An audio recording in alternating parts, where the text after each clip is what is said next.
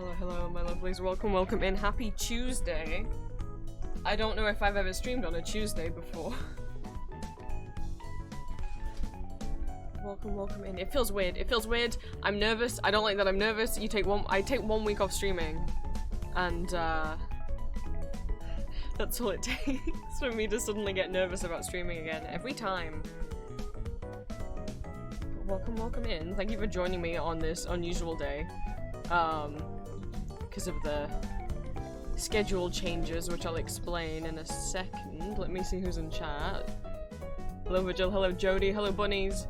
Georgie Mouse, thank you so much for the first time chat. Welcome, welcome in. Hello Green, hello Elixir, hello Golden, and hello Liv.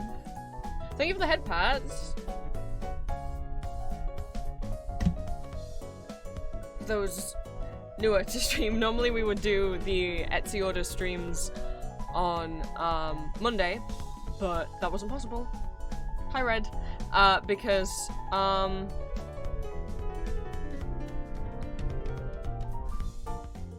I was away for the weekend and I only just got back home yesterday. So it would have been a lot to technically I got back in time enough to stream, but I didn't have like all the Etsy stuff ready to go, so everything's just shuffled one day further along this week. So Monday stream is happening today. Normally Wednesday would be streaming Hades. I won't be doing that tomorrow because I'll have to actually pack up and ship out orders. But maybe Thursday? Depends. Because boy, it's gonna be warm this week. I really wanted to get this stream done on time. I wanted to start stream on time because of how warm it's going to be this week, and then that didn't happen because I ended up having to get other stuff ready that I didn't expect. Some of you know I've had those Hello. Gooby prints. Okay. I have a couple keychain pre-orders open on my Etsy store for some Elden Ring ones and a Doctor Who one. And I've been waiting to order those from the manufacturer in the hope that they'll eventually put their keychains on sale, which they did. That's currently 25% off keychains on Zap Creatives. So, you have transformed me into a baby. Yeah, got those ordered. So those are being manufactured, so anyone who's pre-ordered the 15 and Rogue or the Elden Ring, Mesmer, Mikula, Radon, or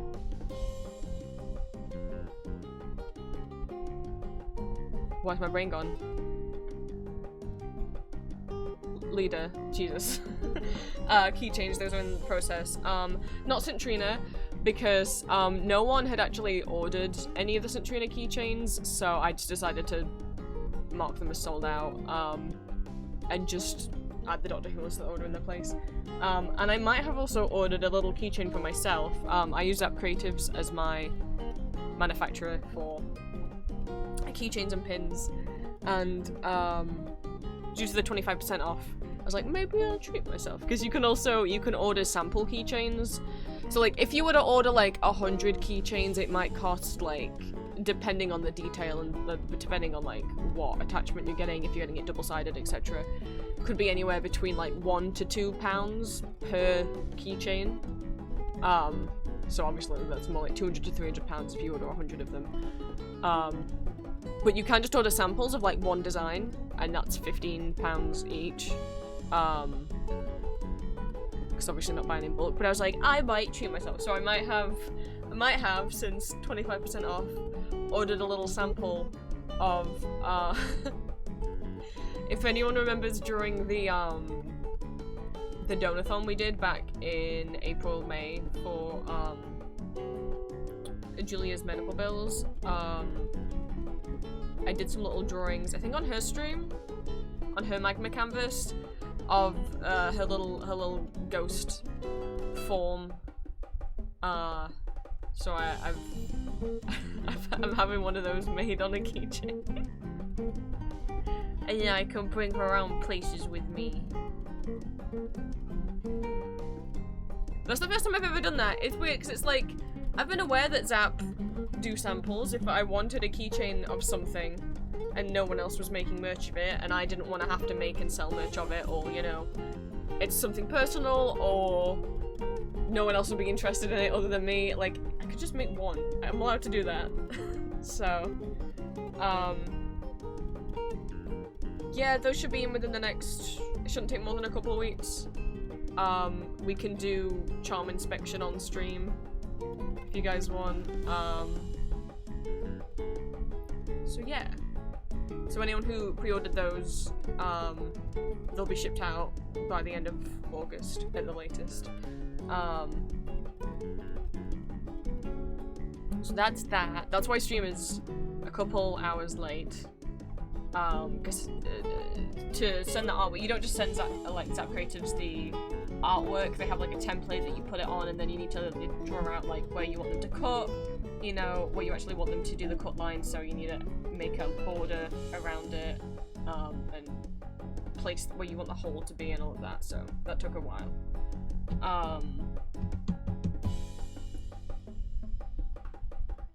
Yeah. So that's why I stream like, gosh, I don't like it, I feel nervous.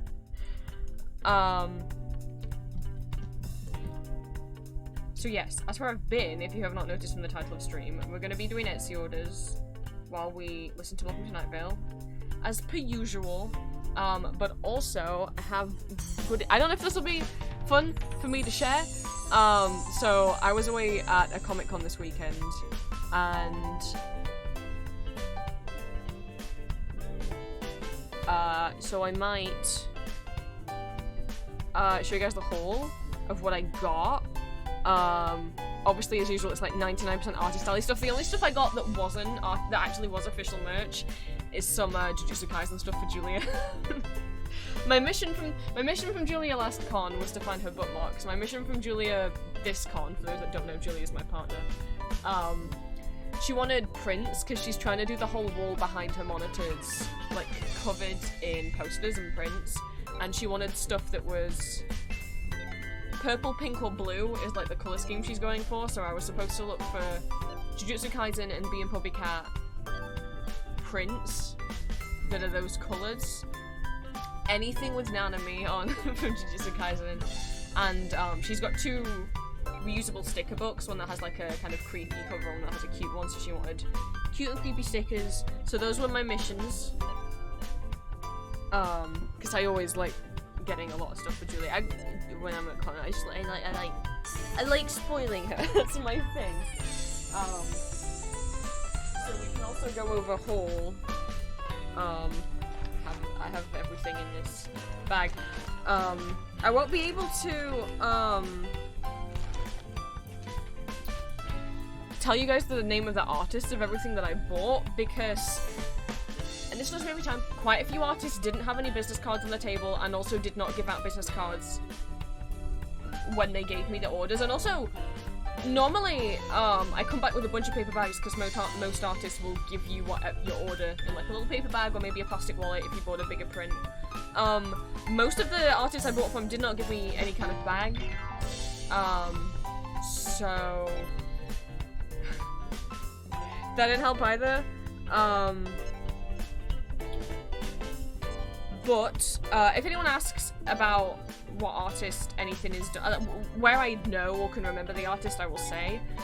For those that I don't remember or didn't get a business card for, you can keep an eye out on my Empty Masks Instagram, because I always post a haul there, and tag every artist that I can find. I'll hunt through Instagram and see if, and like literally, I'll check the, because I want to be able to credit the artist, so I'll literally go through like the whole trader list from con and see if they've got an Instagram, look at their table setup. Okay, yes, that's who I bought from, so. But I got a couple things that I was very excited about. Very, very excited. Because there was obviously two characters that I really wanted to find stuff for that like, I didn't think I would find. One from the new Elden Ring DLC, where I was like, maybe there's a chance that some people will have done something of him. There wasn't that much Elden Ring stuff. The few Elden Ring things there were was like Olive Rani. but I perhaps found something on like one of the last stores that we went to, and the other thing being, I was like, there won't be Hades stuff. There won't be Hades stuff, and there especially won't be Hades stuff of my husband. Well, you'll see. I'm still like stimming about it. I just really love this character. You guys all know who it is, given how I'm acting. But what I'm thinking, since I already started stream so late, is we're gonna do Etsy work first, and then I will go over the con haul with you guys afterwards. That seems a smart thing. Also, sorry, I'm trying to think like what, I didn't like check my emails or anything the whole time while I was at con. I just had my phone with me, and I was like, nah, I'll just check when I get back. So I'm trying to think like what you guys have missed that I need to tell you about. I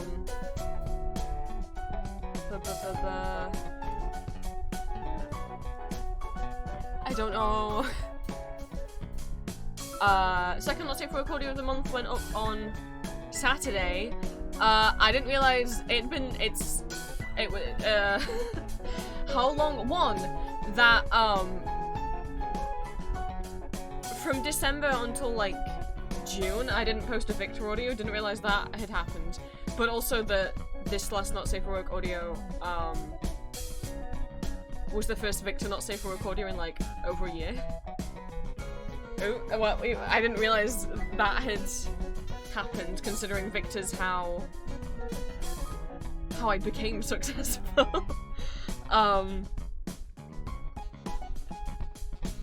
So hope you guys enjoyed that. Oh, we had audio go up last night for Thanatos. I had actually recorded that months ago and just kept being like, oh, just push it back because it's not a request, the requests have to come first, but finally it got to go up. Hope you guys can forgive the not doing the thumbnail art. I didn't have time to draw it before I went to con. Someone in the YouTube comments was like, oh, this is great, I wonder if we can see this other Hades character next. And, little do they know, I've already recorded an audio, last week as that character. So, that'll go up at some point in August. I'm not gonna say who, you'll have to hunt through the comment section to find it. But I gave someone else a go.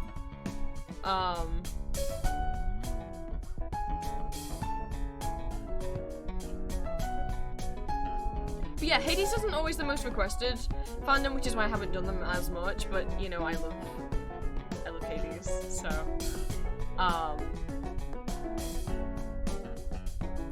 what else? I think that's it.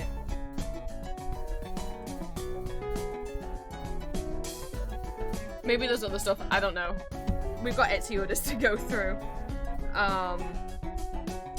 I'll show you guys, I don't actually have any photos from con up on my PC, so if I showed you any photos, I'd have to get them up on my phone. But if I show you any photos, I'll just do that as I go through what I bought, because I'll also show you guys what I traded, because every con I always bring stickers and I bring bracelets. I think I showed you guys, yeah, I showed you guys on the stream last week. I still had some ghost ones left over from, I had 4 ghost ones I think left over from last time. And then, I think I made like 5, like just coloured bracelets without any text on, and then 6 Fear and Hunger themed bracelets that said Funga on them, because I went in a Fear and Hunger cosplay. And lo and behold, turns out there was a Fear and Hunger cosplay meet that I didn't know was happening until on the day when someone else in a Fear and Hunger cosplay came up and told me and asked if I was going. So, I only made 6 Fear and Hunger bracelets, and there wasn't enough to go around. Some of them had to get non-Fear and Hunger themed ones. They had to first come, first serve fight over them. But,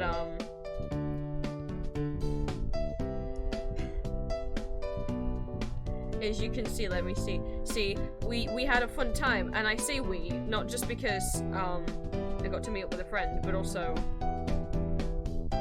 because someone got to come with. And had his first adventure out on the town. I'd only ever brought him along to a doctor's appointment once before. Maury had never got to, like, meet other people. So he had to go on an adventure in his matching cosplays. I made him a shirt to match. I went as Kahara from Fear and Hunger.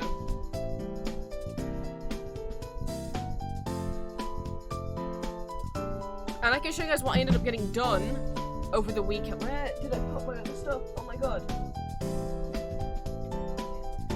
I finally finished it, so I didn't bring my laptop or anything with me. I brought something to do, something to work on while I was there, like in the hotel, kind of before and after con. Like while after con was over for the day and I was just chilling. How has this got glitter on it? Was that? Wait, how is the? No, wait, no, but like for real, how is there glitter on this? What the fuck? There's nothing glittery in the bag. What the? I've been keeping it in this makeshift bag, and I've never ordered anything from makeshift that had glitter on it.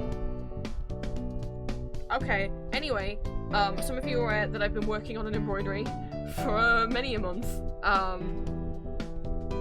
Back in April, it was mine and Julia's 2-year anniversary, and what we do for our anniversaries is instead of buying each other things, we make each other things. And some of you guys have seen the progress on what I've been making this year.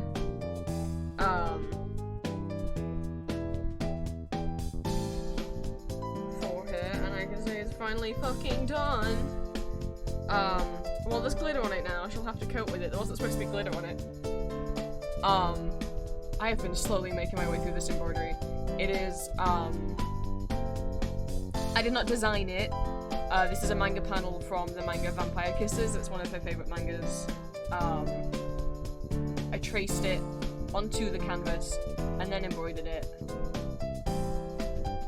The back side, the forbidden side.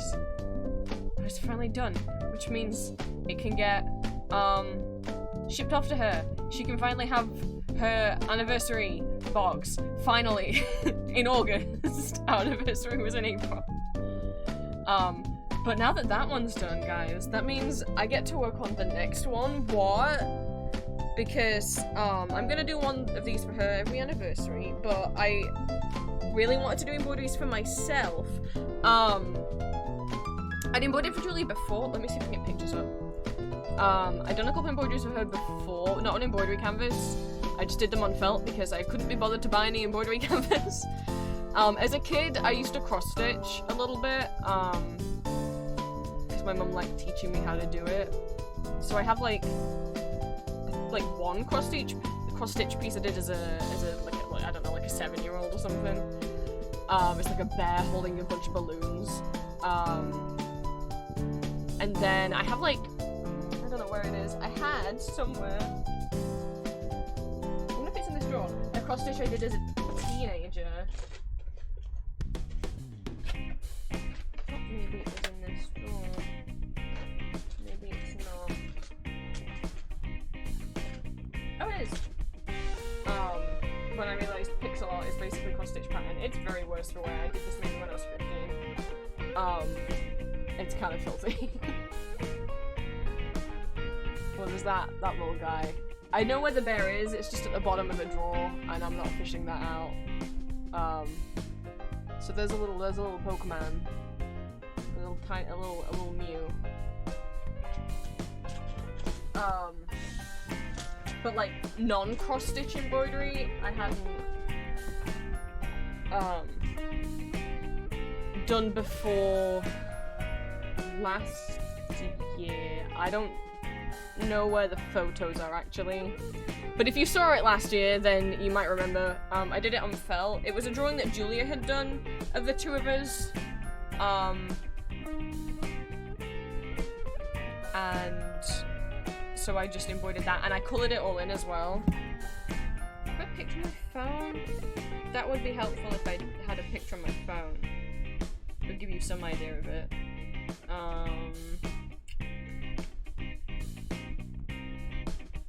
Let me see.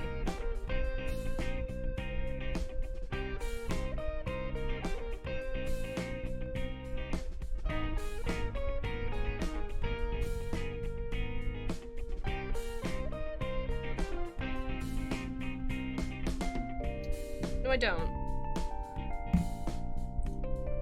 I swear I was just looking at pictures of it recently. Oh, I got it. Well, I'm gonna take these photos and I'm gonna also put them in a separate folder. Hi, Moth. Oh, I hope you have a good eat.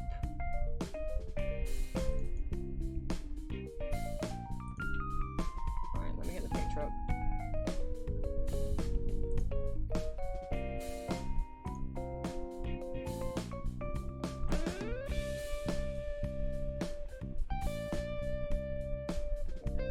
Okay, Jodie, thank you for stopping by. Blaze, welcome in.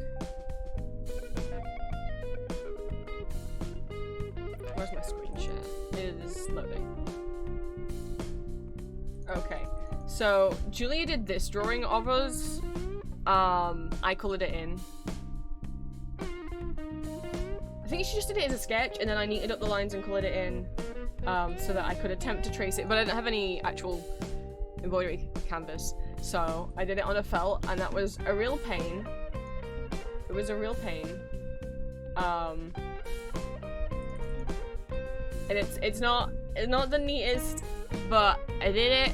And then I made this little guy, because there's some of you who, if you've ever seen Julia's art before, she likes drawing cows, she stuffs cows, she likes making cows themed after different things. This is her strawberry cow. This is not, it's her character, but it's a drawing that I did and then embroidered on top of.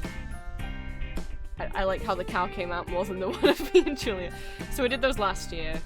And then earlier this year when I was freaking out and I didn't know what to make for our anniversary, I was on TikTok and someone, I came across a video of someone had embroidered just in black and white, so like in this style of like just doing the black thread and using the actual canvas to be like the white of the picture.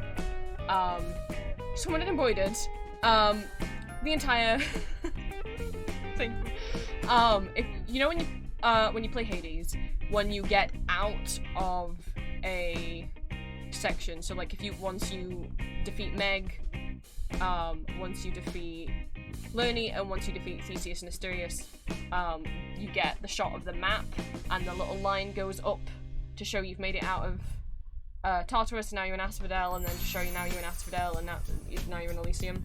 That map, they'd embroidered the whole thing, just a black thread onto canvas, as this massive scroll, and it'd take them like a year. I was like, that's so fucking cool. And I remember looking through their account, and they'd done, I went to see what else they'd embroidered, and they'd done a bunch of Jujutsu Kaisen manga panels where they just trace the manga panel onto the canvas. Well, there's a bunch of different methods that people seem to use to do this. Some people buy canvas that they can print on top of, but then I've seen other people say that doesn't work. Or there's some canvas that you're meant to be able to, like, some people like put this really thin paper, they print onto this really thin paper, and then put it on top of the canvas, sew into it, and then with hot water the paper's meant to wash away, but that doesn't always work. It depends what brand you use. But I own a light box, so I was like, wait, I could do that. I could do like Jujutsu like manga panels, like black and white drawings on embroidery. So I asked Julie what her favorite manga panel was. She said this one. Do I have the piece of paper still? There we go. I made up the border, but printed it out. I have a light box, so just put that on the light box, put that on top, mechanical pencil. And yeah, well, and so now that's done, I get to work on ones for me. Because I had so much fun. I was like, I saved so many pictures when I printed this off. It was part of a full A4 sheet with other pictures. And I've since then gone back and added more of like pictures that I would like to embroider, not just for Julie, but also for myself. And I was like, well, now we're done with that one, I think I'll do one for me, teehee.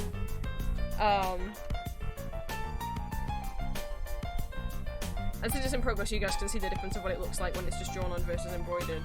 But I wonder if I do it like this, and you guys can just see a little bit of it. And if anyone can guess who it is.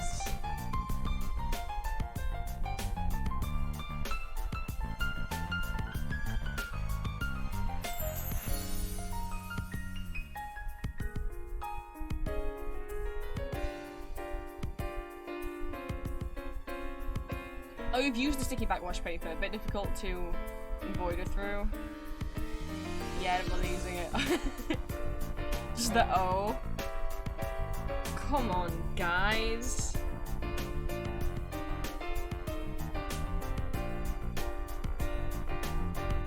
So I'm doing Airy. I can't help it. I love him so much.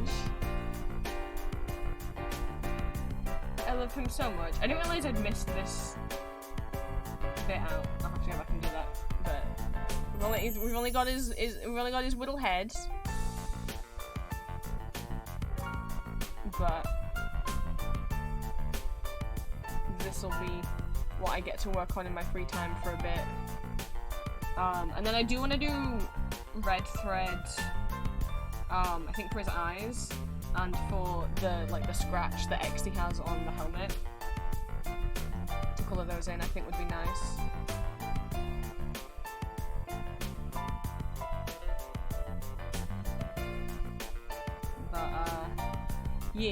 But yeah, I'm gonna have fun. I deserve Aries on my wall, but you can see I can't get it out.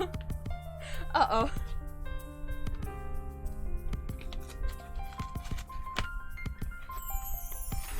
There we go. There's the. It's double-sided taped because I double-sided tape it to the inside so I can trace it better. But yeah, there it is. So that's what I get to work on. So I'm happy about that. And then when he's done, he can be on my wall. And then I get to look at Aries all the time. And then I have a third one that I sketched up. I traced them before I left for con. So I have the one that will be next as well, to do after Aries. I think Moth went back to sleep. But, the camera's not, my webcam's not the best, but it's Sebastian from Black Butler. Because I'm not gonna think of it as cringy anymore to still like Black Butler. No, I am free. I'll pull out the panel, it's probably easier to see. There you go.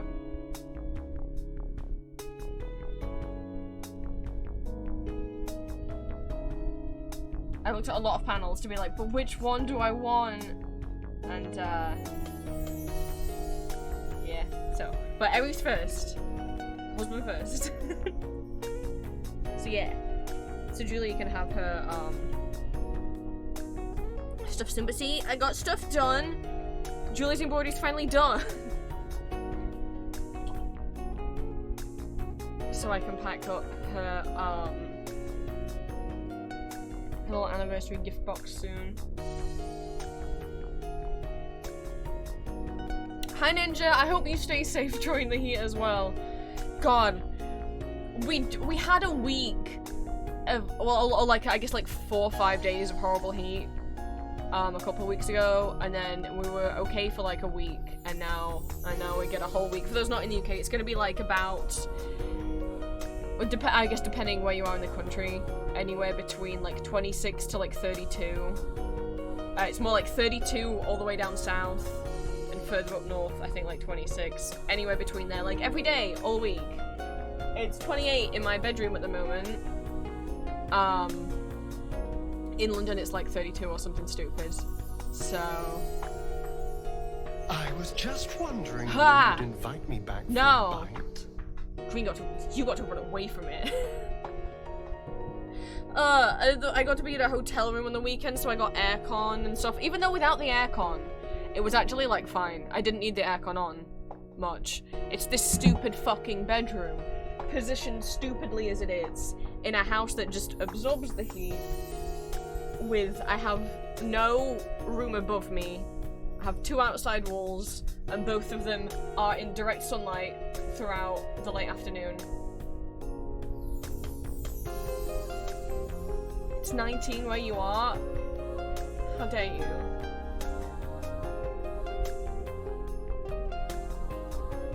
How dare? If I could have paid to be in that hotel room all week. So yes, if you're wondering why the goober's constantly flying around, because the way the goober is actually programmed is that it's only supposed to shake when I talk. Like now.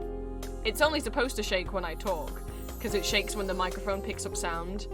However, because the fan is on, because otherwise I would die, even though you guys can't really hear the fan, the mic is picking it up, hence me constantly shaking.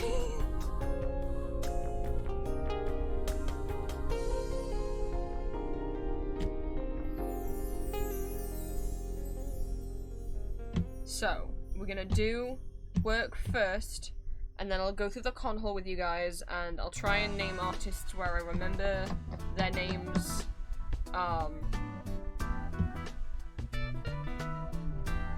Yeah. And other thing, that's the other thing. Hey guys, it's almost August, what the fuck? So, thing one about it almost being August is Art Fight is almost over. Now I know we've talked about Art Fight just lasting all of July, however they have extended Art Fight by a few days this year since the website was not working very well the first day, and like it crashed for a good chunk of the time the first day. So, Art Fight is actually now ending on August 3rd.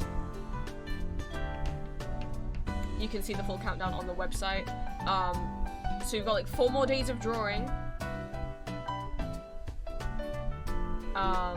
If in the UK that will be 7 PM on August 3rd, it'll end. So you've still got some more time to get some more attacks in if you want. I don't know if I'm gonna do any more. I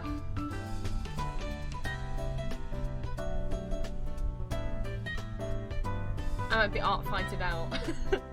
But we'll see, we'll see. Because it's so close to the end of Art Fight, if you look on the website, you'll see the banner that shows what team is in the lead and how many points each team has been hidden. The countdown's still there, but how many points each team has is hidden. That happens every year. Once it gets close to the final day, they hide how many points each team has so that they can announce the winner as a surprise at the end. So no one will know who the winner is until they announce it about like a week after Art Fight is over.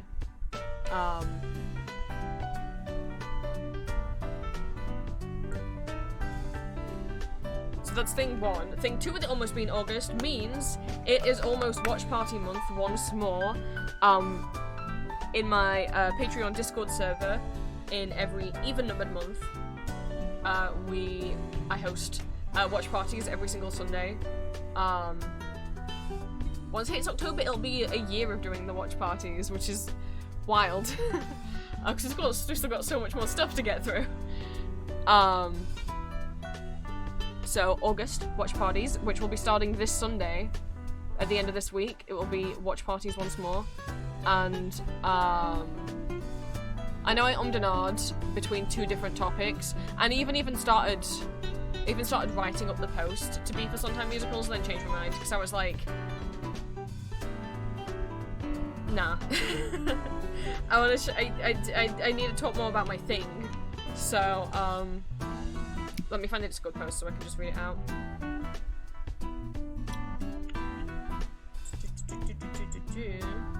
So, this Sunday, it will be time for watch parties once more. So every even-numbered month, just because I can't, if I did them every month, I'd get burnt out of doing them, I think. Every Sunday, I host a little watch party. We keep the mics muted. We just sit down and like text chat while we watch movies, musicals, ballets, TV shows, etc. together. They are in 8 PM UK time, which is 12 noon Pacific USA time.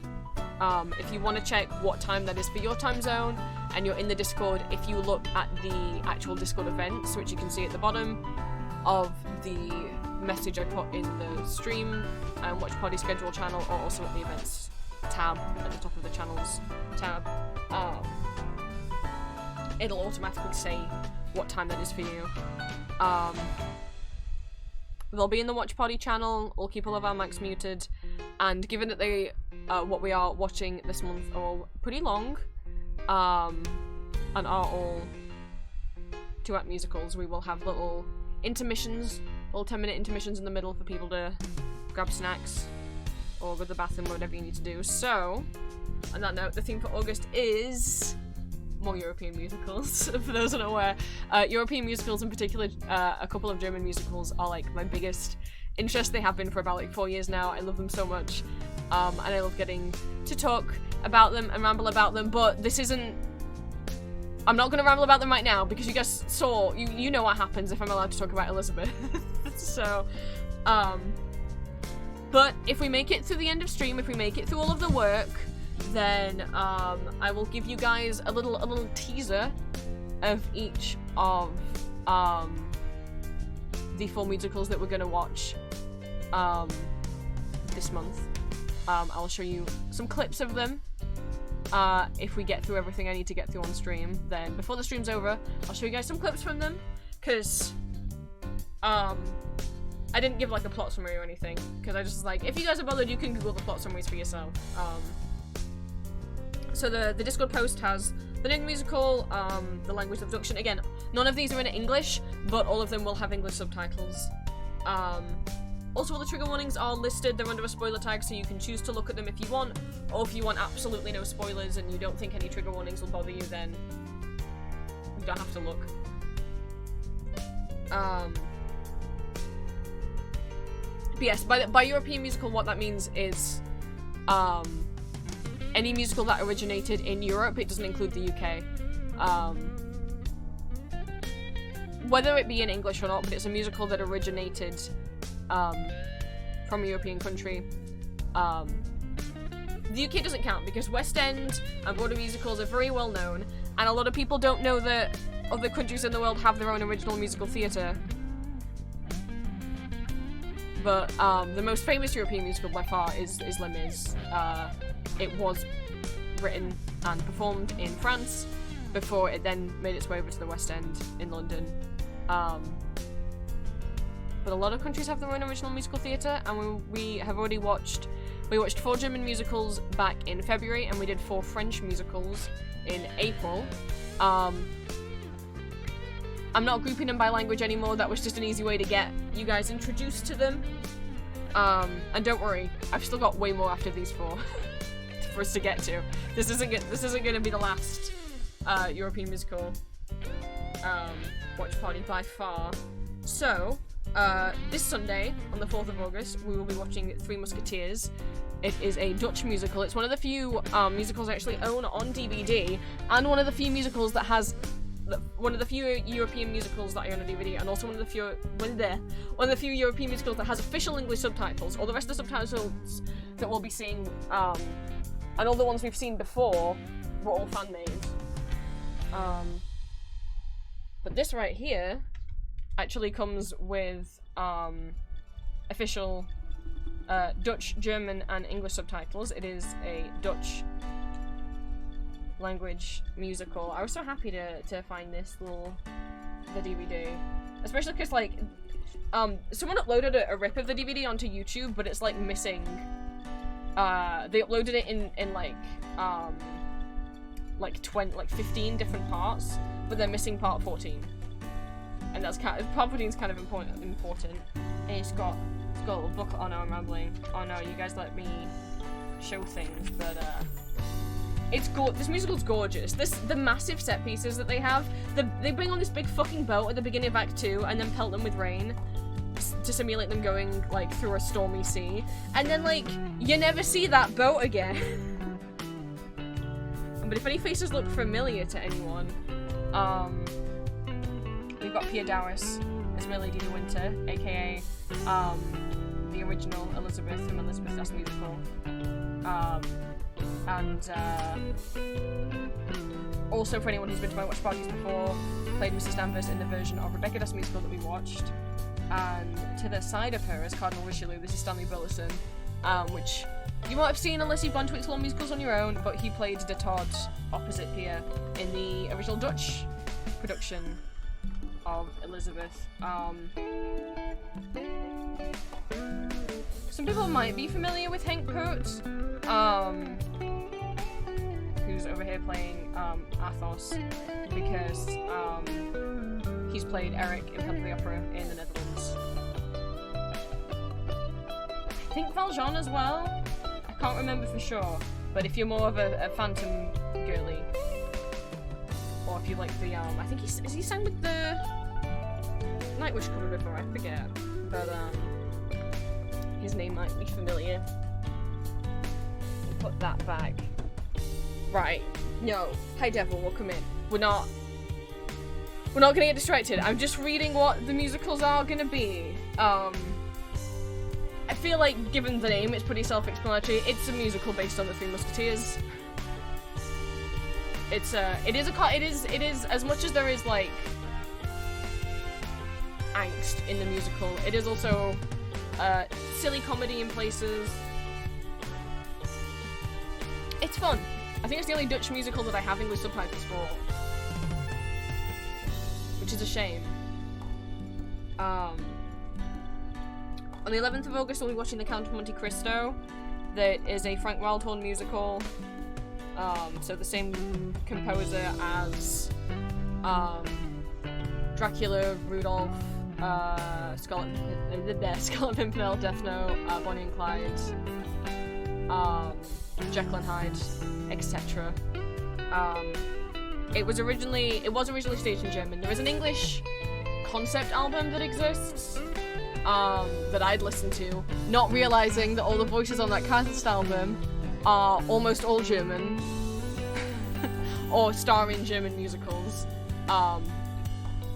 because that cast album that's in English has Thomas Borchert as Dantes, which is who is playing Dantes in the staged version that's in German.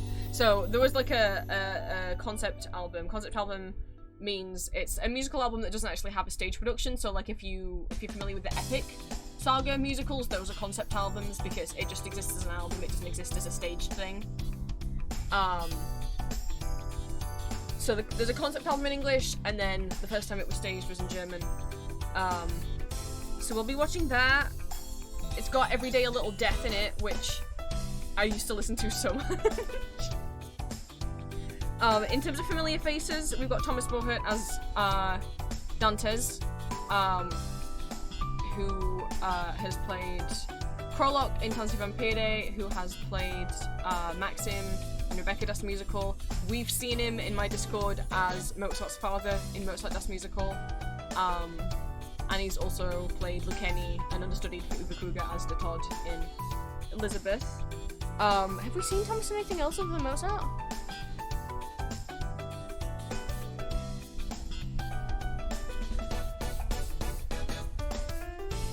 No, I don't think so. Okay.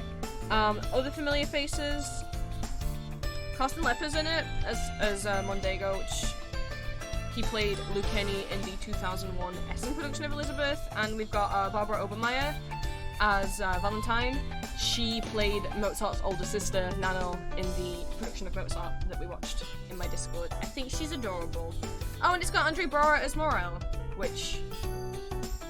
Have you seen Andre? No, you won't have seen Andre yet. He played Franz Josef in the 2005 Vienna revival of Elizabeth. So I know too much about who's been in Elizabeth. And then on the 18th of August, we'll be watching Demon Onegin, which will be our first Russian musical that we'll be watching. It has Ivan Oshogin as Eugene Onegin. Ivan, which some of you will better know as being playing Krolok in all of the Russian productions of Tanzi Vampire. He is a giant. And also playing Tatiana is... Oh gosh, I'm going to try and pronounce Vera's surname. Vera Sveshnikova will be playing Tatiana, who has played Sarah in Tanzi Vampire opposite Ivan. And also I think she's played Sarah opposite Drew Sarich. Because there was a couple times in Russia where they've invited the German cast to come and perform. So Thomas Borchert, Mark Seibert, and Drew Sarich have all performed in German as Krolok in Russia, with the rest of the cast being the regular Russian actors.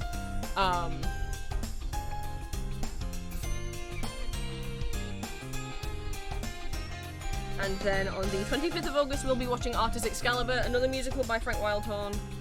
I should have said, again, Count of Monte Cristo, based on the book, The Count of Monte Cristo. Frank Wildhorn likes making musicals based on books, or historical figures, or mythology. He's there's a lot of that. And again, Demon Onegin based on the book Eugene Onegin. And the 25th of August, we'll be watching Arthur's Excalibur, another Frank Wildhorn musical. This is based on the myths of King Arthur. In terms of familiar faces, we've got Mark Seibert as Lancelot,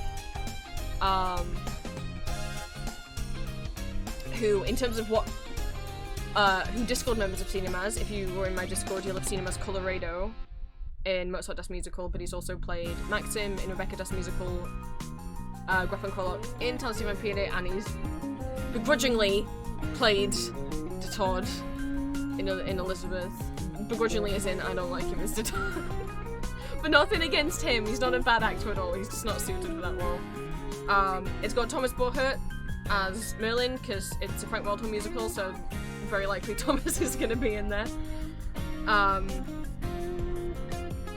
Annemieke van Dam as Guinevere. She played Elizabeth opposite Mark Seibert in the 2012 Vienna revival. And she's currently, she recently played Mrs. Danvers opposite Mark as Maxine in Rebecca Das Musical last year. We got Sabrina Verkelin as Morgana. This is the first time you guys are going to get to see Sabrina Verkelin. I think she's amazing. I love her voice. She's got such a gorgeous tone to her voice. She played Constanza in the German production of the Dutch Three Musketeers. Just wondering when you'd invite me back for a bite. She's also played Elphaba in Wicked in Germany. She's got such a gorgeous voice.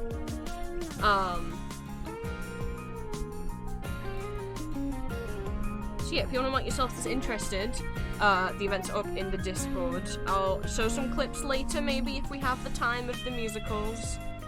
Read the trigger warnings if you feel like you might need to. I think that's all of the updates that I gotta tell you guys about before we get into work. Hello Valentine, and hello Jasper, welcome in. Okay, I just also realised my phone needs charging. This is gonna make my phone boil. But it's only on 26%. So.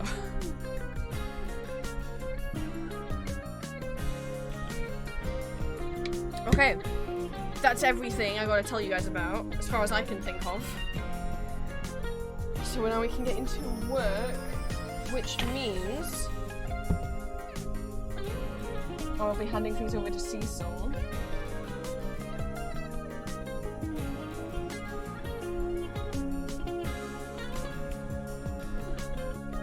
So, for those who haven't been to an Etsy order stream, I cut out all the stickers by hand that I sell on Etsy, so we'll be doing that. The tiny mesmers are just extra that I printed off to fill up the space. And getting some badges made, some pins put on the pin backs.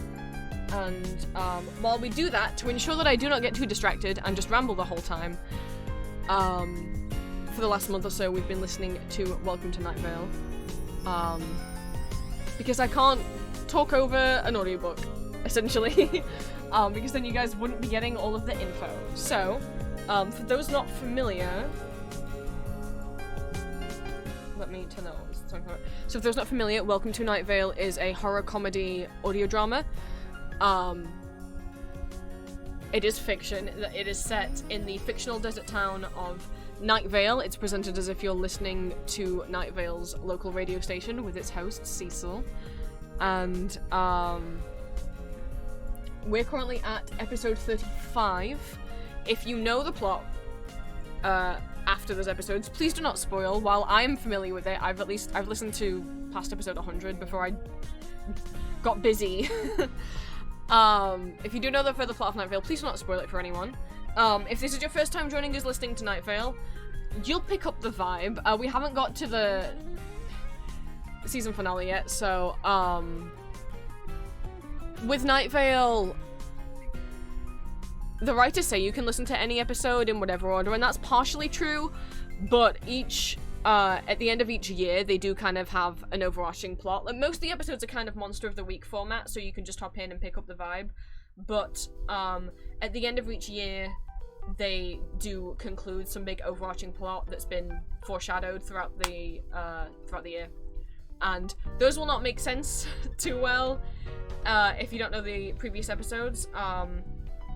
Welcome to Night Vale is out there for free, but if you would like to support them, I don't know if these will take donations, but regardless of whether they do or not, you can, if you like what you hear, they have live shows that you can pay what you want for on Bandcamp. You can pay as little as $1. They're definitely worth it. And see the live, I couldn't remember the names, looking at House of Shield Condos. Yes, Condos is one of their live shows. It's very, very sweet. We will not be listening to any of the live shows on stream because they are behind a paywall and that wouldn't be right, but you can pay as little as $1 to get access to them. They also have a merch store where they got all sorts of merch. You could have a plush of Koshek. But yeah, not in any way sponsored or affiliated with Night Vale, just feel like it's the right thing to do to shout them out, given as we're listening to their stuff. But most important plot points to get brought up, Cecil will give context for them, in case it is your first time listening. But as we get further into some episodes, like especially once we get to Old Oak Doors, that won't make much sense if you hadn't listened to previous episodes. So if you do want to go back and listen to previous episodes in your own time, do feel free. I really love Night Vale. The only thing that you will have missed out on, because we're currently on episode 35, which is in year 2. In year 1, the kind of overarching plot there was, well, 1, the secret army that was living under Lane 5 of the Desert Flower Bowling Alley and Arcade Fun Complex, but also Cecil and Carlos getting together and having their little romance, and now they're boyfriends. That bit where he was talking to Josie in one of the recent episodes, he's like, I have a boyfriend now. It's so cute. So yeah, so obviously, if you haven't picked up what the overarching plot of this year is, there was a character introduced in episode 19 that we hadn't heard anything about in a while, but then in episode 32, we find out that Strex Corp has purchased Night Vale's radio station. Strex Corp, we don't know a lot about them. They're a corporation, they seem to want to buy a lot of stuff. They seem to worship a smiling god. And, just from the vibes, without spoiling anything, maybe they don't treat their employees so good. Maybe they might do things to them.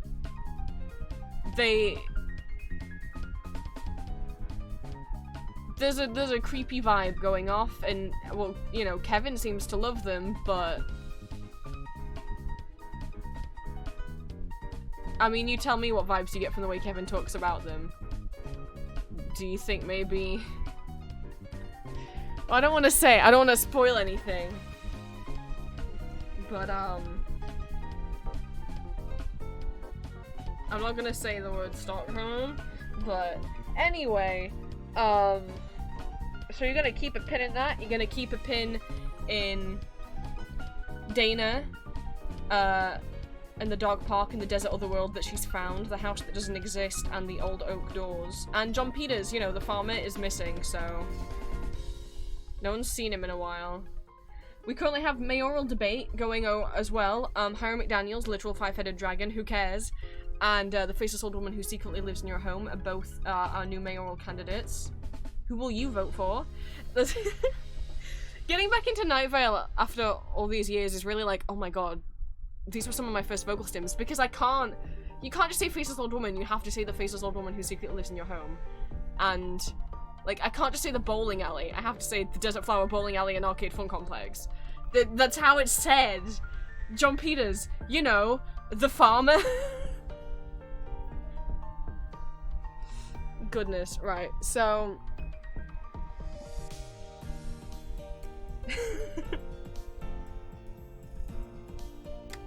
Trigger warnings for Night Vale. As I say, it is a horror comedy piece of fiction, so there will be references to horror themes.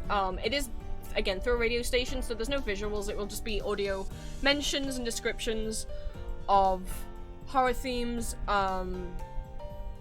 violence, conspiracy theories, blood, gore, body horror, derealization, and probably more. If any of that is something you're uncomfortable listening to, please feel free to tune out, mute, or leave this part of stream. We might get through maybe 2 episodes, which won't bring us to the plot yet. We're not gonna start getting to plot until, like, episode 44, and we're currently at episode 35. I was just wondering when you'd invite me back for a Hi bite. Jen, welcome and thank you for the hydrate. I'm so excited for you guys to get to the end of the season. As much as, like, there's some stuff where I'm like, oh no, but also it's like, but it gets so cool because there's so many characters that get speaking roles. Episode 44, I picked that out in particular because it's where you get to hear about, I don't remember who it was who said this, last stream, but Cecil was mentioning, one of the public schools, like, people were campaigning to get a wheelchair ramp built, and someone in chat was like, wonder why Cecil cares so much about wheelchair accessibility, and I'm like, don't you dare say why. I wonder why. Because there's characters we haven't met yet, and we'll find out about someone in episode 44, which is called Cookies. I now remember why it's called Cookies. Because if you're an American, well, what do you associate with cookies? What's a way that you buy your cookies that's very American that we don't do here? Other countries don't do this certain kind of cookie, these certain kinds of cookie delivery, in the way that you do. And, it's where we'll find out about someone very, very special. And we get to find out more about Cecil's, personal life. What do you mean how you buy a cookie? Red got it! Girl Scouts. We do have an equivalent of Girl Scouts, but they don't sell cookies. They don't have their own cookies.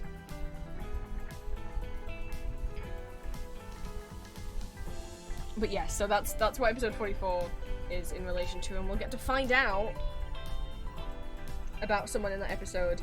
But that is 9 episodes away, and I don't think we're gonna get through 9 episodes. Each episode is 30 minutes long, and it's already like 20 past 4, and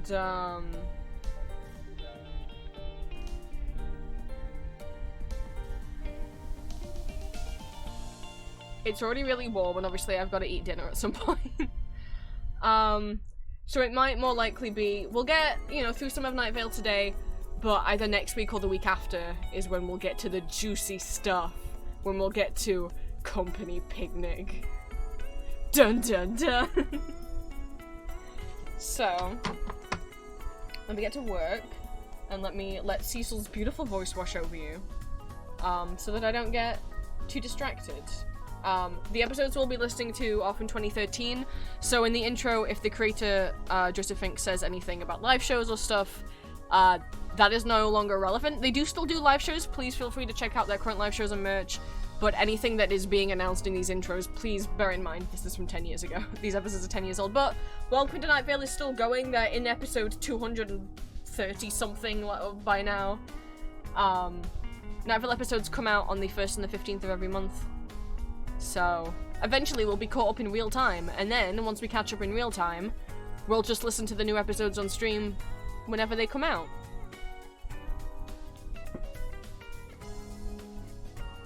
Yeah, it's weird to think these episodes are 10 years old. It's also weird to think, like, wow, Cecil started dating Carly was, like, 11, 12 years ago. What the fuck? I'm so happy for them. So, let's boot up Night Vale.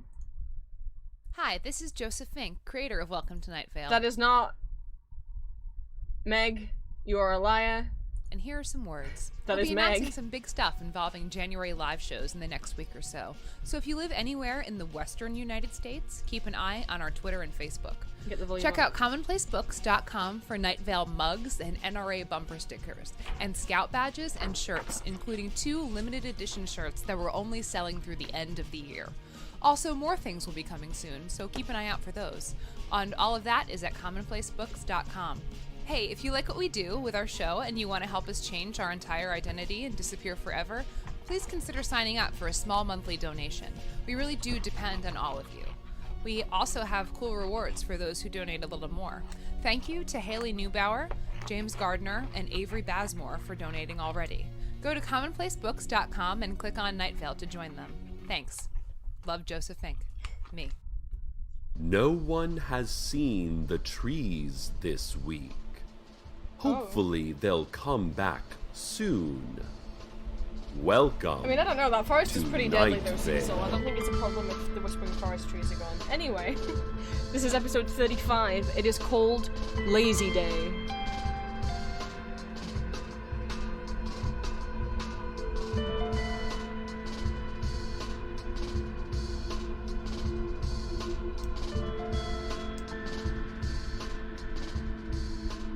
Hello, listeners. Nothing much to say about this day in Night Vale. Forgot about the tone of his voice. Today in is this one. just a lazy day in our beautiful little town. The heat is unusually strong for this time of year. It sure fucking is! Oh my god! Cecil! Assuming you believe in concepts like time, and year, and unusual. Flies are buzzing around and around a trash can somewhere. It is hard Francis to... Donaldson. It's hard to feel motivated and energetic. Honestly, that's the other thing. I don't know I can't say how much work I'm gonna get done this week.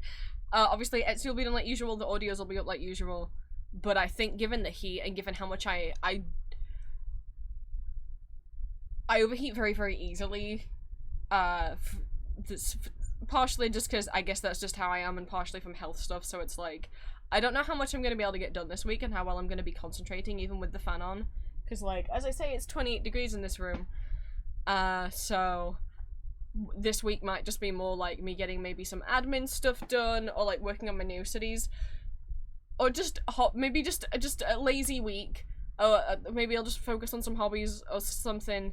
Or just, if it becomes watch TV all week, don't get upset at me. It's so, my brain is mush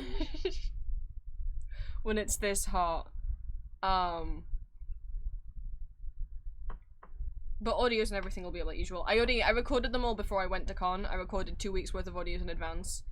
Normally I always record a week's worth of audios every Sunday, but I'm always a month in front. But because I wasn't going to be here this weekend, I recorded 2 weeks worth of stuff in advance. So, and I'm very happy. It's because I'm like, oh cool, I don't have to be exporting YouTube videos right now. I could just melt. Yeah, like tomorrow's audio and Saturday's audio already all scheduled and waiting to go up.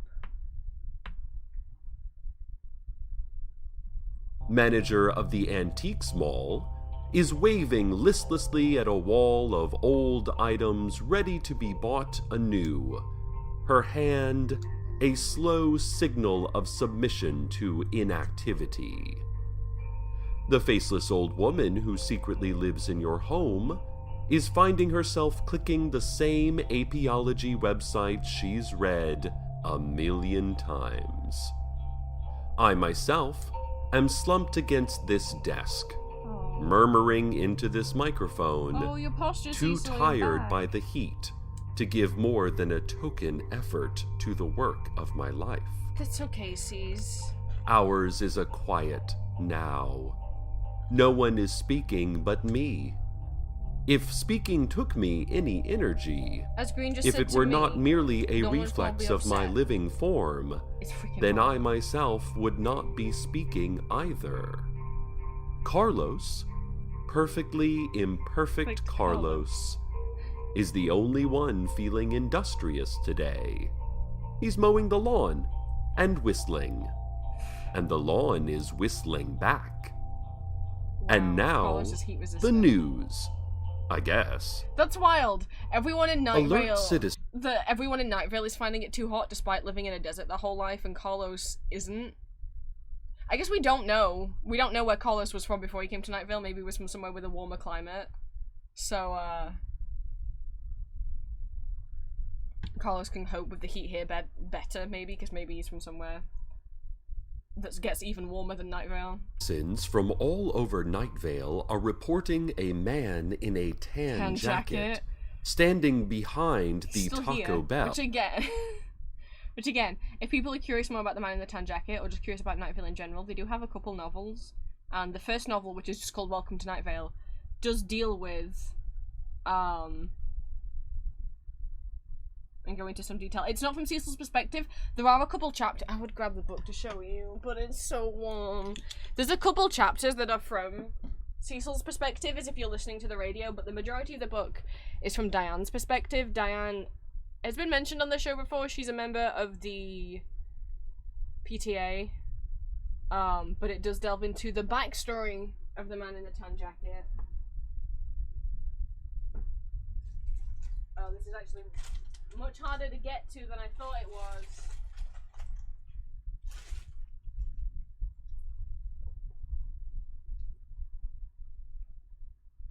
It actually wasn't that bad. I have the first two books. The first one's just called Welcome to Night Vale. The second one is called It Devours. I have the Waterstones edition, which came with exclusive stuff. I wish it wasn't a sticker though. But I haven't read It Devours, even though I own it, so I couldn't tell you what it was about.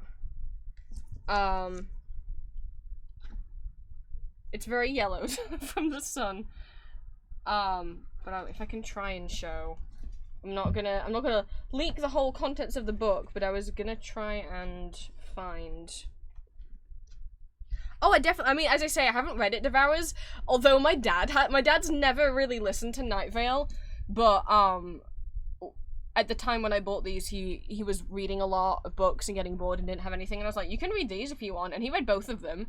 So even though I haven't read It Devours, he enjoyed it, and again, you don't have to have listened to Night Vale to have read the books, and he hadn't ever really listened to much. He might have heard me playing a little bit here and there, but he never listened to a full episode, and yet enjoyed both of the books. And my dad doesn't particularly watch horror stuff at all, so yeah, Diane Creighton, that's who the perspective, so most of the book is like that, you know, it's from Diane's perspective and stuff that's happening.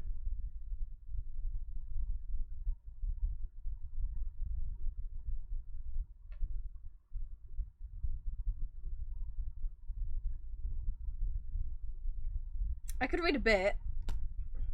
Also, the audiobook, if you prefer audiobooks, the audiobook of these is of course put out by Cecil. So,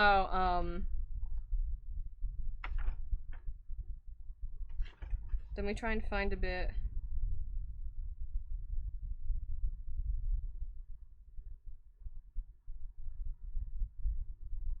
Because what I will say is, yeah, Diane, she's got a song called Josh, which I think Cecil might have mentioned.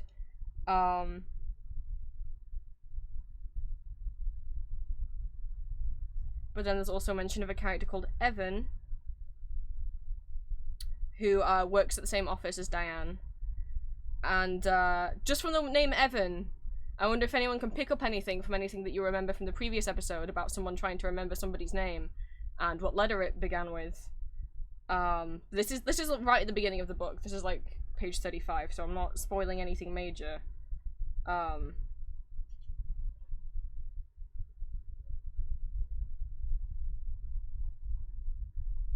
But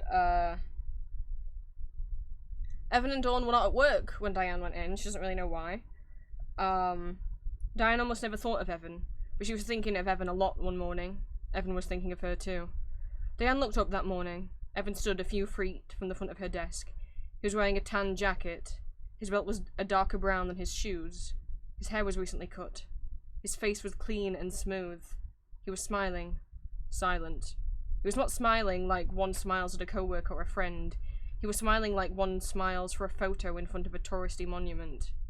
His teeth were white, or they were almost white. Oh, I can't pronounce that word. I can't pronounce the names of teeth, apparently. I don't know how to say that.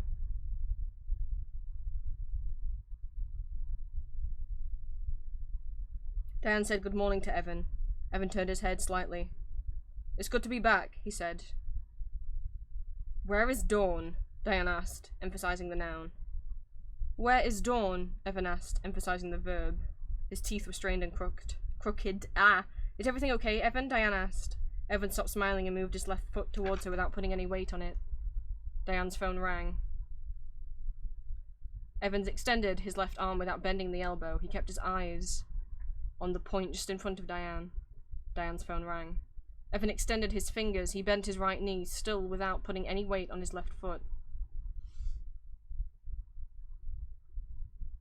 Diane's phone rang. In his fingers was a slip of paper. A small bead of sweat formed along his upper lip. He was not looking at her. Diane's phone rang. Between rings, Diane could hear Evan's belabored breathing. His whole body was vibrating from the muscular strain. Evan set the small slip of paper on the desk. There was writing on it. Diane's phone rang. She grabbed the receiver, interrupting its full ring. Diane Grayton, she shouted into the phone. Hi, Diane. It's me. Evan, said the tinny voice in her ear. Evan? Evan kept smiling, unspeaking. He released the paper. I can't make it into work today, Diane, Evan's voice on the phone said. Can you tell Catherine I can't make it into work today? Evan? Diane repeated. Evan stood up, breathed deeply in through his nose and deeply out of his mouth. I'm not able to come to work today, Diane. Do you understand me? Said the voice on the phone. Yes, I think. Evan smiled again. He looked at Diane. She saw the slip of paper on her desk. She could not read what it said. Am I being clear, Diane? Evan, I don't know. Where are you? Where are you right now? I can't make it in today. Diane stared at the slip of paper on her desk. Evan looked towards Diane, smiling. Then he turned, no longer looking towards Diane, but likely still smiling. He walked quickly away from her desk, turning the corner and heading down the hall out of sight. Evan, hello? Tell Catherine. Click, the phone said. Diane hung up. She looked down at the slip of paper on her desk. It was not there. She hurried to Catherine's office. On the way, she saw Dawn. Hey, Dawn, how have you been? Hi, Diane. I was homesick for a couple days. Feeling a lot better, though. Good. We were missing you around here. Say, did you see Evan this morning? Who? Evan. Who's Evan? Evan McIntyre works in sales, sits in that cubicle right there. Diane turned and pointed in the direction of Evan's cubicle, but instead of a cubicle there was a fern and an empty chair beneath a framed photo of a cloud. She wasn't sure which cloud it was. I don't remember anyone named Evan ever working here, Dawn said. Diane looked towards the cloud, not at it, just short of it. Diane smiled, her teeth were white. You okay? The cloud did not say anything.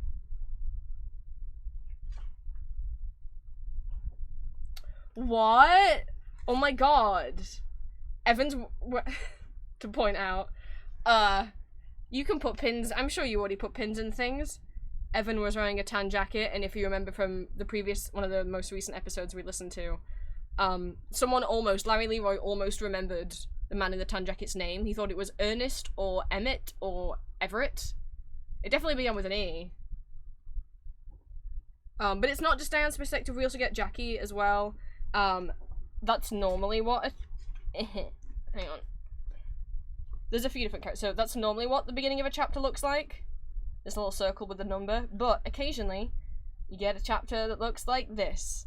And there's an eyeball, and it says the voice of Night Vale. And it's Cecil's radio show. There's a couple of chapters that are just transcripts from Cecil.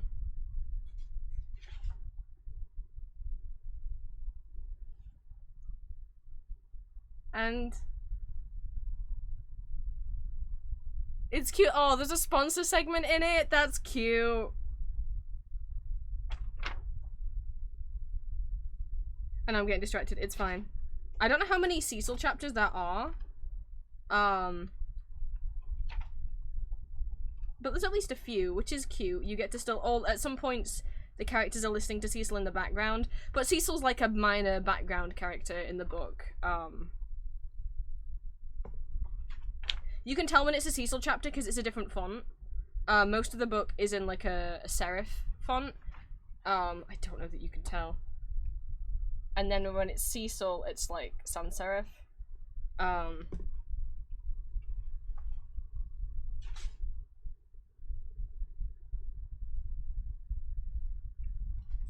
But it does, in part, sometimes it's just, oh, it's Cecil, and then at some points he like mentions Diane on the radio, and so Diane's like, what?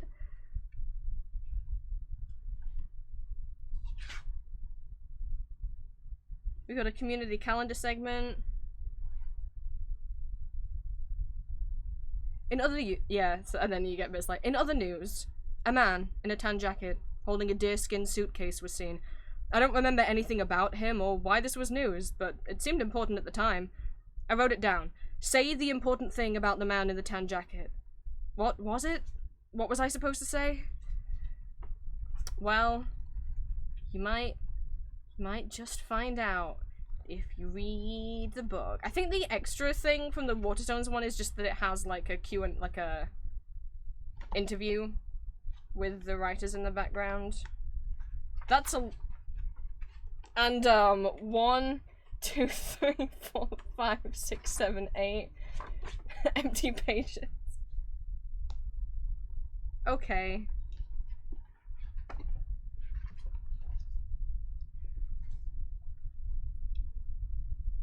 Sorry, I got happy because there's a sponsor segment, and you guys know I like the sponsor segments. It's a Pepsi ad. But yeah, but then at the end it reveals that it's a Coke ad, and I don't know why they get me so much. I'll read one little bit. I don't know if it devours has the Cecil sections as well. I don't know whose perspective it's from. But if you want to know about the man in the tan jacket, I forget what's going on with Jackie, I'll be honest. I forget if it's the same thing that she also is looking for the man in the tan jacket. I think so. And then there's stuff like, oh god, it's Leanne. So there's segments of newspaper clippings. Oh boy. Hi, Leanne Hart. She's senior life and style reporter and also senior political reporter. I can't wait till we get to Hatchets. It's one of my favorite episodes. But Leanne, if you remember, she's the editor of the Night Vale Daily Journal. And she hates bloggers and wants them all dead, I guess. But they're talking about a city called King, or a town called King City, and what's that? You'll have to read the book to find out. Oh no, there's an intern in the book? Oh no. Oh no, okay, that's not an intern. It's just someone named Sheila's not having a good time. I thought that was another intern, and I'm like, oh no, not even in the book the interns are safe. I don't know if it ends. Does the book end with Cecil? No. Okay. Wait, maybe? Nah. Hi, Rise. Welcome in.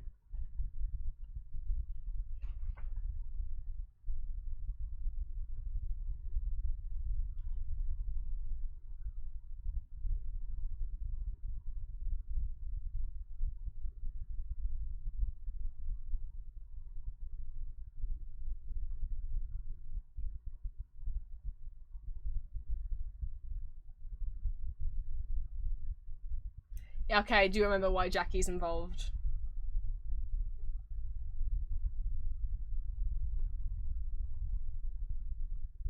But I can't spoil it. But really, at the end of it, it's really about Diane and her relationship with her son. As well as also, who the fuck is the man in the tan jacket?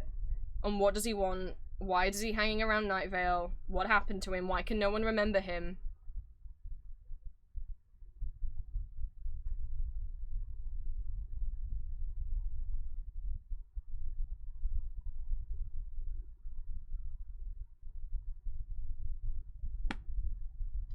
I should put the book away. I was reading that Pepsi ad. But yeah, I enjoyed it.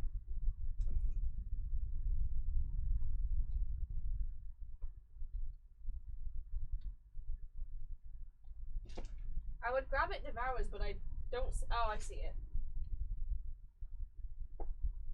Oh, it Devours has got very badly sun bleached. The color of pink on the side should be the same as the pink on the front. Oopsie. So this is the second book. They also, Mostly Void, Partially Stars, and The Great Glowing Corners of the Universe are not original. Well, no, I forget which ones. So they have original novels, which it Devours and Welcome to Night Vale are, and then they also have script books. So they have physical hard copies that are scripts, like from the episode, like all of year 1, all of year 2, etc. So I don't actually know what It Devours is about, because I never got around to reading it. Oopsie. Oh, there's literally fucking summaries on the inside. Okay, I'm gonna have to guess how to pronounce this name. Oh no, does it say Smiling God? Maybe don't read this. I think maybe don't read It Devours until after we've listened to the end of season 2, because it might spoil things if it's to do with Strex. Comes a mystery, exploring the intersection of faith and science, the growing relationship between two young people who want to desperately trust each other, and the terrifying toothy power of the Smiling God. Melanjana is an outsider to the strange town of Night Vale, working for Carlos the scientist. She relies on fact and logic as her guiding principles. All of that is put into question when Carlos gives her an assignment investigating mysterious rumbling in the desert wasteland outside of town. The investigation leads her to the joyous congregation of the Smiling God, and to Daryl, one of its most committed members. Caught between her beliefs in the ultimate power of science and her growing attraction to Daryl, Melanjana begins to suspect the congregation is planning a ritual that could threaten the lives of everyone in the town. She and Daryl must search for common ground between their very different worldviews as they are faced with the congregation's darkest and most terrible secret. Smiling God lore. A pamphlet? Wait, shit, that's cute. Wait, is that like fully illustrated inside the book? I just flipped to a random page. Oh my god. There's a pamphlet on the story of the Smiling God. Shut up, that's cute. I mean, it's terrible. The Smiling God's not... I'm scared of them. Are you sad? Are you not sad? How do you know? Many of us are sad or not sad, or don't know if we're sad. If this sounds like you, then we'd like to tell you a story. It's an important story. Probably the most important story there is. Oh gosh, how long is the pamphlet? Oh no. So there might be some scarier illustrations in this. Before anything, there was nothing. Then came everything. But all along, there was the Smiling God. The Smiling God has always been here. You won't be able to see it with your eyes, not at first. Oh yeah, because what they do to Kevin. Fuck. Oh, yeah. Oh, poor baby boy.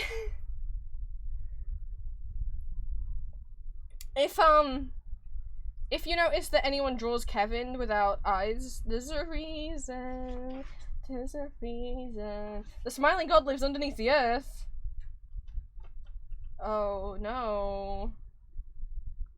Oh no. Sorry that I instinctively read this in Kevin's voice. I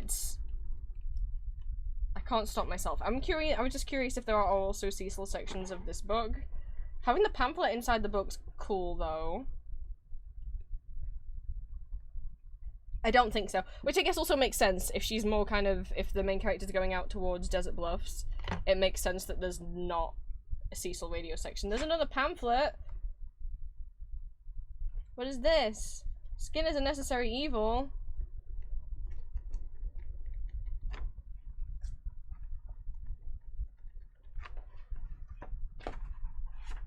Well, there's illustrations kind of in this one. I didn't expect that.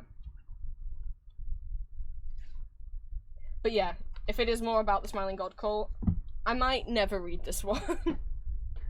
I didn't check up on the plot before I ordered it.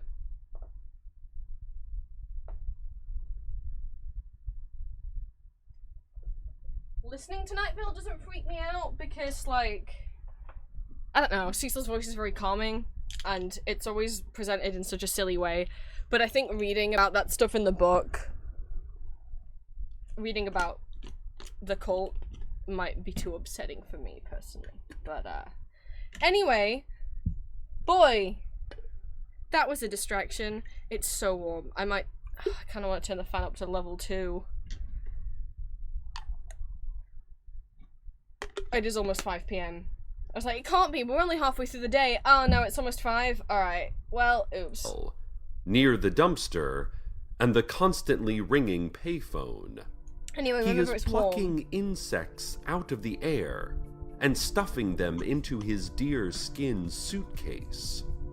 Alert that's citizens right. report that they I don't remember forgot. what his... The irony is that I forgot why we went on that ramble. How ironic, I forgot we were talking about the man in the tan jacket. nimble hands look like, and many of them lost track of what they were saying mid-sentence, lapsing into a gaped-mouth silence.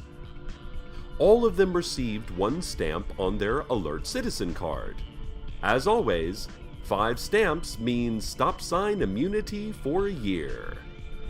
Also, congratulations to Jake Garcia, who has completely filled up 3 Alert Citizen cards, thus giving him the mandatory right to disappear forever. His entire family, in a statement given in monotone unison, said that they were proud and that they didn't miss him much. Oh. Really.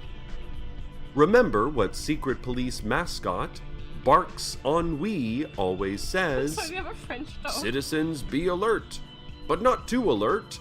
There is much that you should not see. Only you can prevent your own house mysteriously catching on fire. Woof woof." Whoa. Oh, I bet Barks is such a cute little cartoon dog. Maybe someday the secret police will declassify what he looks like. Update on the summer reading program from a couple of months ago. Oh, yeah. Those children who made it out of the Yes, library... so for people who remember, we got introduced to a very important character at the, in episode 28. A bunch of children were taken inside of the library, but a few of them escaped. There is a militia of children being led by, is she 12-year-old Tamika Flynn, who came out with a pack of feral children behind her, holding the decapitated head of a librarian. Very key Night Vale character. Very alive, bloodied, covered in the guts of librarians, and clutching reading lists far in advance of their grade level, have formed an organized militia under the leadership of fellow survivor 12-year-old Tamika Flynn. They have taken to conducting drills out in the sand wastes. Hundreds of children shouting and moving in unison as Tamika stands over them on a hilltop, watching for their weakness, encouraging their strength. Tamika has taken to wearing the detached hand of a librarian around her neck, as a warning to any who would dare face her that she has already defeated the most fearsome creature imaginable. When reached for comment, Tamika said, "We do not look around. We do not look inside. We do not sleep. Our God is not a smiling God. Thank goodness. And we are ready for this war." Someone needs to be. What? When asked to clarify, she challenged our reporter to 100 days of hand-to-hand combat, which our reporter declined by running away screaming, pursued by hundreds of battle-hardened children. But we'll see a lot more. It's still Tamika just throughout a the years. lazy day here in Night Vale. Mayor Pamela Winchell called a press conference Oh, she and loves doing then that. did not speak. She sat on a folding chair next to the podium, gonna be so sad her when she can't head do that lolled anymore. back, taking a brief nap, before getting up and jumping, folding chair in hand, through a small glowing portal she created in midair. All of this would have been quite rude to the attending reporters if a single one of them had actually attended. But they called a press conference of their own to announce that they were just going to take the rest of the day off if that was okay, that the still afternoon sunlight was somehow more conducive to a gentle rest than the dark cradle of night. No one showed up to that press conference either. Carlos has vacuumed his living room and is now organizing his closets. He's holding up items and making decisions. He is humming. What a productive The guy. grass cannot hum, and so is silent. The vague yet menacing government agency would like to remind you that UFOs are totally not a thing.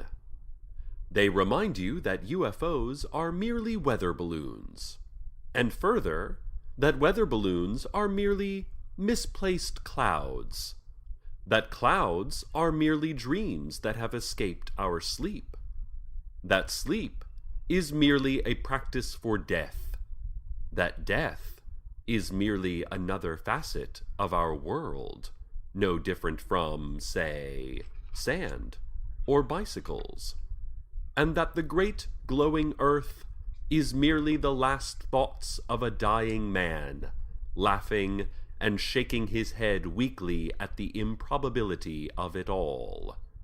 Remember, it's not just the law, it's an illusion. Thanksgiving is just around the corner, and you know what that means. I don't. It means it's time for us to go groveling to the brown stone spire. Oh. Thanking it for all that it has done and all. Oh, okay. I'm waiting to see if that goes somewhere. The last time we heard about the Brownstone Spire, it was like a sponsor segment back in year 1. And every time Cecil said the Brownstone Spire, his voice went all echoey. I mean, it started kind of glitching out and not echoing on the right words, but I don't know if that's gonna happen again. All that it has mercifully not done. This is just a great time to get the family together, eat your fill, then crawl out through the sharp rocks and sand until your knees leave blood streaks on the barren earth, and you feel the brownstone spire loom up before you. But you dare not look. You dare not look. Thank you, you whisper. Thank you, thank you. More plea than prayer, more fear than gratitude. And if it accepts what you have to say, you and your family can return to your homes, shaking, safe, together, shaking, together. And if it does not accept what you say, it doesn't really matter what happens after. See, sorry, I'm totally normal and fine. I didn't get flustered from hearing Cecil do a, like, oh, you poor fool kind of maniacal-ish laugh. I'm fine. I'm fine. That does it. I mean, would knowing make it any easier? No. Knowing never does. I don't know why he sound like that. The brownstone spire. Give thanks. Cry out thanks. Did you want to hear it again, Green chat? Yeah? No, I'm pretty sure I just saw someone in chat say they wanted to hear that again. Safe. So, together. You know. Shaking. Together.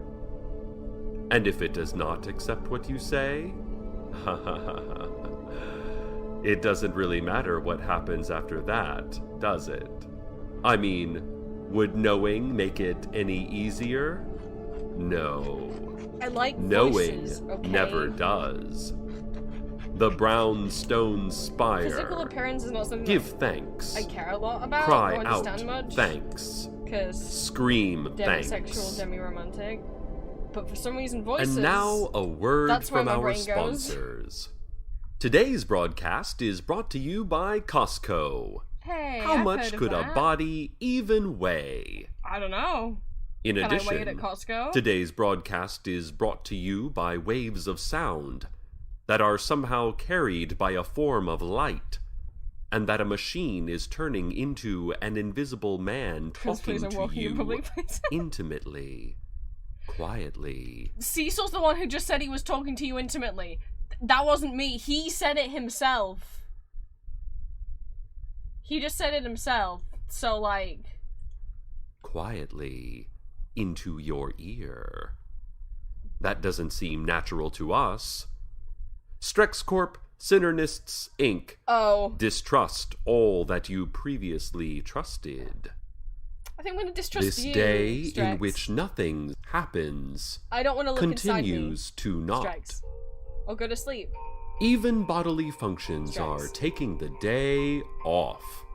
What? Reports are coming in that hearts are failing to beat, Oh. lungs failing to inflate, Oh no, that's too lazy. the muscles of the arms and legs turning to a loose, relaxed jelly. No. People are falling dead in the street, Uh-oh. suddenly blue, suddenly seizing, spit dribbling from their lips in tiny pools Oh, of that's not foam and mud in the sand. Loved ones looking on without the energy needed to weep. Just nothing much of any kind going on. A lazy, lazy day. Our favorite local Well, thank God cereal Carlos company, is Flaky. Flakios. Oh yeah, because what was the Flaky? What happened with Flakios? Was that the monolith thing or the pyramid? It was like a pyramid that appeared or something, and they all assumed that it was Flakios, the cereal company, had made it, even though Flakios kept saying it wasn't them. And then a mob formed outside of Flakios because they, it's Night Vale.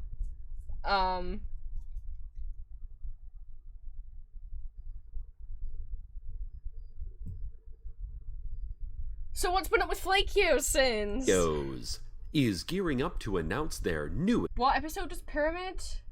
Episode 9. Pyramid was episode 9. I love callbacks to older episodes. Like, it's just nice little, you'll understand it if you didn't watch episode 9, but it's a nice little, oh, I remember that, for someone who has watched the earlier episode. big Because they aren't a big town. The same things should keep popping up.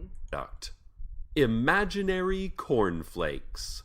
Oh, made The from cereal John chefs Peters' down at imaginary corn. Flakios are taking only the sweetest, most non-carcinogenic cobs of imaginary corn From John Peters. supplied by John Peters. You know, the farmer. They are distilling that imaginary taste down to a crisp, flavor-packed imaginary corn flake, ready for you to eat out of a big bowl of milk. We are very excited nice about that this Flakios still product, exist. said Miranda Yesby of the new Flakios board of directors. We are thrilled to be working with John Peters. The farmer. I mean, as soon as we can find him. Oh. Has anyone seen him? So he is still missing. Okay, so someone else, I think Larry mentioned that he was missing as well. So the only person who's seen John recently is Dana. She saw him in the house that doesn't exist. Hope he's okay. Hi Magnus, welcome in. We are listening to Welcome to Night Vale while I work on Etsy orders. We always listen to Welcome to Night Vale whilst I cut out stickers and stuff so that I don't get too distracted by rambling, because it would be rude for me to talk over Cecil. So, if you're not familiar, Welcome to Night Vale is a horror comedy, fictional audio drama, that's presented as if you're listening to the fictional town of Night Vale's fictional little radio station. And if you do find horror stuff triggering, or audio descriptions of gore or body horror or violence, etc., please do feel free to mute or leave stream.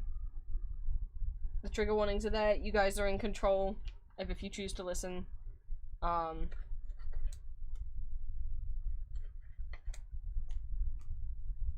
Yeah. We're halfway through episode 35 at the moment. He's become as hard to locate as is corn. Miranda also said that there are no plans to do viral marketing involving a sentient, trans-dimensional pyramid, as the costs on that last one So they admit it was them! They're admitting it was them who made the pyramid in episode 9! were just too high.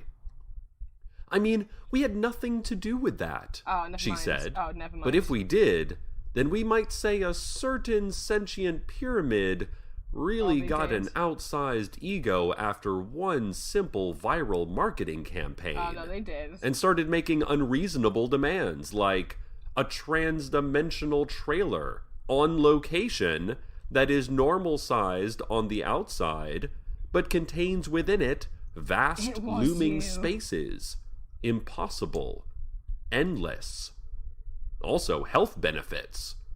So if that were the case, we would probably have had to let the sentient pyramid go.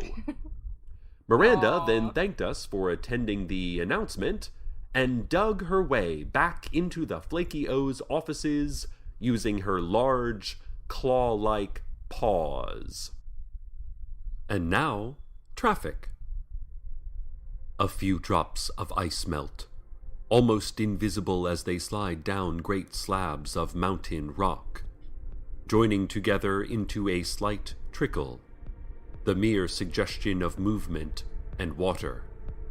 That suggestion becoming more clear water, clearly moving in a clear trickle downwards, forming with others into a stream. A stream rolling over pebbles and around debris, hardly any force behind it, but implacable in its searching out of lower ground. Oh, And green. then I didn't even question the gasping pause from thing. I some was like, height yeah, that makes sense. as a It's natural. splash It's probably like a into bear a or river. something. Probably like a deep sentient bear. river churning its way through a landscape, Who are we to judge? drawing boundaries over which wars can later be fought, slamming against boulders with violence, but without malice, becoming wider, slower, like a human settling into the better part of age. A river that only shows evidence of movement when it carries some other thing, some life, Thank you for the hydrate. upon it. Like a human settling into the better part of age. And finally, one last exit. A great engulfing by an ocean, in which all water is the same water, in which we can finally find some rest. Like a human settling into the better. Like a human settling. This has been Traffic. And the lazy day continues. A neon sign advertising the world's best burgers blinks uselessly in the glaring haze of the sun, its light as small as the probability of its claim. The Earth is starting to slow its rotation, joining in on the mass malaise. Oh, no. Magnetic fields are going crazy. Yeah, I would think so. They are the only things going crazy. Everything else is completely mellowed out. What is Carlos? Those people with still functioning hearts and lungs are lounging around, saying, oh, who cares? And what a bother, when presented with stimulus or thought. The Earth is slowing. Gravity is slacking off. My mic is floating. Carlos is also floating. Oh. And he's taking this opportunity to clean out the gutter on his roof. How industrious. How... See, Snow. I don't really have the energy to think of another word. You gotta have the energy to think about Carlos, Cecil. Radio waves are reacting strangely to the loss of gravity. The change in magnetism as the Earth slows. So if you are having difficulty receiving this message, we apologize, but won't do anything about it. Doing things, right? Movement, you know? I mean, that's how it feels this week. With this heat Existing? wave. Do you see what I mean? I sure do. Oh, what's that? Intern Maureen is flicking her eyes up in her otherwise motionless face. Her mouth is set into a deep lull. Her cheeks are slack. Maybe something made I you all lazy in believe order she to prey is on you. indicating something. I suppose I should turn my head and look. I suppose. Oh. Oh, all right. Here I go. I'll just do the weather. Listeners, I am engaging the muscles in my neck and I am turning my head. Julia, open I see. The sun is going out. Oh, that's not good. Yes. A black tumor of darkness, Good morning, Julia. Get yourself a of coffee. We won't be listening absence, to Night is Vale for on much the longer. face of the brightness. The brightness is dimming. You don't want to listen to it. The that's source of all life is going, is joining the rest of us in taking today to do nothing. That's probably not good. okay. You think? We should probably do something about that. But it's like, Whatever, right? well, anyway, at least I got to see how Breaking Bad ended. And now I don't so much take you as just kind of leave you. Just kind of disappear and Ruh-roh. gently nudge you towards in the heart of a world that there was soon Scooby-Doo. won't Oh my god, that was be actually, I genuinely... the weather. Again, I'll mute the weather. The weather's always a piece of music, but I have to mute it, otherwise I'll get in copyright trouble. There was Scooby-Doo on the hotel TV while I was at con. Scooby-Doo and the Monster of Mexico was on, the movie. And then also, one of, like, some early morning channel, like, some channel early in the morning, had a bunch of different Scooby-Doo episodes. But not, like, different episodes of the same season. It was, like, one episode of Be Cool Scooby-Doo, one episode of Mystery Incorporated, one episode of Scooby-Doo and Guess Who. So I finally got to see that, which is a newer Scooby-Doo show, from the last few years, that is actually animated to look like the original 60s show, and the idea that each episode has a different guest star, whether that be another fictional character crossover or a celebrity guest star.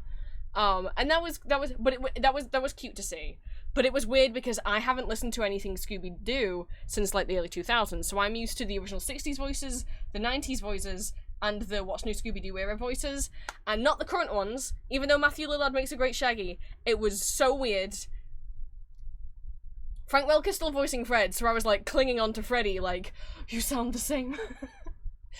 But the others, I was like, who are you people?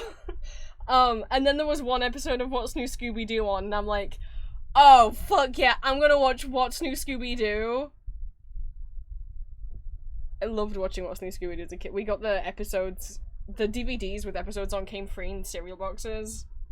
The episode had some sort of, like, baseball ghost, because he didn't want his world record for the most home runs to be beaten, so he was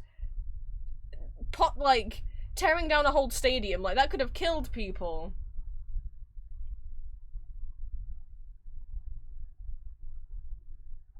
There was one good gag where Daphne's, like, worried about it raining while they're watching the game, and Velma's like, oh, I bet you're just worried about your hair, and she's like, no, actually, it's because if it rains, and then goes into all this specific, like, sports, baseball knowledge that I don't know. And I was like, that's a good bit. Don't pick on Daphne. That's my girl right there.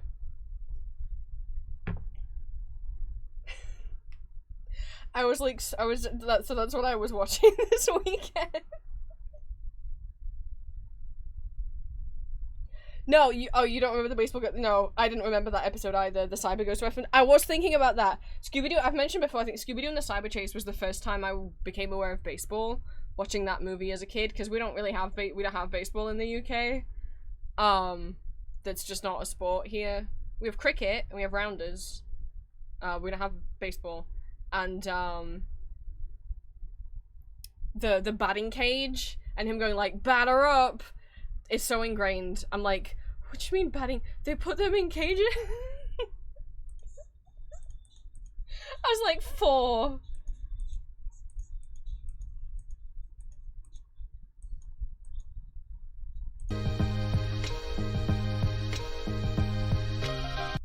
Welcome back. Hi, Cease. Welcome back. I guess, from a crisis. Welcome back from, I guess, a crisis. You sound normal. How was it solved?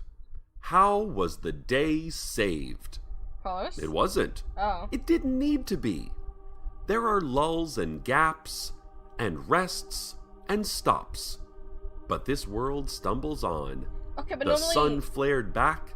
The world restarted. Oh, yay. Still bodies, blue in the gray street, gasped suddenly. Oh, and everyone came rose back to back life. into the blue-gray light of day. Well, hey. We wake up, we move on. No state is our state forever. All is fleeting. Everything was fine. Frances Donaldson, manager of the Antiques Mall, has gone back to violently smashing her stock of old items, as is usual.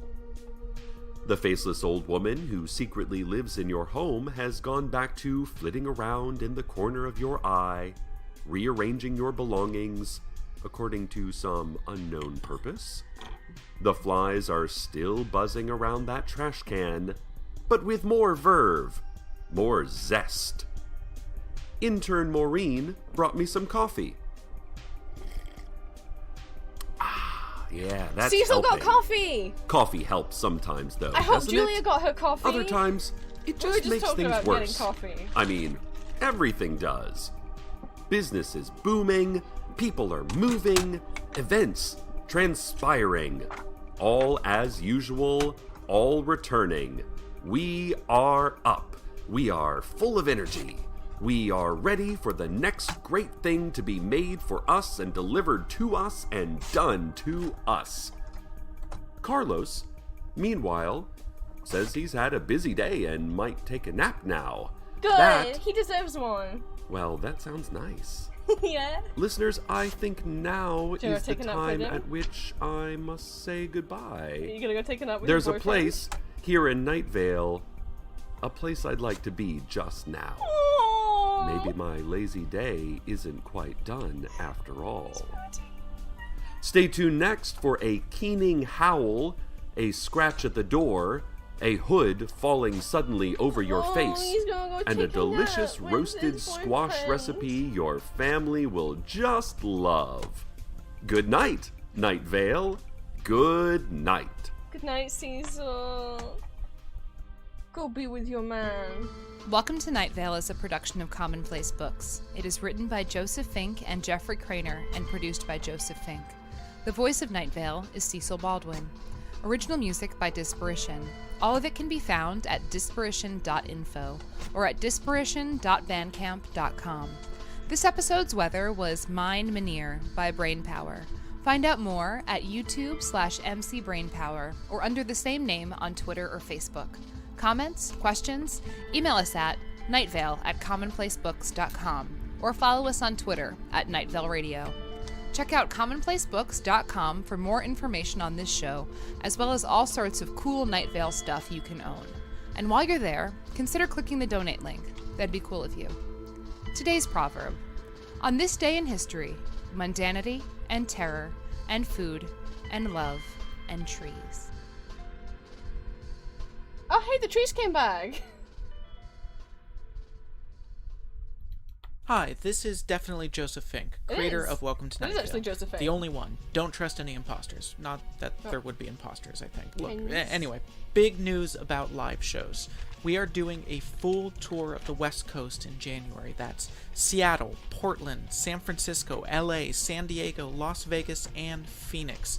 A number of them have already sold out, but tickets are Now, still... I don't know that we'll actually have enough time to watch another episode of Night Vale because I only have these three little guys to make, and then we can get onto... I can show you guys my con haul if you're curious about that, and I can show you some clips from the musicals that we've got coming up for the watch party this month. Well, almost this month, in August.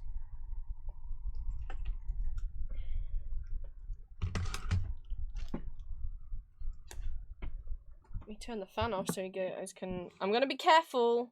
I cut myself on this a couple of weeks ago. I'm gonna be careful, I promise. Ugh, my eczema's horrible on that hand right now. One thing I will say, I need to learn to take my own soap when I go to hotels. Like, the soap that we keep in the house, And I don't mean like shower gel, I just mean like the soap you have at a sink to wash your hands with, right?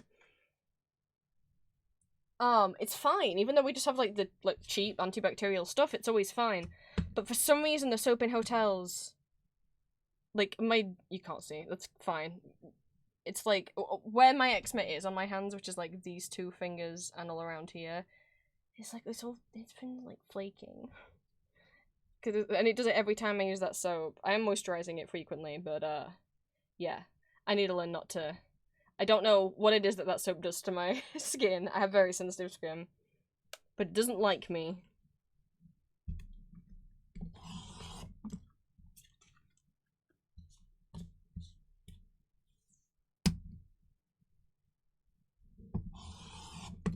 Look, I'm picking it up by the handle this time. Oh, the funny scuba con. Oh, that was horrible. Just like 30 seconds without it on was horrible. Right. I'm gonna BRB and go to the bathroom and get more water. And then I'll come back. We'll make these. And I'll show you guys my haul. No, go. No, I don't. I think maybe you have what I said backwards.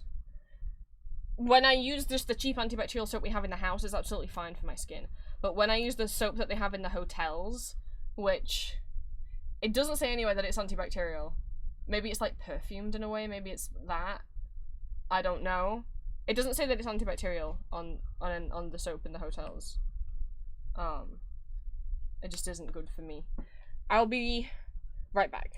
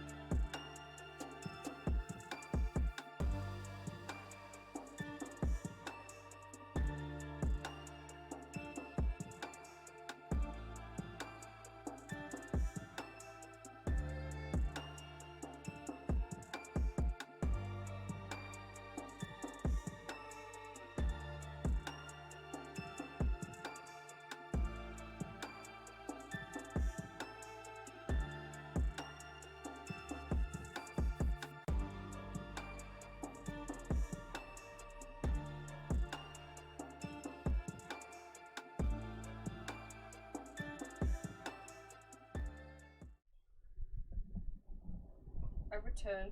Gosh, just going downstairs to get water. It's so much cooler down there.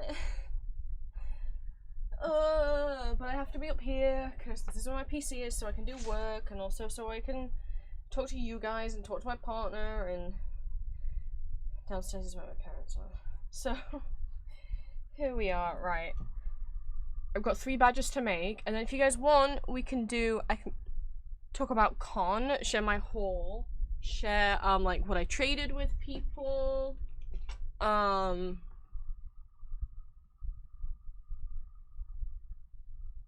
some photos, and then we can talk about like the watch party, and I can show you guys clips. I could always play a song from I was gonna say I can play a song from one of the watch parties while I make badges. It's gonna take 3 seconds for me to make these badges. Dang.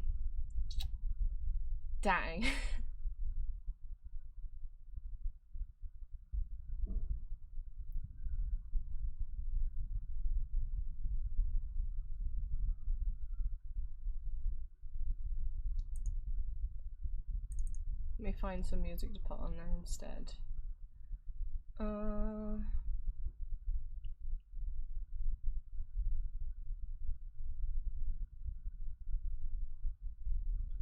Didn't I have like... Oh no, that's all upbeat. You guys just quoting vines at each other while I was gone. Oh, you know what I discovered on the hotel on the hotel TV? Oh, I forgot to tell Green about this. It was silly. There was like a USB port thing at the bottom, and I was like, that was the only USB port on the wall in the room, and I was already charging up my headphones. I only have one like USB to like mains plug thing to charge up my electronics with, and my headphones were in that. So I was like, dang, what am I gonna do? I need to charge up my phone. So I was like, what about the USB plug in the wall? So I put the phone in that, and then I was like, wait a minute, I wonder, because I'd accidentally pressed the like the AV button on the TV remote, and it popped up with this thing. When I plugged my phone in, like, would I like to like, how did it phrase it, like cast my phone onto the TV screen? And I was like, I can do that. I couldn't figure out how to do that. It said go to this place in your settings, and that place didn't exist in my settings. So maybe that phone, maybe my phone and the TV weren't compatible, and I was like, okay, whatever. So let that charge up. And then I needed to charge up my MP3 player the next day whilst my phone was charging. So I was like, sure, that USB slot works like a charger. It charged up my headphones. So I plugged my MP3 player into it, and instead of coming up, and I thought nothing would happen. It's a I showed you guys my MP3 player on stream last week. It's like a 20-year-old Sony Walkman, and I just still use it to have like bigger files, like audiobooks, like Cabin Pressure and Night Vale and stuff on there, and like 10-hour-long ASMR videos and stuff, so it doesn't clog up my phone. And so I plug it in, and I'm like, nothing's gonna happen. It's just gonna charge. Like, even when I plugged in my phone, nothing. It just came up with a menu that I couldn't get to work because I had to do something on my phone that didn't exist. But I plugged in the MP3 player, and it just popped open the file directory, like as if I'd plugged it into my computer, and it just let me pick any music that I had on my MP3 player. And play it through the TV, and you guys know what I had to do.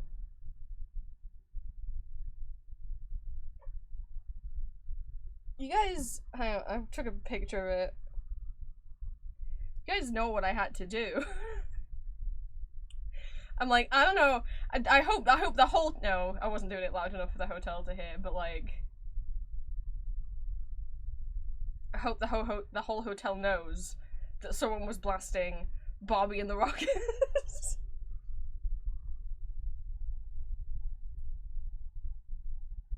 But they never thought someone had used their TV to do that. I also put Night Vale on. I let them hear Cecil. Because I pull a little Shape of Grove Park as well. I was like, I just wonder what it'll sound like through those speakers.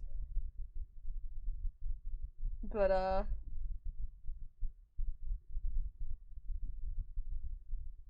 yeah, well now I know that hotels can do that. Oh, Magnus. Oh boy, we've had a few Barbie and the Rocker moments on my streams, so I loved watching it as a kid. I don't know if my parents taped it off the TV or we had the original VHS or what. For people that aren't familiar, it's a 2D animated Barbie movie from the 80s. People who think Nutcracker is the first Barbie movie are incorrect, and I don't want to hear no Barbie and the Rockers is technically a TV special. Shut up. Barbie and the Rockers, or Rocking Back to Earth, or Barbie and the Sensations, or whatever title you know it by, is a 1980s Barbie TV special movie thing that you could also get with the Barbie and the Rockers dolls on VHS. And Barbie's part of a rock band that go to space and they fall through a wormhole and go back into the 1960s. And it's insane, and it's a musical, and the music slaps. And I've gone over plot summaries of it before on stream, and people have been like, that's not real, you're making that shit up. I'm like, and the whole thing's on YouTube if you want to watch it. They were rocking out too hard. They're sent to fly the spaceship on their own to play at the first ever concert in space for international world peace, because, you know. And, so they, on the way home, they're rocking out and no one's flying the plane and they just fall through a wormhole and then they're in the 60s and they're like, are you aliens? No, I'm Barbie. And they like, whatever. And the guy instantly at the airport is like, I can fix your spaceship. Will you babysit my daughter even though I don't know who you are? And then they just go out on the town with his daughter and start singing in the street. No, they start singing in like the back of like a malt shop. And then they become world famous superstars in the 60s, even though they were already like brand new world famous stars in the 80s. And I'm like, wouldn't this create a paradox? But I guess Barbie doesn't have to worry about things like that. And then they go back into the future, and then the girl that they were friends with is at the concert in the front row like, it's me, I'm all grown up, look, I've got a picture of you in my locket. That when they're going through the wormhole, she's like, whoa, Ken, what's that? That clock's going backwards. Because they're flying through space and a giant grandfather clock floats past them, and all Barbie can think of is, whoa, the hands on it is going backwards. It's like, Barbie, I think you should be more concerned that there's a giant grandfather clock floating towards it, but alright. And sometimes, you know, on special occasions, we have a little jam. The songs are always here ready to go.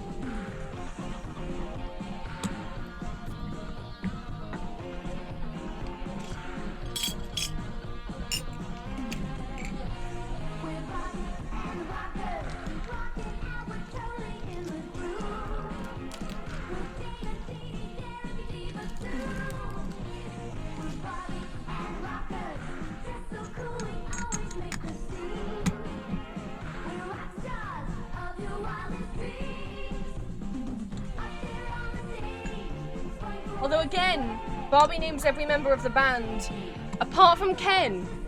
There's her, Barbie, and the Rockers, which are Derek, Dee Dee, Dana, and Diva, and Ken, but Ken doesn't get mentioned in the song.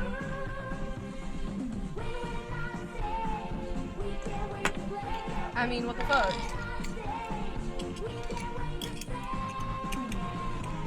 Yes, all the rest of the Rockers other than Barbie and Ken have names that begin with D. I don't know.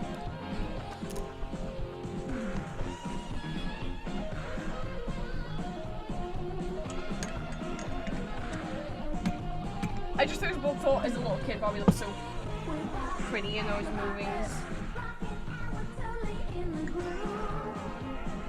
I must have gone for 2D animation. And the plot's so fucking silly.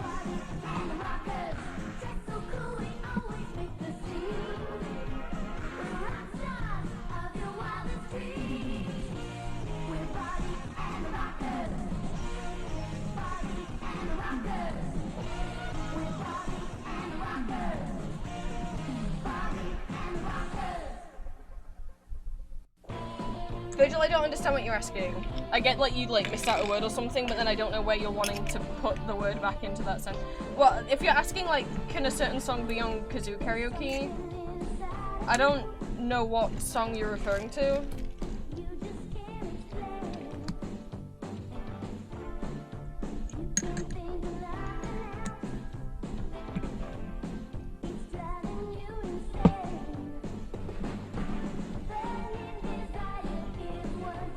We won't have enough time to get to all the songs. Hang on. We've got to skip to the wormhole song. Not Do You Want to Dance? Where are we? No. No. Here we are. Wormhole song. Wormhole song!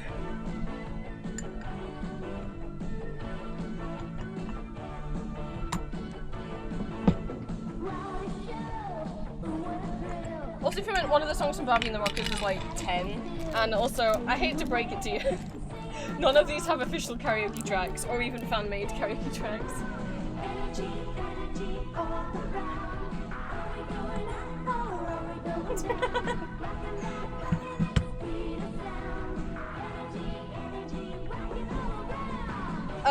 The only songs I do for kazoo karaoke is stuff that,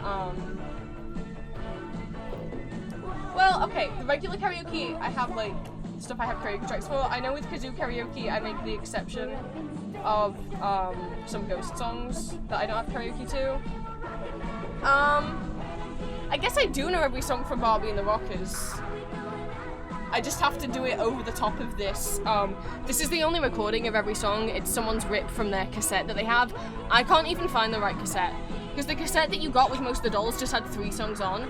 This has all 10. I can't find this cassette anywhere other than this person's YouTube upload. And it's not ripped from the sounds of the VHS. Because the songs on the VHS have Barbie talking over the top of most of them. So I don't know where this particular cassette is from, but obviously there's a lot of, you know, graininess to the recording because of that.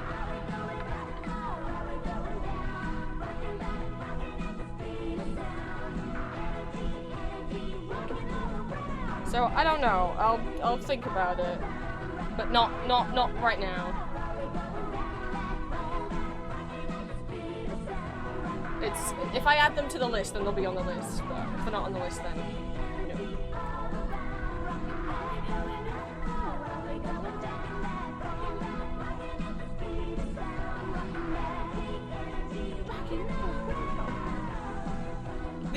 They were too busy energy all arounding that they weren't. No one was flying the plane. I know it's a ship. Like, god damn it! Of course you accidentally flew into a wormhole. Badge is done.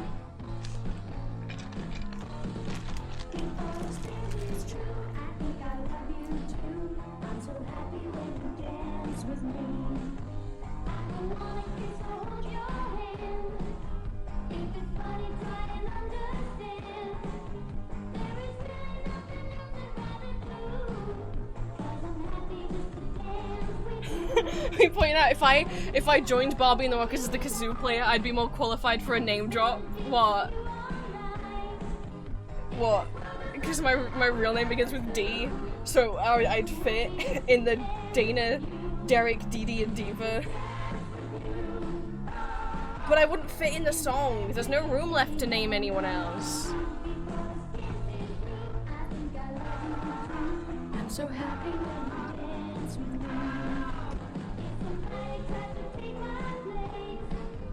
Okay. I want to share my haul, and I cannot talk whilst we listen to other people's voices. Even when it's people singing, I'm sorry to pause Barbie and the Rockers, but, I can't concentrate on what I want to say if there's people talking. Otherwise I would keep playing Barbie and the Rockers, or I would, do, some of the music from the musicals that we're gonna be watching this month. However, we can still give you some songs from the musicals we're going to be watching in Discord this month, because I do actually have instrumentals for some of them. Frank Wildhorn has some like official instrumental albums for his music. In particular, there's a karaoke album for Rudolph, and there's a karaoke album that has, there's like two. There's like one that has, I think, Dracula and Jekyll and Hyde, and then the other one has Monte Cristo and Scarlet Pimpernel, or something like that. Let me check, because I know I have them. God, I have so many Frank Wildhorn CDs. We got Artus Excalibur, we got Carmen, we got Count of Monte Cristo, Dracula. Okay, it's Dracula and the Graf of Monte Cristo, isn't okay. And then Jekyll and Hyde. Do I not have the song instrumental for Jekyll and Hyde? Rudolph, Scarlet Pimpernel. Maybe I don't have the Scarlet Pimpernel, Jekyll and Hyde one. I thought I did. Or I do, and I just haven't, like, put it in, my Windows Media Player. Oh, no, it's there. It's there. It's there. So I could put the Dracula Monte Cristo instrumental one on.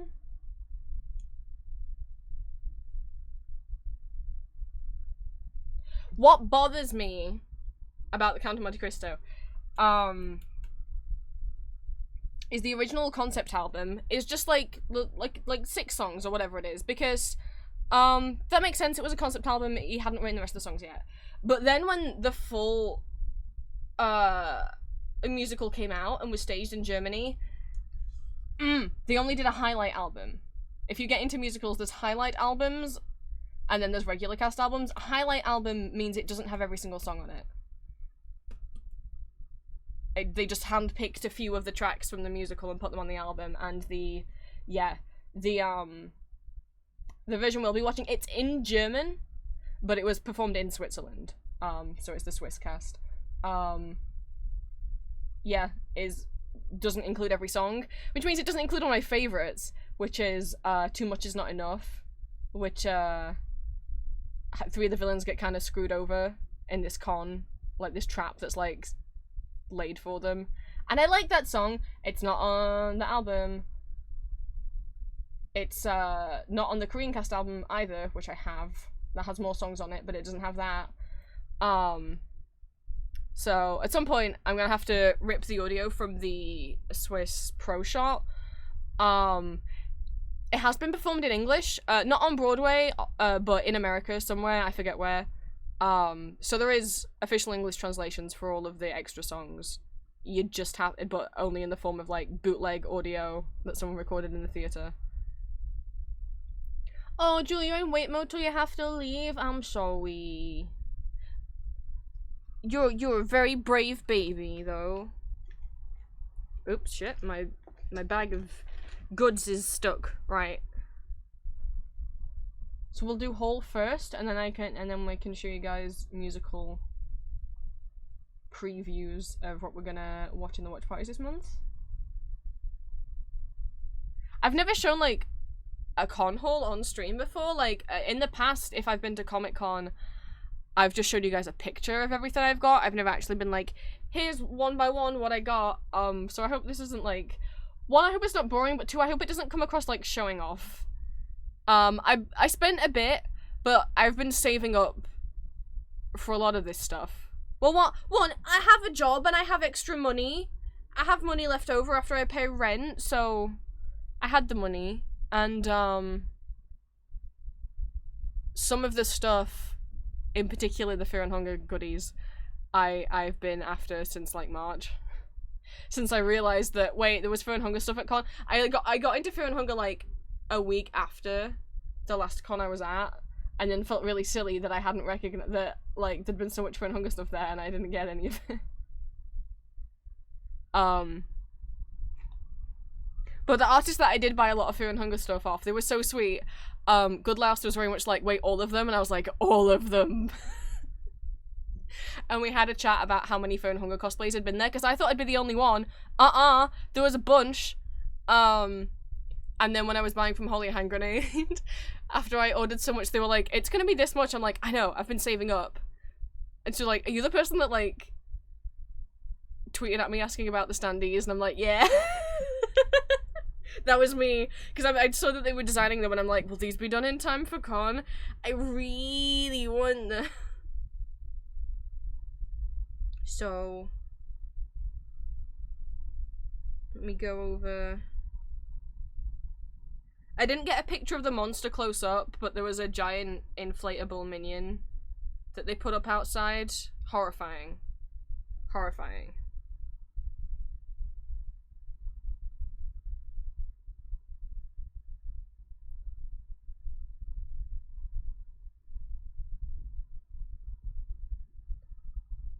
But we'll go over stuff. I'll show some photos. I don't have them on my PC, so I'll have to deal with. But I bumped into these lovely Fear and Hunger cosplayers. They were cosplaying as the girl, Kahara, and then me as Kahara, and then Enki. And they were like, "Are you coming to the Fear and Hunger meet later?" And I'm like, "What Fear and Hunger meet? I didn't know there was one." And they're like, "Oh, it was on the website. It doesn't have a link or anything. It just said it'll be outside somewhere." And I was like, "Okay." So I went and we found it, and that was great because I'd been looking at what meets were happening, and then I just hadn't checked that website, where they list the meets for like maybe the last week leading up to con. So that had been added pretty last minute. Sorry, that had been added pretty last minute. But yeah, there's a bunch of other Fear and Hunger cosplayers. I got to give out a bunch of my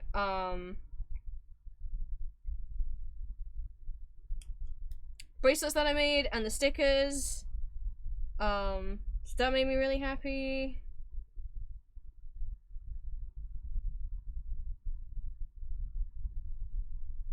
But yeah, we went across the street. So there we all is. There's me as Kahara, but we got Marina, a Dawn, Levi, girl, Pav, another Marina, Enki, Kahara, another Dawn, and another Marina, and the girl.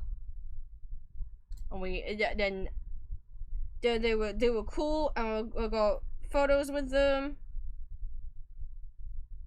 We got silly little photos.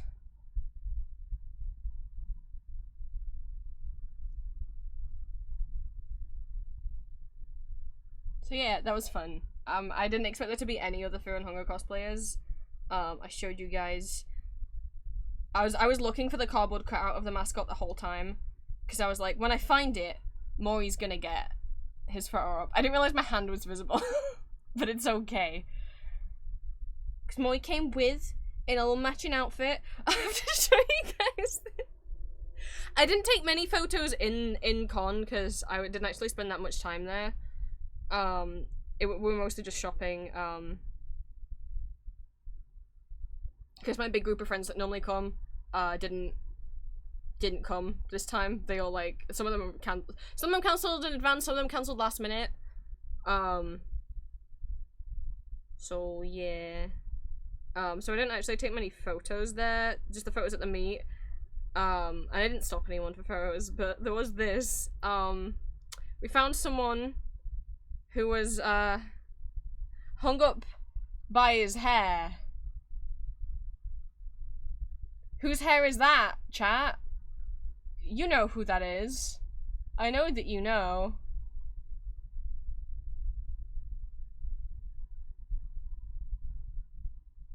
Who's been so horribly...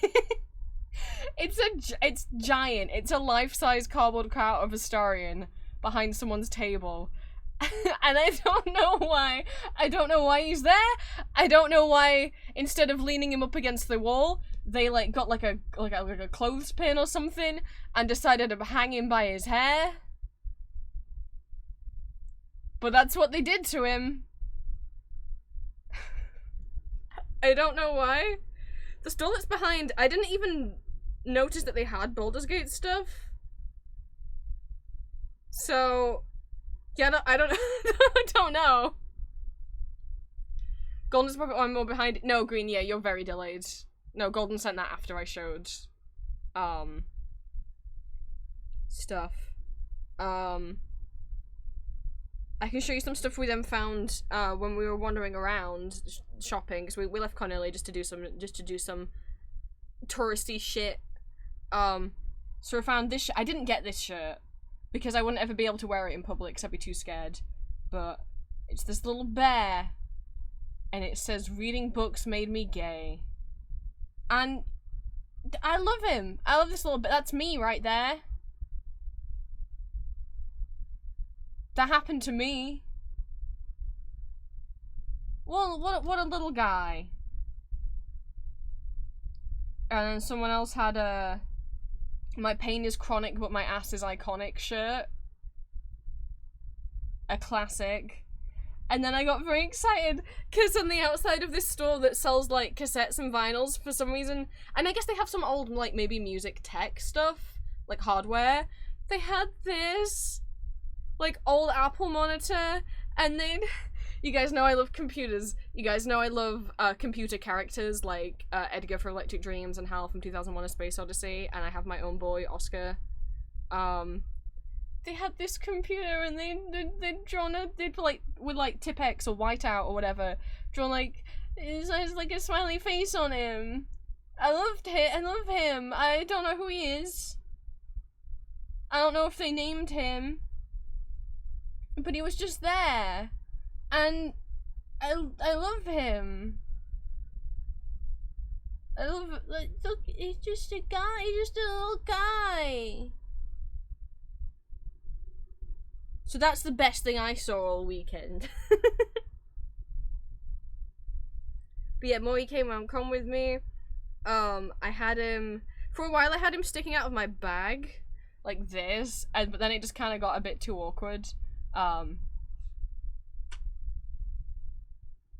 he came along. I didn't get him out too much because I was a bit scared, but it's fine. And there he rested up in the hotel.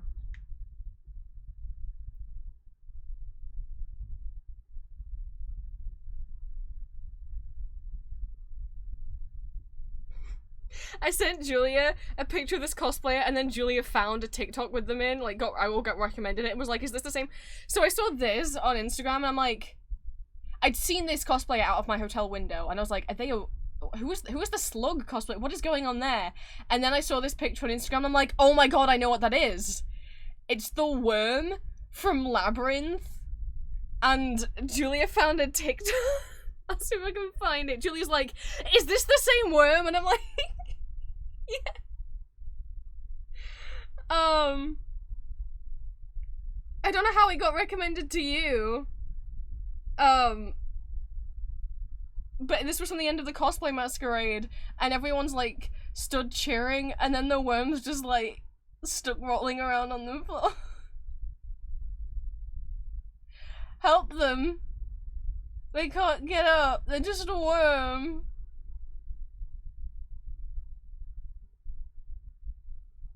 Somebody help! It's the best cosplay I've ever seen.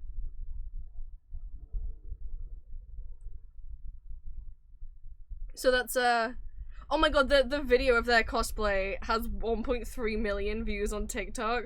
They're baked.beans_C0s. So they only have like 3 TikToks, and this one has 1.3 million. There they are.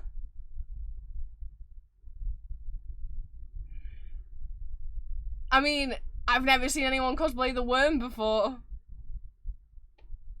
How amazing. What a legend. An icon.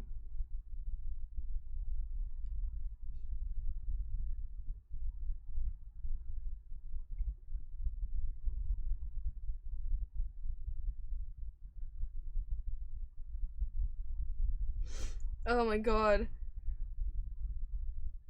Because I saw them queuing up from my window to like in the queue to get the ticket, and I'm like, what is that? Why have they got like a blue... I couldn't see the scarf or anything, because I'm too far away. I could just see them from a distance and was like, the fuck is that? I was like, is it like a slug? Like, is it... But I was like, oh, like a snake, like a Lamia kind of character? And then I saw that video, I was like, oh, it's better than I could have dreamed.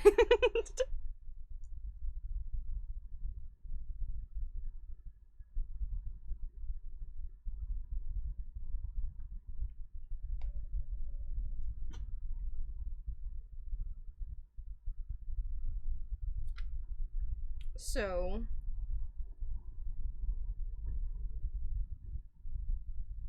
Just scrolling and checking and seeing if I had any other photos from inside con. Yeah, I didn't really take many.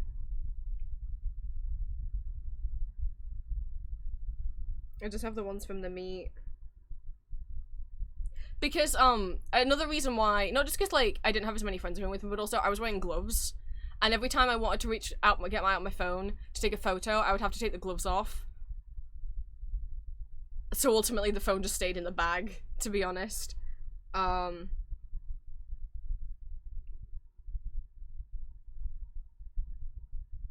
and I didn't stop anyone to ask for photos with them.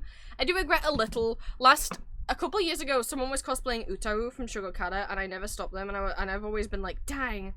And then, I saw someone cosplaying Utaru again at con, and then I just got too shy. I didn't want to bother them, so I didn't ask.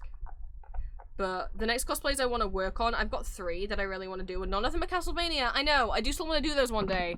I just, they have to be like WinterCon only, because I mean, I'll melt in them. But I have 3 that I really want to do, that I actually think will be really fun. But I'm gonna wait, because like, what I did when I got that Hypnos cosplay fabric, I shouldn't have bought anything for the Hypnos cosplay. I just didn't, I needed another cosplay to do. I was hyperfixated on Hades, and I can't be allowed to buy cosplay materials unless I've wanted to do the cosplay for more than a month. Otherwise, it's just impulsive. So what I want to do right now, but I'm not going to start making yet. I don't even have another con that I'm going to until next year, unless anything changes. I'd love to do Mesmer from Elden Ring. But I don't know how I would do that without someone, like, as a helper. You know, like, if people have, like, big, bulky costumes, like, big armor, or, like, fursuits or stuff, they'll, like, have, like, a sidekick to help them so they don't crash into things. I feel like I'd need that for Mesmer, unless I don't include the snakes. Because the snakes is really what's gonna be the problem, because, you know, he's got, his big old snake coming out of his shoulder and going all the way, like, above his head and stuff. I'd just knock into people. So either I don't do the snakes or I make the snakes very small. And then something that I've wanted to do, something that I can't believe I didn't think of doing when I was younger, but again, if I'd known I was trans when I was younger, probably would have, but something that I would like to do for nostalgia's sake is, Ikuto from Shugokata in his, like, his character transformation form, whatever the fuck you call the magical girl and magical boy forms of the Shugokatas. Which, come to think of it, when I hear people talk about, like, magical boys, is the magical boy animes, and there are a couple, but normally they're, like, comedy, and not really serious, and we're kind of making fun of it. And then I see people argue, like, well, Super Sentai Power Rangers is, the equivalent of, is a magical boy stuff, and I'm like, yeah. No one ever mentions Shugokata. Shugokata has boys and girls that do the magical transformation sequences and have the same way of transforming. I don't know why people just don't use that as an example. There's 4 boys in Shugokata. 5. Because the secret boy. that have the magical transformations in the same way that the girls do, so I don't know why that never gets brought up as an example. Probably because not as many people know about it, because it never got an English dub. But yeah, I'd love to, it'd actually be fun to do Ikuto. And then, the other one that I thought of, because I want cosplays, I said before, like, on Saturday I'd like to do cosplays that are very easy to wear. I don't want to do gloves again. I thought Kahara was going to be easy to wear, but it was really hot, because it was all, like, upholstery leather. And the gloves weren't fun to wear. Not just, one, because I kept having to take them off and on all the time, but then once I started sweating, I couldn't get them off and back on. So that was a problem. I was trying to think of just, like, be free. Forget the word cringe, because I hate that word anyway. And I kind of think, because what lately, you know, over the last year or so, I've been really falling back in love with Vocaloid, and I was listening to a lot of Vocaloid without fight, and I got into Vocaloid back in, like, 2009, but it never really occurred to me that, like, I love Hatsune Miku as a character. Like, I just think she's fun, because I'm just like, no, I don't want people to think that that's stupid, and now it's like, what the fuck am I talking about? So, for people who aren't familiar with Vocaloid, going back to when Vocaloids first started and when Miku first came out, people have always created, like, gender bend versions of them. Or people have always made fan-made Vocaloid characters, whether that be Utheroloids, or whether that be, like, Neru, the one that looks like Miku but has, like, a blonde ponytail. She's not a Vocaloid. People just took Hatsune Miku and pitched up her voice a little bit, and then made like night chord Hatsune Miku, and then called her Neru and was like, this is Neru. Like, people would just make up characters like that by pitching up or down a Vocaloid voice. So people would take Miku's voice, pitch it down by 20%, and say that it was Miku, or a gender bent of Miku. They'd take Kaito, pitch it up, and say this is Kaiko, she's a girl, or they'd take Kaito and pitch him down and be like, this is a Kaito, he's Kaito but he's red instead of blue, or whatever.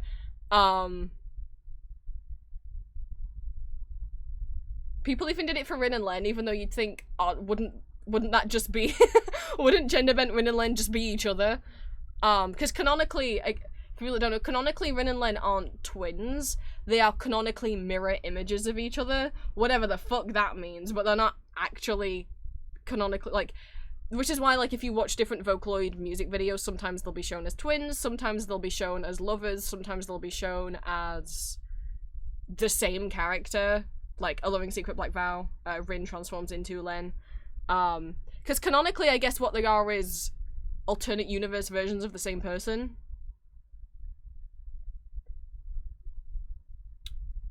So there's a little sorry, the Kagemini twins aren't twins. There's your mind-blowing fact of the day. But yeah, so the point of bringing that up is I kind of want to cosplay Mikuo. I kind of want to do male Miku cosplay. The way people would typically draw him would be just like short blue hair, no pigtails, though I kind of want to give him a little ponytail, kind of like what Len has. And then he'd have like the same shirt, but it would be short-sleeved instead of a tank top. Either no armbands or just kind of shorter, not armbands, like arm warmers. Either no arm warmers or just like shorter arm warmers, and then like full-length pants instead of a skirt. I think that could be fun, and then I could keep making new outfits based off like different music videos. I just like, but keep like reusing the wig. Maybe. I don't know. And that way I could like be in cosplay, but just wear like casual clothes. Which would be helpful when, one, I like wearing more comfy and easy to move around in cosplays on Saturday, so I can do all my shopping, and then the more complicated, harder to move in, big armor, big sword, or whatever cosplay on Sunday, when I've already bought everything and now I'm just walking around. But also, if I were to start tabling at conventions again, I'd still love to be in costume, but there's no way I can serve customers and be in a suit of armor. So it's nice to have, I learned that the hard way. I tried to, table a con once while in my Winter Soldier cosplay. It did not work out. I had to take it off within, like, 20 minutes. But I've survived doing more casual cosplays before. Like, just putting on my Loki wig and helmet, and then just wearing casual clothes, while working con. So I was like, that could be a nice thing. I don't know. Sorry, I haven't been playing any music, right? But yeah, them's my plans. Obviously, I still want to do Alucard and Leon Belmont from Castlevania. That's just, it's gonna be a lot. I'm thinking those, and maybe Mesmer might have to be saved until, like, Julia can be over here and babysit me. We'll see. See if I can get Julia to agree to, come to con with me, and then Saturday we can do our Adventure Time couples cosplay that she wants to do, and then on Sunday I can be Mesmer. Maybe.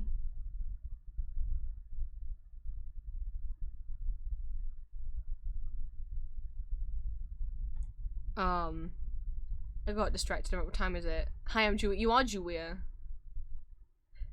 Julia wants us to do, she wants to be, maybe like, oh, couples cosplay! Who are you gonna be? Are you gonna be like Fiona and Marshall? Maybe? That's what you'd think, maybe, right? No. No.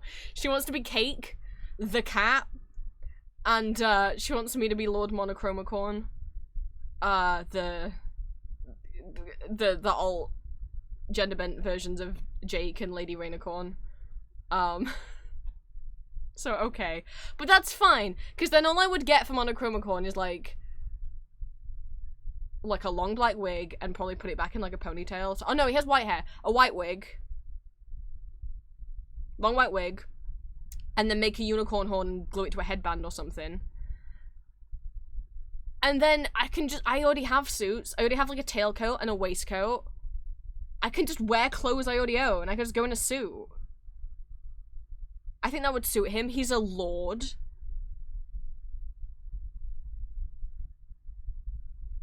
Tell me right now, the black shirt and trousers wasn't too uncomfortable in July. Yeah, well, somebody didn't have to wear a binder throughout all of the heat.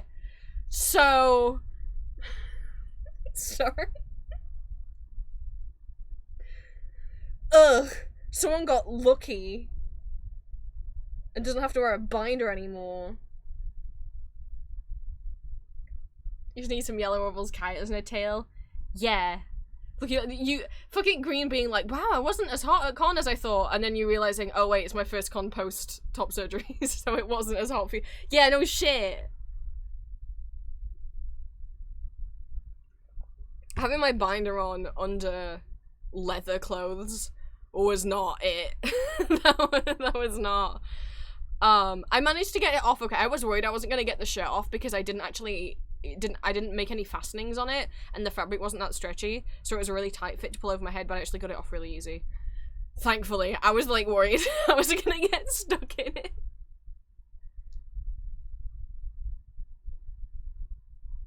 But yeah, right. Cool. But yeah, Julia, that could be like what we do for like our first con, maybe. Ugh. Let's see about if I put this instrumental stuff on. Yeah, that works. I mean, this is from Dracula, which we won't be listening to for the next watch party. We'll be doing it for the Halloween watch parties, where we're gonna do vampire themed stuff. I haven't fully decided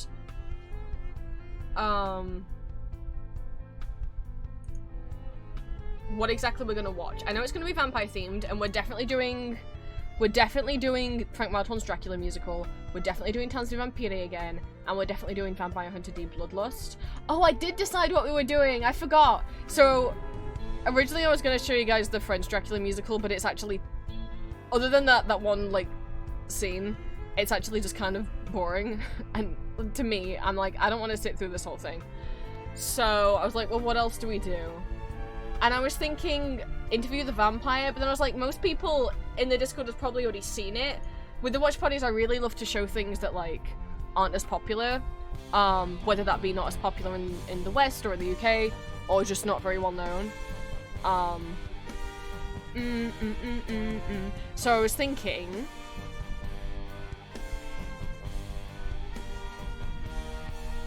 we'll do Tanz die Vampire for the last week of October, Vampire Hunter D Bloodlust for the second to last week, Dracula the musical for the third to last week, and then for the first Sunday we'll watch season 1 of Castlevania. Season 1 of Castlevania is only 3 episodes long, which altogether each episode's like 40 minutes, so that's about the length of a musical.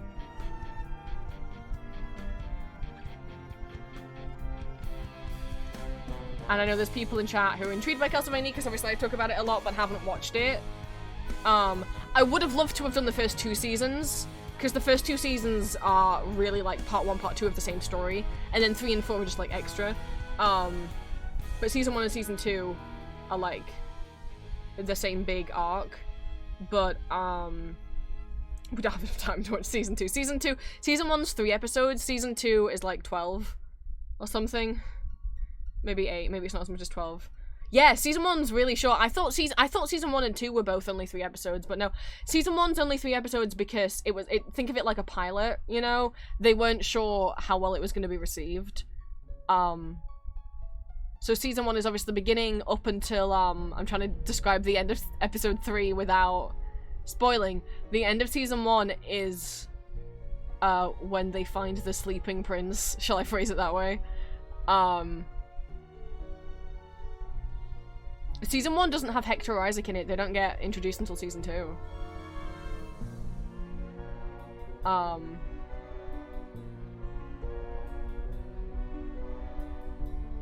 But I figure we can watch Season 1, and then if people get intrigued by it, then you can go out on your own and watch Season 2. And I would check trigger warnings before you watch Season 3, because there is surprise out of nowhere sexual assault scene. So I would check the trigger warnings for Season 3. I haven't watched it. I can't watch it because of stuff that happens in it. And then Season 4's fine. I just skipped Season 3 because I find it too upsetting.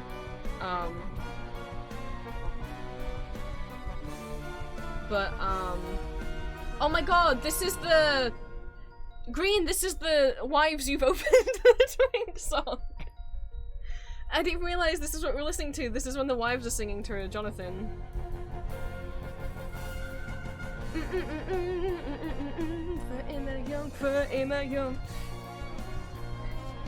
At the very end of this song is when Dracula comes in. For immer young just means forever young. It sounds very similar in English. Right, so we can be playing...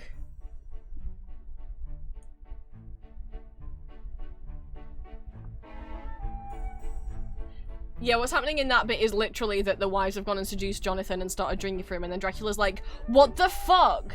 I wanted to eat him first. I told you to leave him for me.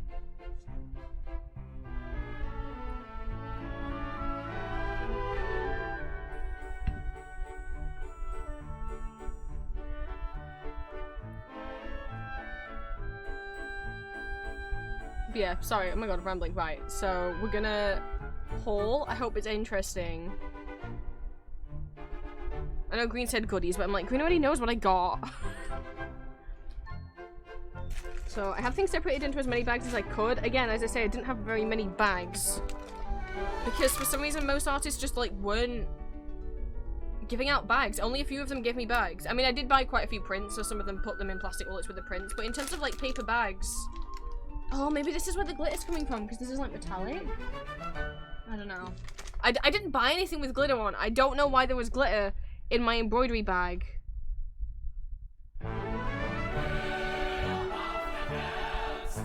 There's this little baggie, but this is gold, and the glitter that's stuck on things is silver. So that doesn't make any sense. So, this baggie is stuff that people traded with me for the bracelets that I brought. I went with...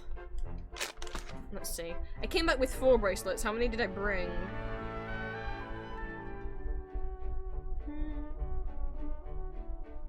One, 2, 3, 4, 5, 6. Oh, 15! And I came back with 4.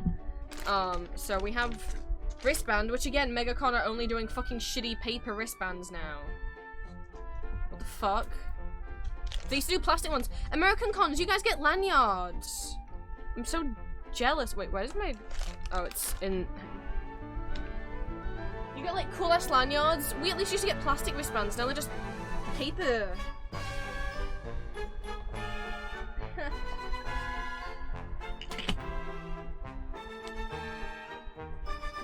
The sewing kit was still packed away.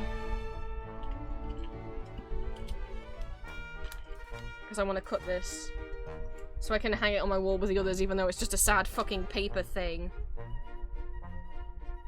Ew, and it's sticky. Maybe I might cut the sticky bit off, because that's gonna bother me. Goodbye, gross sticky bit.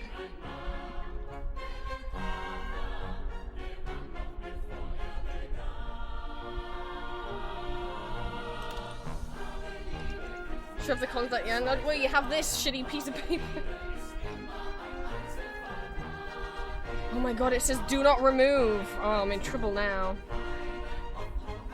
Yeah, that's the other shitty thing about, so they give you a wristband, and depending on if you get a nice person or not putting the wristband on you, because obviously with the lanyard, you take it off, go to bed, put on your next cosplay, put the lanyard back on. No.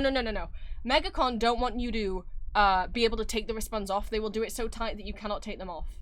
Unless you get a nice person and they notice like, oh, you're wearing gloves, oh, you'll want to take those off, won't you? Let me try and do it loosely. Because MegaCon are like, we don't want people to put the wristband on and then be able to take it off and give it to someone else. What if they buy a weekend pass and they wear it one day and their friend wears it the next day?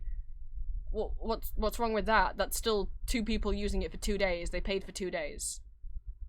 I get the weekend's like a tiny bit cheaper than if you were to buy 2 individual ones, but like, this is like, it's like, I've had it where like my friends have had to track down staff to be like, you need to take this wristband off. I can't get my clothes off. I need you to take it off. They're like, we can't take it off because then you won't be allowed to come back in tomorrow. If it's visibly been cut, we won't let you back in. And she had like beg them, and they were like, fine, we'll give you a new one and we'll put it on looser. But don't take that one. And then it was still difficult to get the stuff out. Ugh.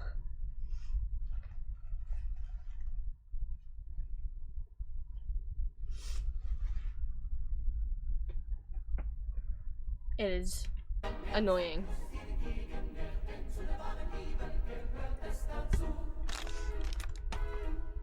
So I'll show you what I traded with people. So, paper. That's a good point, Julia. I didn't even think about that. Going from plastic to paper, and especially when they do it so tight that you can't take it off. At least with the plastic, if you can't get it off because they did it too tight, you can still have a shower between con. With the paper ones, I've managed to convince them to do it loosely enough so that I can get them off. So this was on really loose. Because, as I say, I was wearing gloves, and the person who put this on for me noticed I was wearing gloves and was like, do you need to get these off? And I was like, yeah. So she's like, okay, I'll do it really loose then. So I could just take this off so I could still shower. But yeah, I mean, you wouldn't be, if they'd done it tight on some people, yeah, good luck. Yeah, you wouldn't be able to shower, or even, like, wash your hands without risking getting it wet, and then the ink would melt, and then they'd be like, you've damaged it, you can't come in.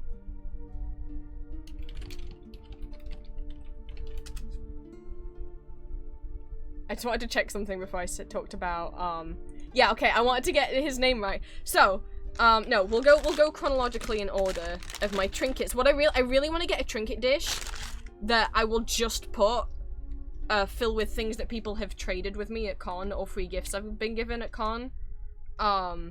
So the first thing is, because it was, Deadpool and Wolverine came out, the con itself, we're giving out, I don't know if I want to put my mouth on this. I don't know how loud it's gonna be. Okay. They're giving out these. Hang on, can I get my... There you go. They were giving out party blowers, of Deadpool and Wolverine. I wanted a Deadpool one. There he is. So this was actually, like, from the con. He does make the noise, I just wasn't blowing loud enough because I don't know how loud it's gonna be for you guys. So that's the first thing I got. I'm gonna take that out now so we can go back in. But yeah, I'd love to get a trinket dish just to fill with stuff people traded with me, because I've got stuff from previous cons like stickers, and also like a Sun cosplayer once gave me glitter glue. The first ever thing I got from a con is from a No Face cosplayer back in like 2016. This is before I was giving out stickers. Most of the stuff I have is because I give people stickers and then they go, oh, I have something I can give you.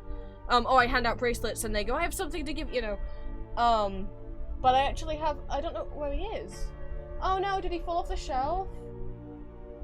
Oh, I think he fell off the shelf he was on it. Some stuff did fall off that shelf a while ago. Well, he'll be on the floor somewhere. Back in like 2016, a No Face cosplayer was giving out little black pom-poms that they'd stuck googly eyes on to turn him into soot sprites. And I still have him somewhere.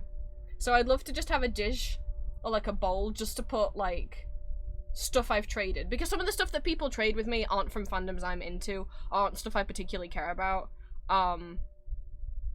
Or they're just like non-fandom related stuff, but I'm like, I don't want to mix the stuff that people traded me, like gave to me, with stuff that I bought. I don't know why, I'm just like, no, because I want to remember that this was a gift, because that's really special.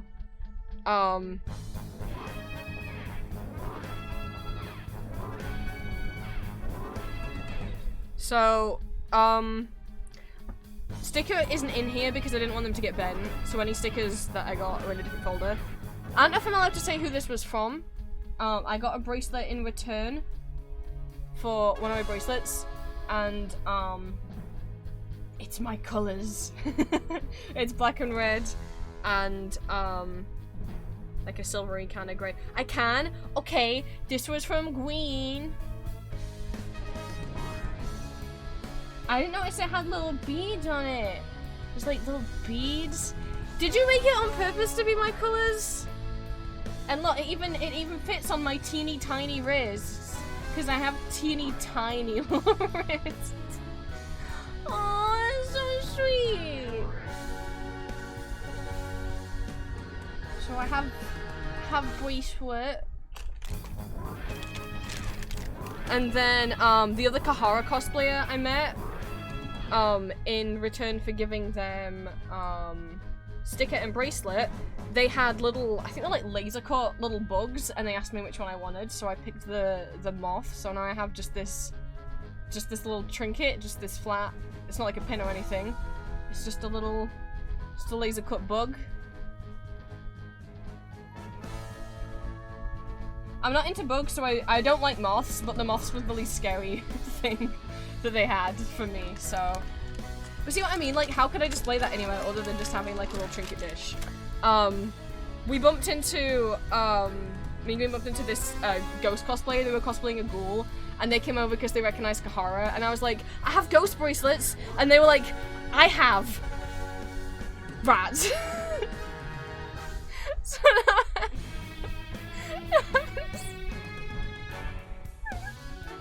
what the fuck? So now I have this little rubber rat. I have this little guy. Again, what am I gonna do with him? Other than I'm so happy that cosplays have started trading stuff. When I first started bringing stickers to con in like 2021, 2022, 2022. No one else was doing it, and slowly more people started bringing stickers or business cards. But now, like, yeah, people bring like trinkets, and I'm like, that's so fun. So now I have this little guy, and then, sorry, I meant to pause the music. Let me get up a picture to show you. There's a character in Fear and Hunger.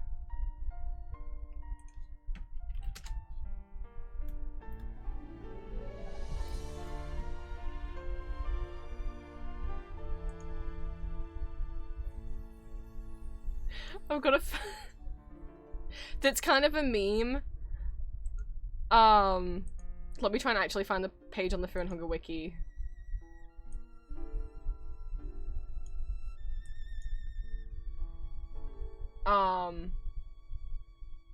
So it's not like an enemy or a character you can encounter. It's like a an item that you can get in Fear and Hunger 2 Termina. I'll show you guys what it is.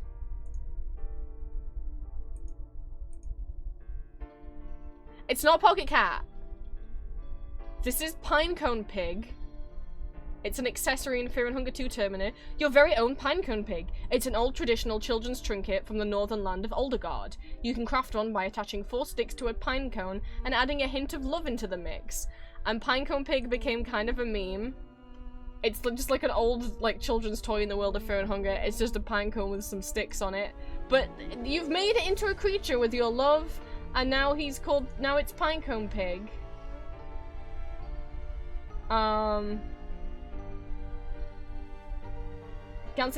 Grants a chance to revive a random item receive a random item at the start of battle. Sorry, not revive. And someone who was cosplaying as Marina at the Fear and Hunger meet had made Pinecone Pigs. I love him. It's my very own Pinecone Pig. And there's a little keychain on him. I could take him places with me. He's got, full little legs and a little butt and his little pig head.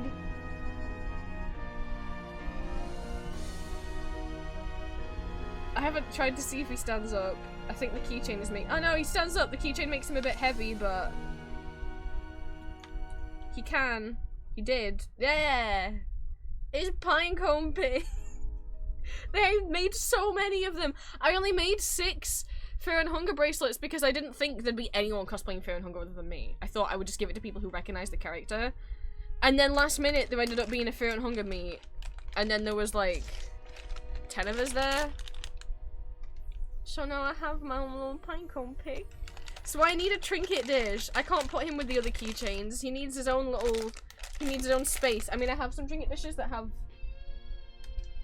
crystals in, but no, I need like a bigger kind of plate or something. So that's that. For stuff I bought. Okay, this bag just has keychains in. I feel like keychains have become way more popular than pins. Like, in terms like enamel pins. Like, barely anyone's selling enamel pins anymore compared to keychains. Oops. So. Pin number 1. Oh, also this can be a chance for me to peel them, because I haven't done that yet.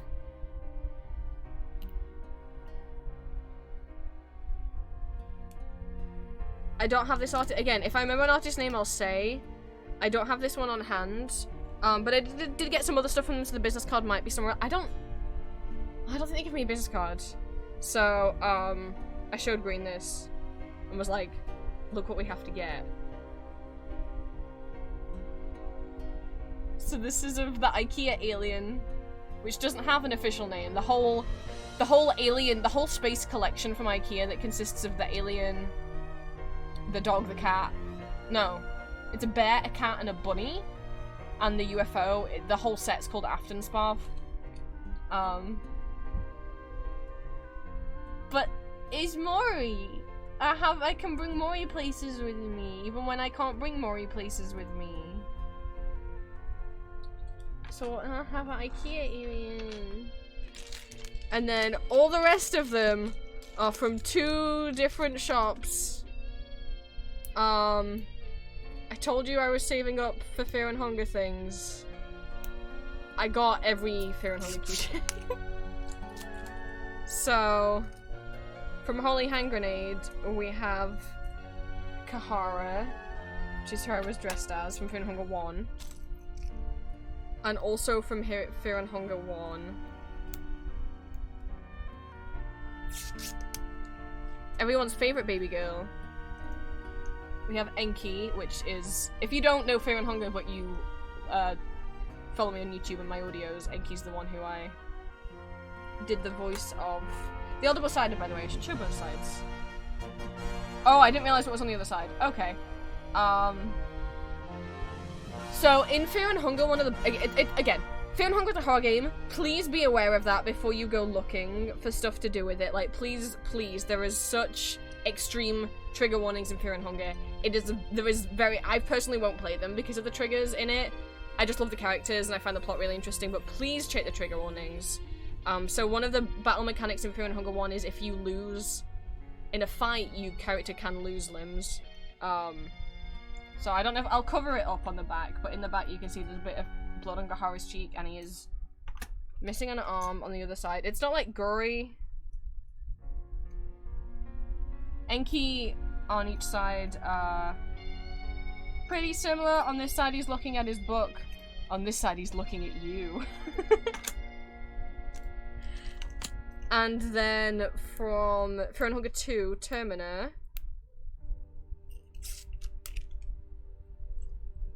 we've got the other fucking baby girl, the depressed little hot piece of ass. I'm like, how do I phrase this? It's Dr. Dan. He's frowning on the front. And he's smiling on the back. Or smirking, I guess. I don't know if he's smiled. He deserves to.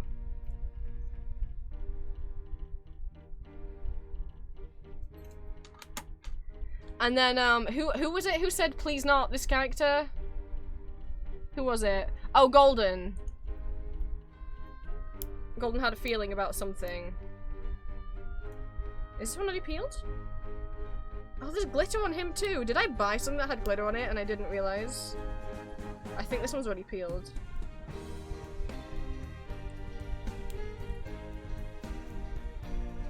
There's glitter on him. So where'd the glitter come from? Is Pocket Cat. There he is. He's the same on both sides. Stinky, stinky cat. Stinky, evil, terrible cat.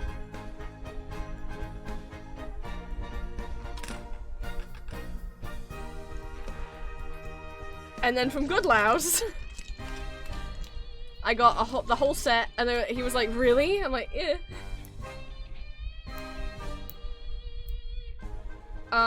Didn't get business cards off these sellers, so, so these are from Holy Hand Grenade. Holy is spelled H0LY.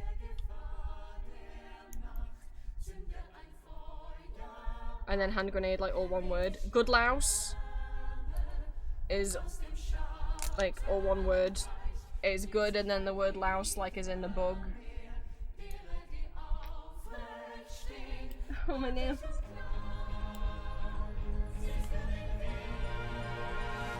Didn't you get the last one? Out of Goodlouse's keychains, I got the last one of one of the characters, yeah. Ah. Oh, these aren't peeling too great. They're like, just like, kind of going like holes. There we go. Okay, so I got every single one of Goodlouse's Fernhunger keychains. So we have Kahar. We have, sorry, the peeling's taking so long.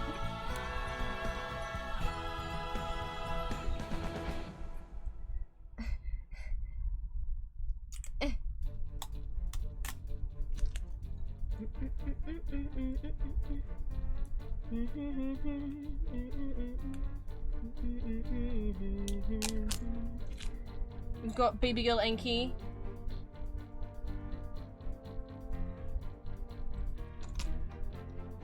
I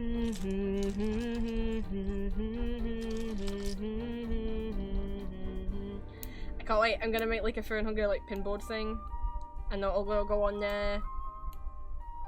These aren't gonna go on the keychain chain. They're gonna have their own little display.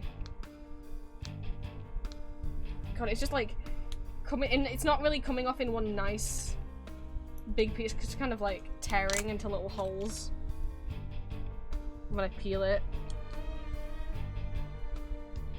It's not any fault of the artist, and it's not affecting the charm, it's just making it harder to peel. And then we have the rest of the characters from the first game, the rest of the characters you can have in your party. We got the other two main guys. We got Ragnarvolder with the best girl, with Moonless, with his pooper Moonless, his freshly adopted Hellhound.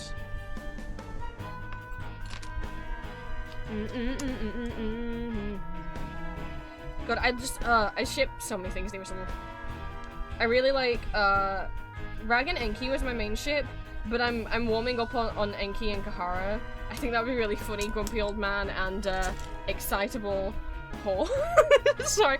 Kahara's personality traits is he's a thief. He's nice, but he will fuck anything that moves.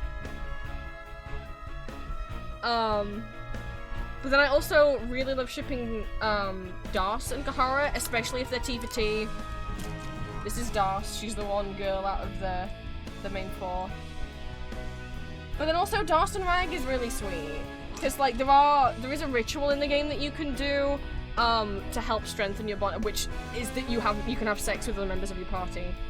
And some of them will refuse to have sex with other members of their party. Like, Das and Enki will not have sex. Well, they shouldn't. Yeah, I do not ship this. This is not good. But like, Rag's so sweet. Oh yeah, you can, so out of these 4 characters, you get to play as one of them, and then you can recruit the others into your party.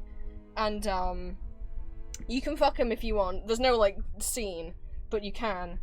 And, Enki's very clinical about it, because he's just gonna do it for the... It gives you strength because you're essentially doing it as a ritual to pray to the goddess of love, essentially.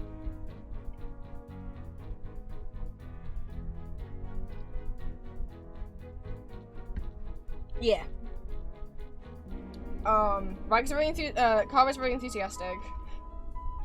Das, if you do it, she will not. These two will refuse to. But with Rag, she's like, she's kind of apprehensive. It's her first time, and Rag like promises to be gentle with her because he's like a big Viking man.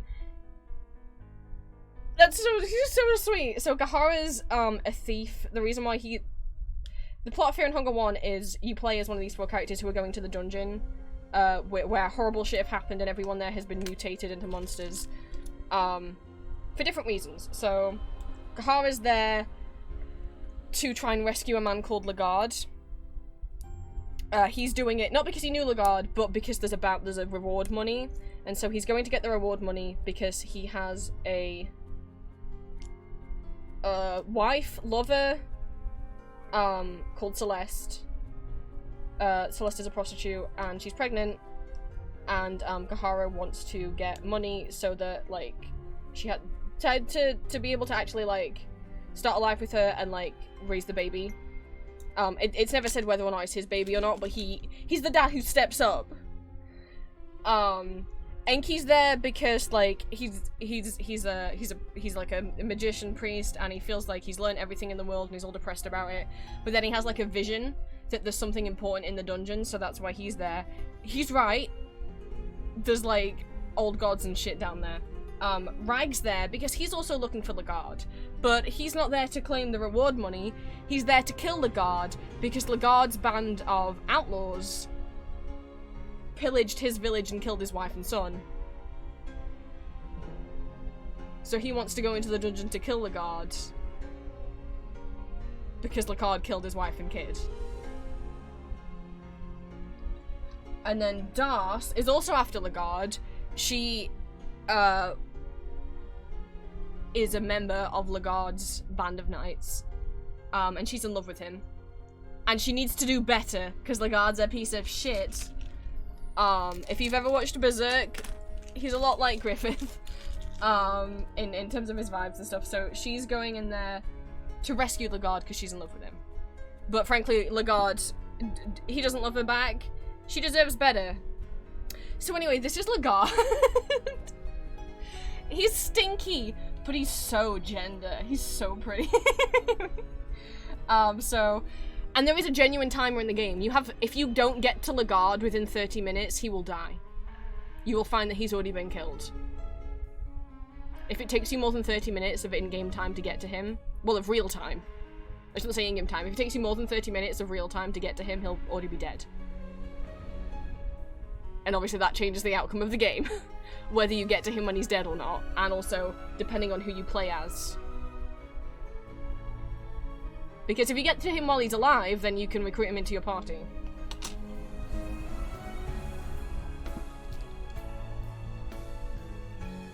Look up the emergency. Yeah, Lagarde's on, like, the front, like, the menu screen of Funga. He's, like, the one with the sword. Is this one already peeled? Oh, it's peeled on one side. And then I got the last one of this other character. This is someone else you can add to your party. She doesn't have a name. She's just called the girl. She's a child. And, she's not, like, mutated into a monster or anything. She's just a human child. But, she has been, like, abused. And you find her in a cage in the dungeon. And you can choose to rescue her. Enki's really indifferent about her. Kaharu will step the fuck up and look after her and be a sweet fucking adoptive dad to her. I can't remember seeing any of Rag's interactions because I think that the girl really spends more time with Das and Gahara. If you play as Enki or Rag, I don't think you don't have the option to rescue the girl. I don't think their paths go that way. But Dad who stepped up right here. Because actually, plot spoilers for Fear and Hunger, the reason why Kahara's the dad who stepped up is because the girl's real dad is amongst these characters you see here. Spoilers for Fear and Hunger. She's the child of, her mother is a goddess, and her father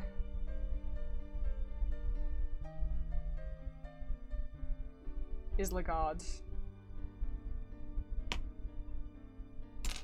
And I don't know if Legarde had an option to step up.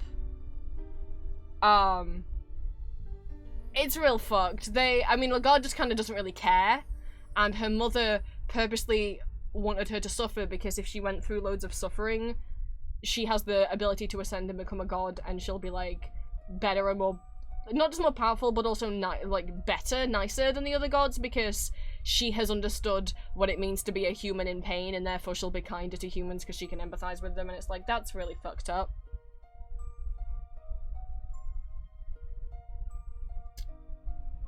So that's the girl. You can't, oh, she doesn't fit. And you can't see the other end because I'm so big because I'm a gooby. But, yeah, I got a lot of fungus. And one alien. Just put them back carefully now. But yeah, I like... It's sad. The happy endings for some of the characters, like... The happy ending, there's different endings. Kahara's S ending is that he gets out and he gets to be with his wife. Enki's S ending is that he gets all the knowledge that he wanted and he's the coolest, most knowledgeable guy in the world now. Rag's S ending is he gets out and he becomes like a vigilante, with Moonless by his side. And Darce's S ending is that you can only achieve Darce's S ending if Legarde is already dead. If you take more than 30 minutes to get to Legarde and he's dead, and she cannot get over his death, even though she deserves better, she can't get over his death, and her S ending is that she does a ritual to try and bring him back to life, and she stays in the dungeon, she doesn't leave, she does a ritual to kind of bring him back to life, but he's not really all there anymore, and she, like, just stays loyal to him as this, like, fake god. Yeah, that's her ending. That's what she wants. My ideal ending for them would be they all get out and they're a found family, and I guess if all four of them are gonna be together, then like Rag and Enki can be together, and then Kahara can have 2 wives. Maybe. Well, Polycule, apart from Enki and Darce aren't together, and Celeste can join, and they all co-parent the girl, and Kahara's Celeste's kid. Polycule, apart from Enki and Darce, don't. They don't.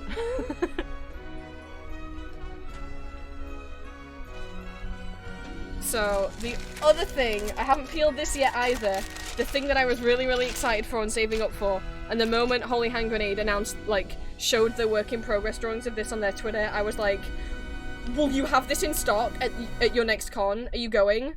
I want this so bad. And this is my first, I've never peeled one of these before, this is my first ever standee. So here's the base, which is the ritual circle from Fear and Hunger. The ritual circle you can have sex on. You can do other things too! Is the peel noise good or is the peel noise bad?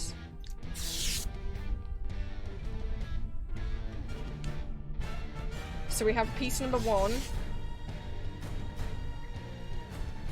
I guess it should be that way around. So I'll give you a close-up of the ritual circle. And it's just playing with the button. Married. So, marriage is that, yeah, what you can do with people. So the back piece. Hang on, which way around does this go? I'm gonna say this way. Is Enki. He's got book in one hand, dagger in the other, little book stand behind him. For people that don't know, again, it's kind of a meme that like Kahara, you know, Rags rocks up to, you know, the dungeon in his regular, like, hunting kind of clothes and his furs. Darce rocks up in her armor. Kahara rocks up in a crop top. And Enki rocks up in his pajamas. Because he's wearing socks and sandals. He's just lounging. He's just lounging.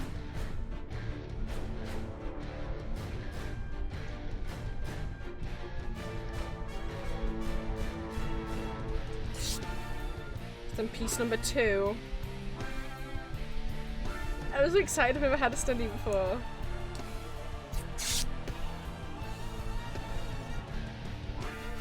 piece number 2 is Kahara.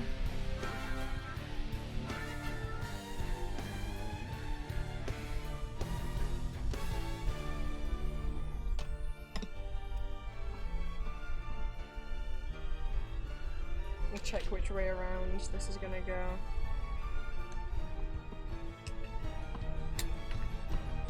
Okay. That way. And then piece number 3.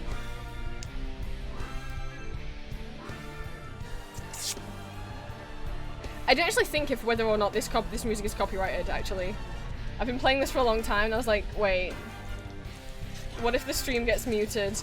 I kind of forgot that that's the thing that happens. I'm gonna put Castlevania music on in the background. I'm sorry if this part of stream doesn't make it into the VOD.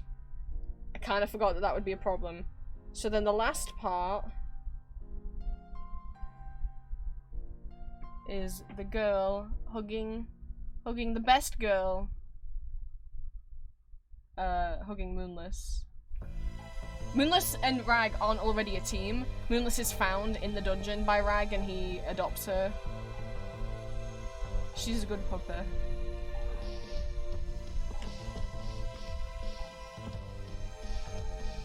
And it goes like that. Oh, I'm so excited. I don't know where it's gonna go.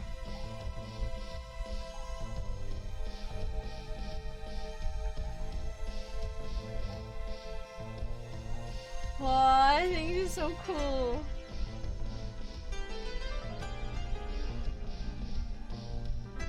Yeah. Okay, so, if you scroll to the bottom of my regular ASMR channel, you can find the links, but also if you type !VODs, I have a separate YouTube channel that I just back all the streams onto. So if you ever miss a stream, you can go back watch. It's so cool! The plastic's so much thicker than I thought it would be as well.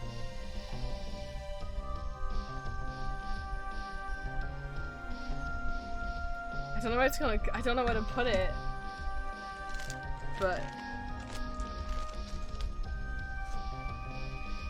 I guess I can go over here for now. But yeah, that was my big spend that I'd been saving up for. So now we have pin badges. Some of you might recognize what that is. For those that don't, I have a lot of stuff from Occult Trash. I love their stuff. And they have rosettes that say beautiful things on them. So I already have their Monster Fucker and Vampire Fucker rosette that I got years ago that looked different from the current ones. The current ones are shorter, and also this is like shiny and glossy instead of matte paper. So they can't all go in a nice little line. So I also have I have the Vampire Fucker and the Monster Fucker, and they're like matte and really long. I then also have the Werewolf Fucker one that looks like these, so it couldn't line up with them. But now it can line up with these ones, so now I also have the Demon Fucker and the Angel Fucker rosettes.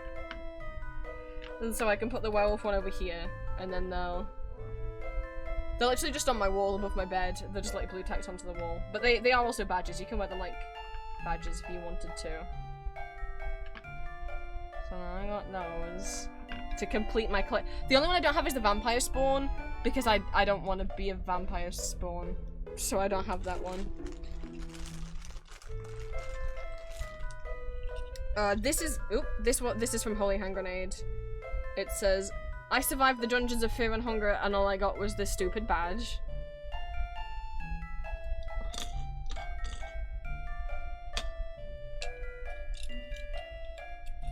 And then these two... I know I have the artist business card in here somewhere. I can't remember the name right now, but if I find the business card, I'll let you guys know. I've bought from them before. I got 2 ghost pins. This is of Primo doing his gardening, because the Ghost fandom accepts that Primo is an elderly man who in his old retirement age is just gonna have a little garden. We all accept this. And then they had one of Secondo, and you guys know Secondo's my favorite. They're so mean to him. They're making fun of him. It says Papa Worldwide as a reference to Mr. Worldwide, Pitbull's alter ego. Because they're saying that he looks like Pitbull. So those will be going up on the on my well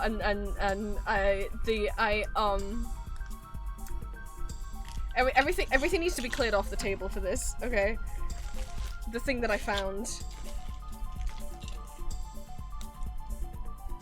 So one of the first tables we went up to, Green was like, hey look, Hades keychain, and it was like kind of like a gravestone looking tablet with like the skull on the top, and I was like, yeah, that's kind of cool. I'm glad that there's Hades stuff here, that's nice. And then I looked above it, and they had a row of badges, and I saw Athena's boon, and I'm like, oh, that's cool.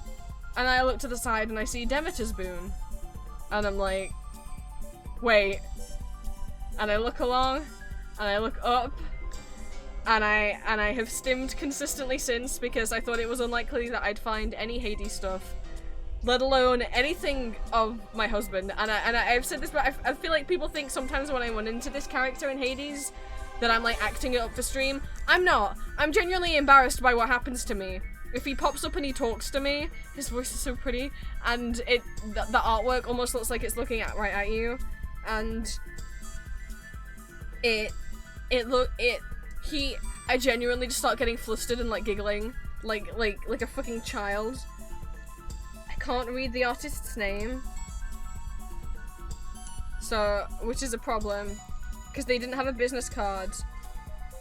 It's something Wonka. Well Wonka? White Wonka? W-E something W-O-N-K-A. I can't read it because they printed brown text on like a kind of red background that's got brown spots on it.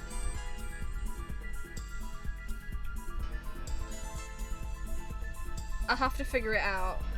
But yeah, so they had badges of every single boon. So, you know, I had to get Ares' boon, and I'm still I can't stop like hand flapping. I love Ares. Sorry. Oh no, I know I don't have to apologize for stimming, because I wouldn't want anyone else to have to apologize for doing it. I get really excited. I really like Ares. Okay. Makes me happy. So this, as much as like, yeah, sure, the standee's big and cool and all, this is actually my favorite find of the con. See their names like right down here, it's really small. Could be W-E-K Wonka? Wek Wonka? They didn't give me a business card, and I was like, that's fine, I'll just read their name on the bottom, and I'm like,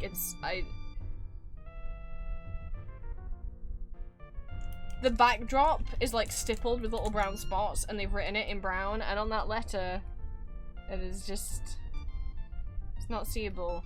I almost wish I'd got two, so I could put one on display and then have one on my person, because I'm gonna be too scared to wear this in case I ever lose it. In case it ever, like, falls off. But yeah, they had every boon, which was so cool. Oh, Julia, thank you for stopping by. Have a safe journey. So those are me badges. I have these little guys. So some of the stuff in here is for Julia. It's fine if I show it. She's already seen it. She knows. So I got two of these little guys from this. I've never bought anything that's been like crocheted before. I have the blanket that Julia crocheted for me. Oh, that's not true. I have a little bunny. They had a bunch of crocheted stuff, and I got two because they had a deal if you got two. So for Julia, I got tiny little Yuji from Jujutsu Kaisen. They're so chunky. And for myself, I was like, although, thank you, you looked it up. It's Whaley Wonka. God, is that what it really didn't look like an I, L, and an I. Thank you for looking that up. I'm gonna open that. I'm gonna write that down.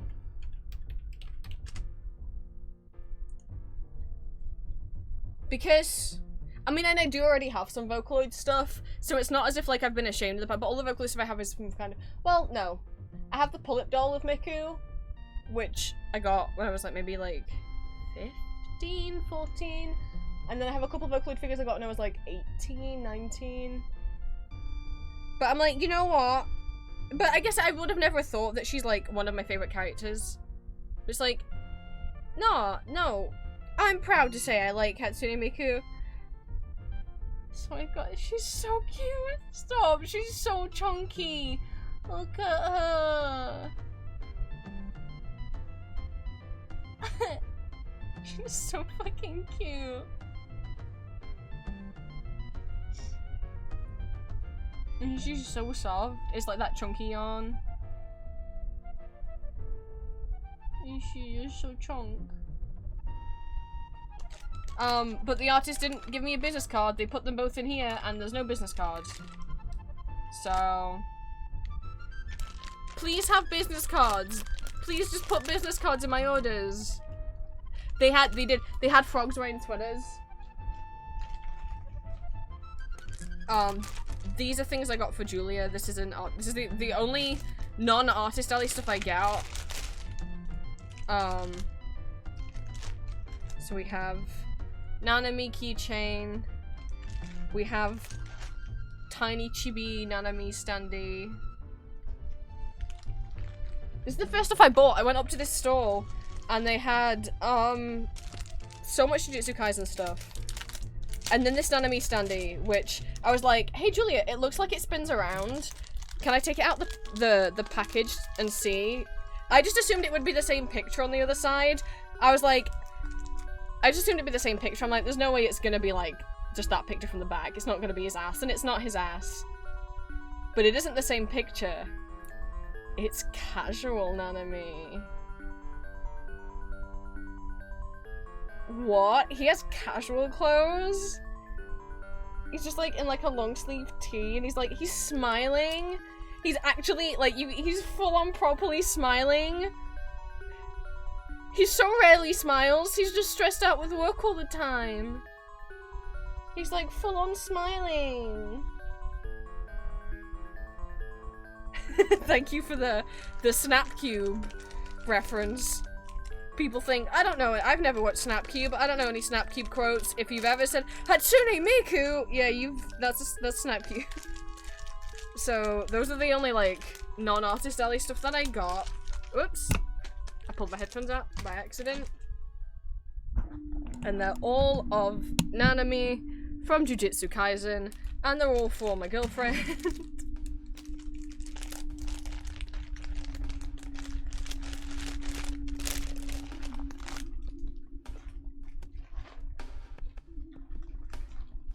Those empty bags. We have the thing I didn't get from Con. The reason why we went out shopping afterwards. I haven't even unwrapped it yet. Maybe I should unwrap it now. I got the ghost right here, right now. CD soundtrack. We went all the way up like to the second floor of the store trying to find the CDs, and then we had to come back down to pay, and then realized they had them at the front of the store on the ground floor. We walked right past.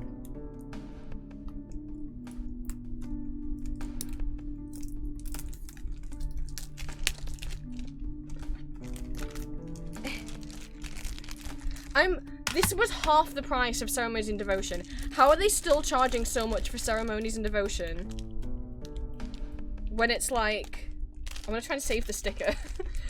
How are they still charging that much? Oh no, it ripped immediately! For Ceremonies in Devotion when it's like, the sound quality is not good. No, it ripped.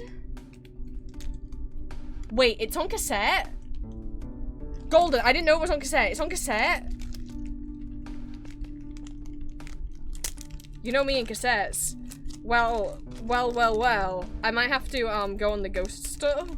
Like, maybe right now. I'm just gonna check. I didn't know it was going on cassette.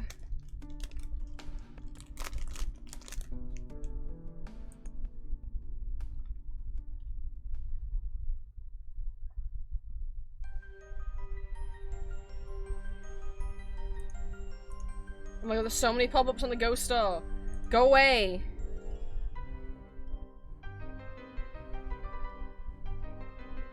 They don't have the CD or the cassette on the ghost store.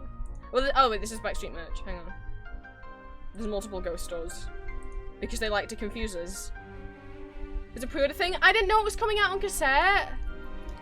Oh man.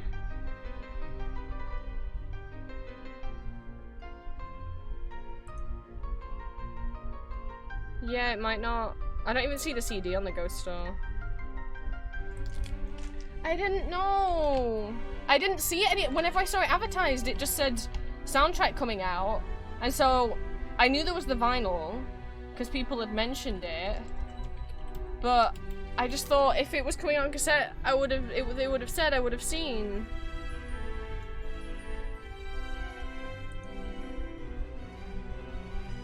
Okay, it's not on the ghost store. Oh no, it's sold out. It's sold out. It was exclusive to a certain website that I've never heard of. And it's sold out.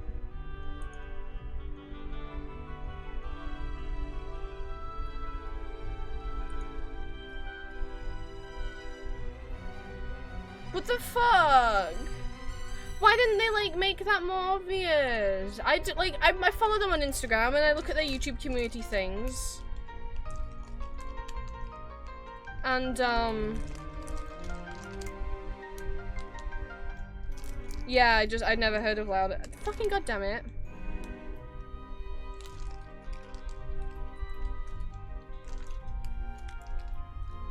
So if anyone saw a message pop up in chat, I was looking at the ghost store. And, I got back and I see that Sarybot banned someone for spam detection. Ah! So if you saw anything that looked suspicious, Sarybot took care of it. Maybe you didn't even see. I don't know what it was. Random Google ads? What the fucking shit? Why didn't they say? They just said, like, soundtrack coming out, and I don't remember seeing a cassette in the picture. I salvaged the sticker. That took way too long. I'm gonna put it in my sticker book. Hang on.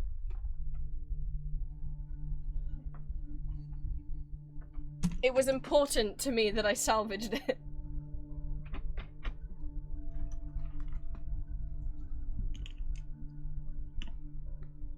So, my favorite stickers I put up on my wall. I don't peel the back off, I just blue tack them on the wall.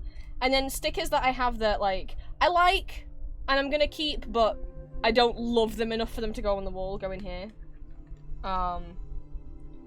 And they kind of group by theme, like these are all my space ones, these are all my Marvel ones.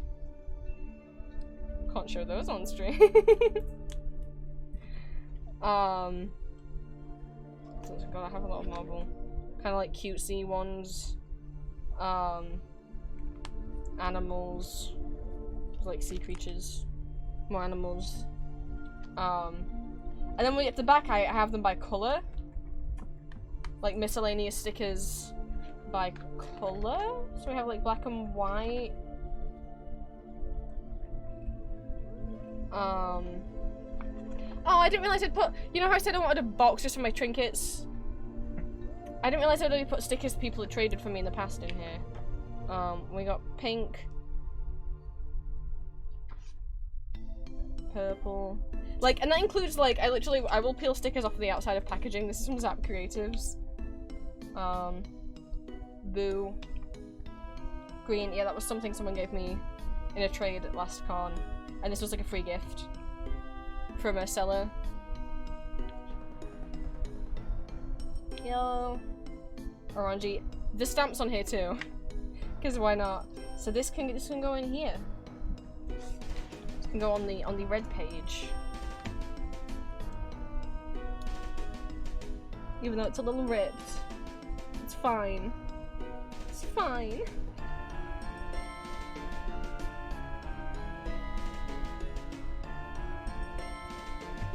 Yeah.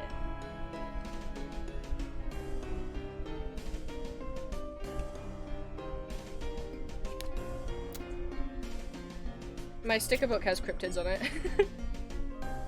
Which I just don't like looking at the worm. Everyone else is cute, but I really don't like the worms. The, what is it, Mongolian death worm? That's what it's called. Oh, there was still plastic on it. That freaked me out then. So what's this exclusive booklet thing? I can't. Oh god, I've always hated CD booklets. I mean, I don't hate them, I like them. But they're horrible to try and get out.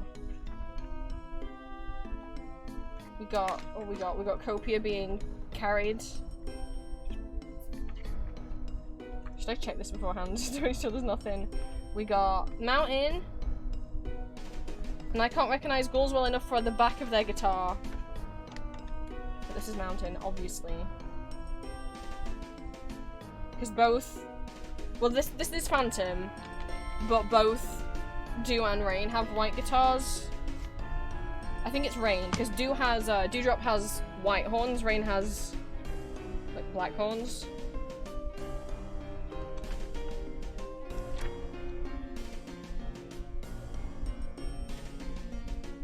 That's Phantom. And Copia.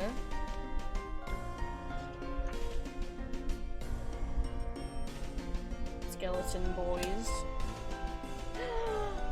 How dare they? How dare they? How dare they include the picture of Sirius's guitar solo in Mummy Dust when they literally cut Mummy Dust out of the soundtrack? For those that don't know, there's 5 songs that have been cut, and Mummy Dust is one of the ones that got cut.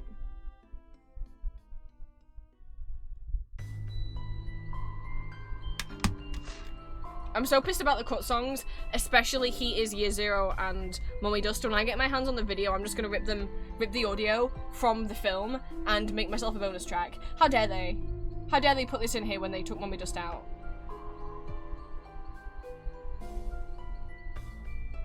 How dare? And I think this is Dewdrop. This is just me trying to like recognize ghouls. Oh my gosh! I didn't know Mountain was a jumping man. And Cumulus in the background. Look out! He's a frog! Vocals, I'm officially Aurora. Aurora's so sweet. For all of them. And then credits. And that's it.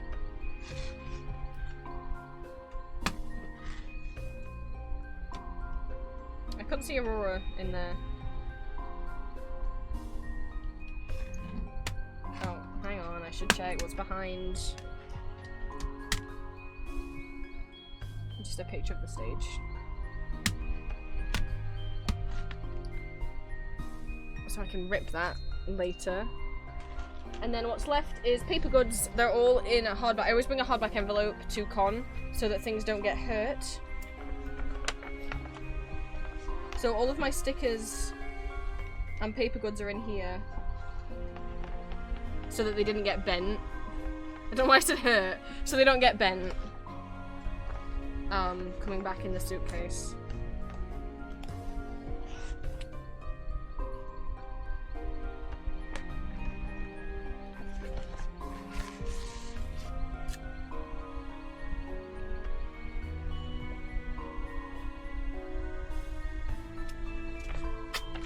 Everything? Okay.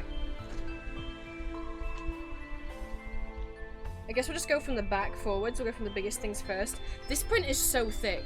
So this is by Willy Wonka, who did the Hades pin, because they also had this.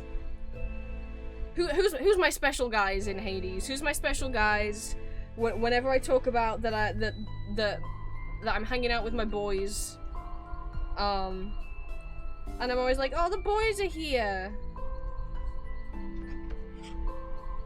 It's Zagreus and Lerny, and it's all of his many hats, all of the boys,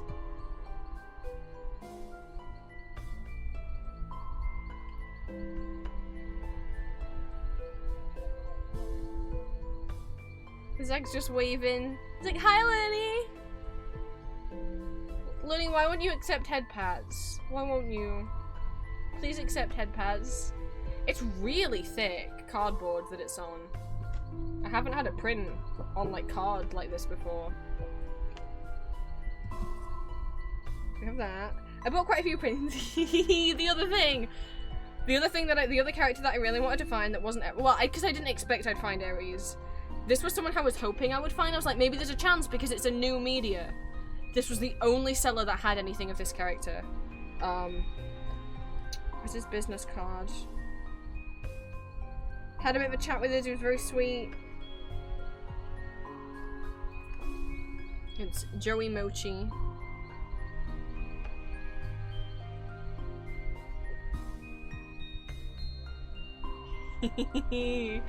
And it's Mesmer. He's got his little claws, he's got his little snakes.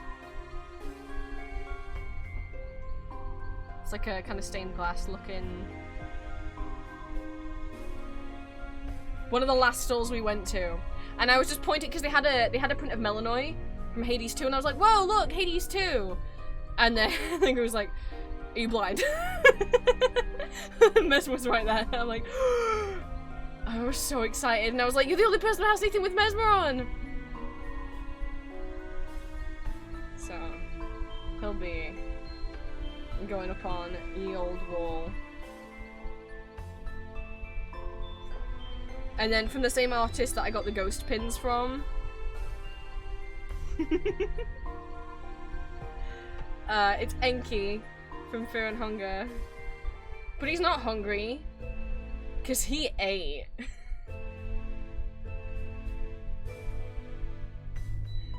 Okay, I love it. He's so baby girl.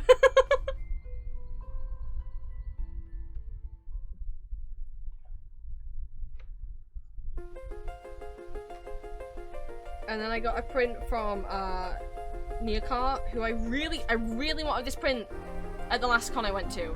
I saw it and I was like, ooh, that print's really cool, but I don't know, I don't have much money left. And I kept umming and ahhing about whether to get it, and I was like, no, I won't get it. And then at the end of Sunday, I was like, I'm still thinking about this print. I can't stop thinking about it. I'm gonna go back and get it. And it was sold out. So I couldn't get it. Oops, I just dropped things on the floor. So I couldn't get it because it was sold out. But then ow! That's the third time I've hit my elbow today. Oh, it's vibrating down my whole arm. I hit my elbow twice in a row, like right after, in like the same minute earlier today. Yeah, they had it back in stock. So I got it. It's Gale and Astarion from Baldur's Gate. Let me fucking...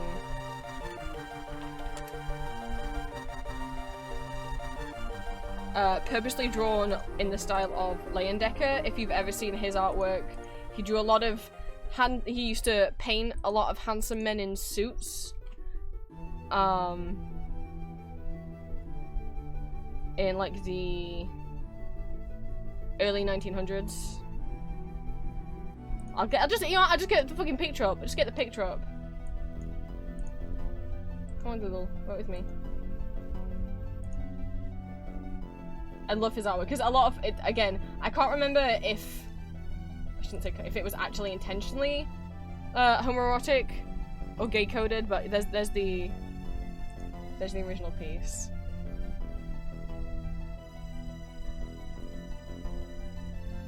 And this is what I got.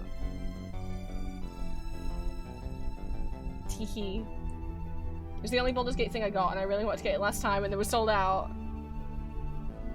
Degrees Awakened. So there's that.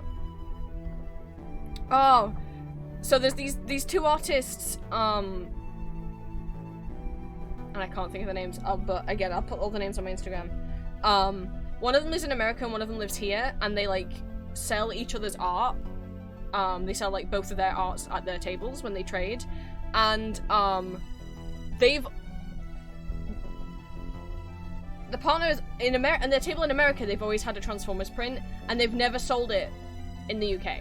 And they have it at every con, and I always look at the tables in America and I'm like, why won't you bring it to the UK? I've never, ever found a Transformers print, like, at an artist alley in the UK. You guys know how much I love Transformers. And they finally did it. They finally did it. So I have it now. I got it in the small version because I don't have a lot of room on my wall. They had the Soundwave print.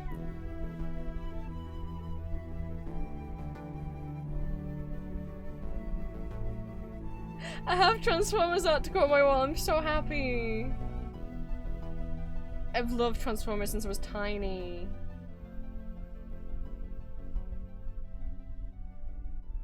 I'm so happy he gets to go on the wall. If he gets to go on the wall. I still haven't put anything on my wall from last con because I was like, oh, what's the point when I'm gonna move soon? Huh, I haven't moved soon, have I? I am trying. We have more goodies from Holy Hand Grenade. I finally got one of their little postcard prints that I'd been debating about getting for ages and just not doing. Because I love this man. Those of you who... Actually, I don't know if any of you guys were here when I played Undertale and Deltarune on stream. When I replayed Undertale and Deltarune. I'm gonna replay Undertale and Deltarune on stream again. Once the next chapter of Deltarune comes out. I replayed them on stream back in... 2022? So I don't think most of you guys are watching by then. I don't have the VOD saved because it was before I knew how to export VODs from Twitch, so I didn't know I could do that. But also, it didn't go very well. I mean, it went fine. I know how to play those games, and I know where the secrets are and stuff. What didn't go well is streaming under the Undertale and Deltarune tag. A lot of people came into chat who were either kids or who were just like backseat gaming, bullying me, mean to me, and it was a lot of the time. There wasn't many streams where I didn't end up getting upset because of strangers in chat coming in because they saw the Undertale tag. So next time I play it, I might just say that I'm just chatting instead, because I don't want that happening again. People were so mean. People were just searching anyone who streamed Undertale. And then started yelling at me and screaming at me in chat when I wasn't playing the game the way they wanted me to. I only do Pacifist. I've never done anything else other than Pacifist. I can't bring myself to. So anyway, I got one of my favorite men. I don't have anything with him on. I'm so happy. I got Rules. I love him so much. Aloeth on Friday night. God, that was pathetic. The only reason I've never done an audio as Rules is because he's so hard to talk as. Rules has, like, this weird, exaggerated Old English accent. He doesn't, unlike Mesmer. Mesmer speaks in an actual old, olden time English, not accent, sorry. But Mesmer's way of speaking is actually historically kind of accurate. Rules isn't. Rules is the only one who speaks like this in the whole world. Everyone else talks normally. And he purposely just puts eth on the end of almost every word. It's not accurate to what actual words were spoken in our real world. It's a purposeful, like, crazy exaggeration. And I don't know that I'd be able to improvise that.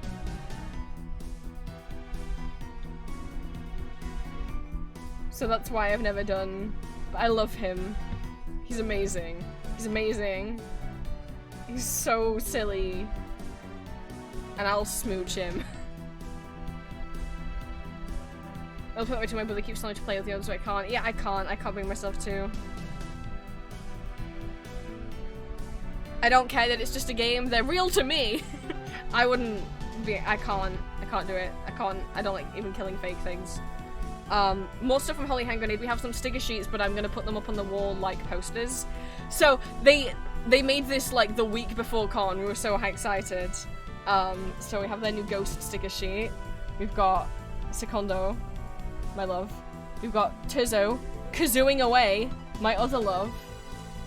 We've got Copia doing a little jump, and then we have Primo, Secondo, and Tizo in their little display cases. As they were, was it the prequel tour? I forget. There's two Secondos. There's two Secondos. So we have that sticker sheet. We have Fear and Hunger Termina sticker sheet. Have the missing songs in the soundtrack if you want them. I would take them, bunnies. If you don't want to share it in the Discord server publicly, you could DM them me on Discord. Thank you. You can do whatever you want. It's just a game. We have 11 minutes. Exactly. I just can't. I know it's like, well, you kill things in Hades. Hey, but in Hades, everything's already dead and it already respawns. I'm killing ghosts, so I'm not actually doing any damage to them. So... we have Fear and Hunger Termina 2. It has so many of my favorite songs. We've got Marina, Lounging. We got Pav. Oh, he's so terrible. But like I would. And then we got Dawn. Obviously, I mean, so pretty. He's saying, my medical diagnosis is what the fuck. And then we've got Pocket Cat. And then we also have the Fear and Hunger 1 sticker sheet. Look away if you don't want to see blood. Showing anxiety. Oh, it's okay, bunnies. And it kind of body horror because it has the sticker sheet has the chrome all on. He has a sword for an arm, so just putting that there. So we've got Moonless, we've got Kahara and Das, we've got Enki, and we've got the Chrome Mauler, Fear and Hunger's pyramid head. If only you could see his butt. What? I mean, moving on. Oh, here we go. This is who made the... Good boy done. This is who made the Enki poster and also those two ghost, the Mr. Worldwide ghost badges. This is good boy done. They're in here because I also got some stickers off them. So I got all of their Fear and Hunger stickers. They have this one of Osar.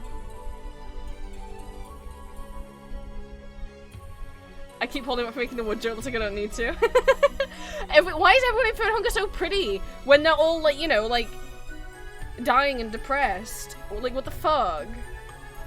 We have Dawn. Those of you who know about the moon scorched forms know why he is a fairy. We have Toxic Yuri, Marina, and Samire. Which, for people that aren't familiar with Fear and Hunger, again, Marina is, this is canonically, Marina's a trans woman, and Samire is, well, Samire is in love with Marina, lesbian, sapphic. I don't think she's bi, I think she's some sapphic of some kind. We have Toxic Yuri. And then they had a deal if you got 4 stickers, so I got a 4th one. And it's bought on Orno. It's better than any. Holding a gay pride flag. So that's good boy done stuff. I didn't buy anything from that store, I just picked up their business cards. I forget why.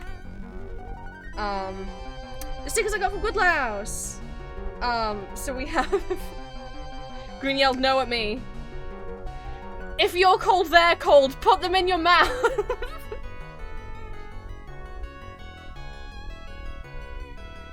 Green yelled at me to not do it. Bugs do freak me out. I don't really like bugs, but Julia really likes isopods. Oh, well, we call them woodlouse. In America, they call them roly-polies. Julia really likes roly-polies, so I got these stickers for Julia as well. But I also just thought they were pretty cute. That if you're cold, they're cold, put them in your mouth, and then a redraw of the meme of the isopod wanting chicken nuggets. He just wants chicken nuggets. Those are by Goodlouse.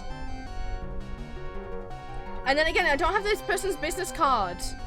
I got the person who I got the IKEA alien keychain off. I also got IKEA alien sticker. And then accidental. I bought this sticker for a friend, and when I opened the bag, they'd accidentally grabbed 2 of the sticker. They were like stuck together, and they'd accidentally given me 2. I didn't notice until I was back, like in the hotel and checking things out, so I couldn't be like, hey. So accidental sticker for me is May from Night in the Woods. I like Night in the Woods, so I'm fine with it. I just wasn't intending to get one. And then, the last two things for me, everything else in this pile is for friends. So, I was showing Julie a different art of Nanami. I was just on Etsy. I keep getting recommended so much Jujutsu Kaisen stuff, and I was on Etsy, and some of Blue Fate's art came up, and I was like, oh my god, are they gonna be at MegaCon? They're normally at MegaCon. I will absolutely, and I was showing Julie that art, and Julie's like, I really, really want this, and I want this, and I'm like, okay, I'll get them for you if they're there. But then I checked the vendor list, and they were not listed, and I was like, oh, damn it, sorry, I can't get you any, they're not going. And then I went, and they were there. I don't know why they weren't on the list, but they were there. So I got two Jujutsu Kaisen for me, even though I haven't started watching the show yet, just because I thought these were cute. So this is Chozo. He's listening to music. The music is in this speech bubble. He's listening to the Black Parade. And he's crying. And then we have Nanami, the sticker that I told Julia I would have to get for her. Because it's of his hat, it's of his ass.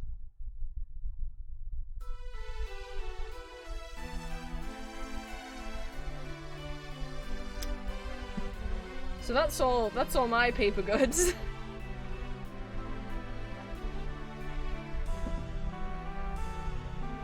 And then what I got for other people, the other people are aware.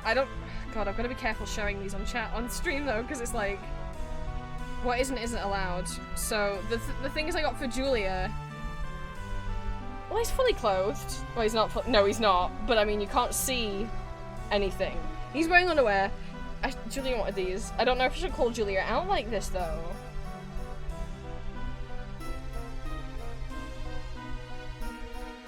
Maybe show like real quick. It's not me getting undressed. That's all you get to see. He's clothed. He's not. You can't even see his nipples. Can't even see his nipples. It's fine. And then again, you can't. This one is naked, but you can't see anything. Maybe if I just cover the bottom half, even though you can't see it, it's still kinda. These are for Julia.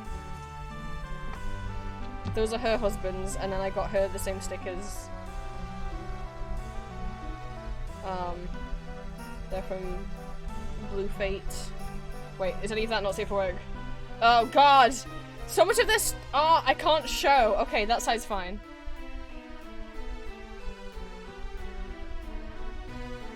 My goodness me. You get me in trouble.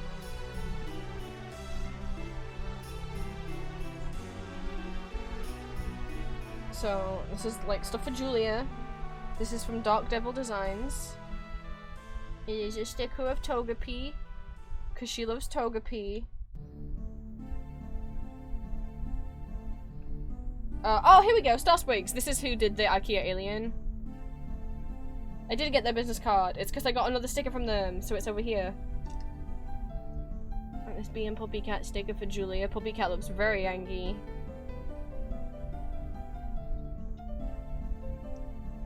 Everything's kind of fallen a bit.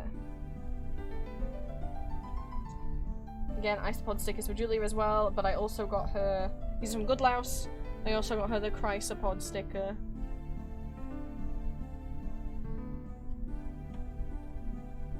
This is by the same person who did the Soundwave print. They didn't give me a business card.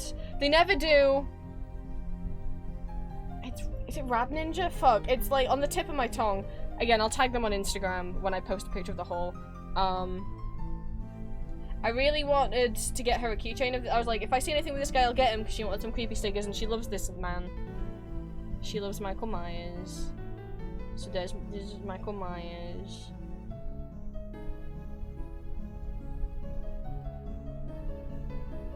That's someone's business card that I didn't buy anything from.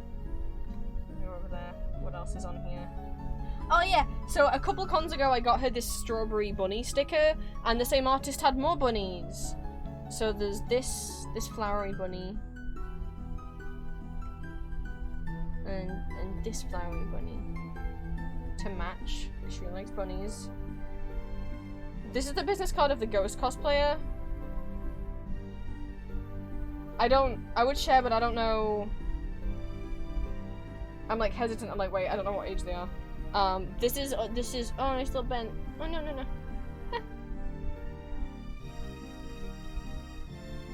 This is a traded. Green gave me this. This one's for me.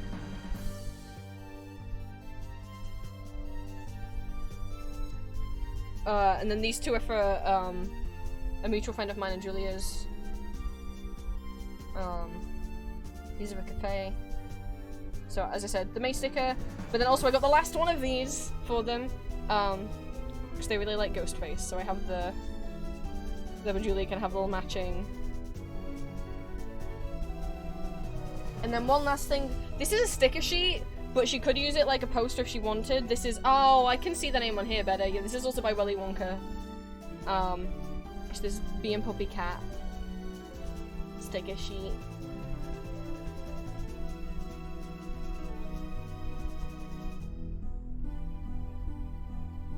It's got the fish in it. This one's his mom. And the ladybug, and the eggplant purse. And Deckard, and Pretty Patrick.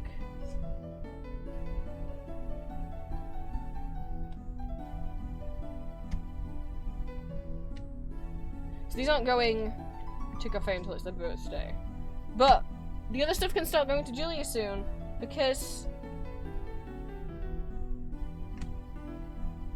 well, I finished the embroidery. Yeah, so hang on, there's not want to go in there. And that's my haul. Try and put things back in the bag now. And then now that I've shown you guys, now I can start sorting things out. I don't have a Fear and Hunger pinboard yet to put the keychains on. I don't want to put them on the regular pinboard. But I can get my badges up on my hoop. For those who don't know, I have a giant like quilting embroidery hoop that I used to display my badges on. If you give me a second, I can turn my camera towards it.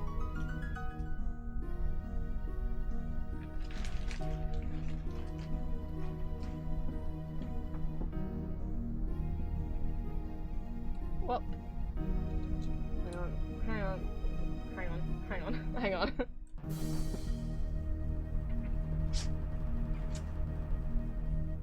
Whoop.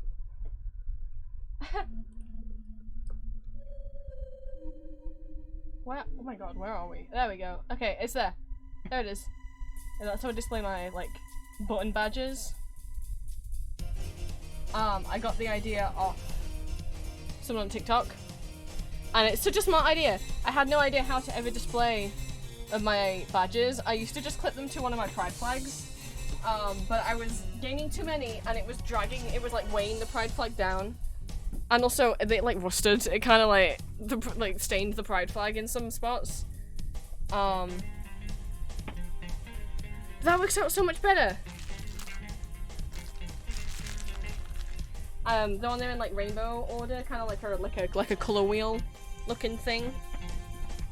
So yeah, that's what I got. So I can get my other badges up on there now. I can get my stickers sorted out between stuff I want to go in the wall, which will go in a box, or stuff that can go in the sticker. I mean, I guess everything will go on the wall. Maybe I could put the post up. Like I said, I still haven't put my posters up that I got from the last con. Or those posters I got for my birthday. For those that didn't see, I got some like Hades game pinup kind of posters of Ares, Dionysus, Thanatos, Achilles and Patroclus, Charon and Hermes. That was my birthday treat to myself. None of those, I haven't, and there's gaps on my wall, but there's not enough gaps for all of those posters, to be clear. I'd have to like rearrange stuff, but as I say, like I'm moving out, and when I move out again, I want to have a wall of just prints. But it might have to be more than one wall with how many I have.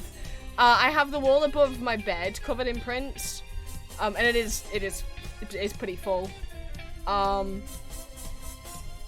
And then the wall going down the side of my bed has a little bit of a gap for prints, but that's also where my Victor is transgender pride flag is. That takes up a lot of room. Maybe, you know, when I move out, maybe, Yeah, that's true. Actually, it might have to be 2 walls of my bedroom because it's 2 walls currently that are covered in prints. I mean, this one above my desk isn't entirely covered. I mean, obviously some of them can go in like the living room. Not the naked Hades ones, but they're not fully nude. But some of them maybe could go up in there. I don't know. Or I have to sacrifice some of the many pictures, screenshots from Elizabeth and Tansy Vampire I have printed out and stuck on the wall. But yeah, so that's the whole— oh, I said I'd show you guys bits of the musicals. That's what we'll do to round off stream. That's what we'll do. As a treat for those of you who let me show off my haul.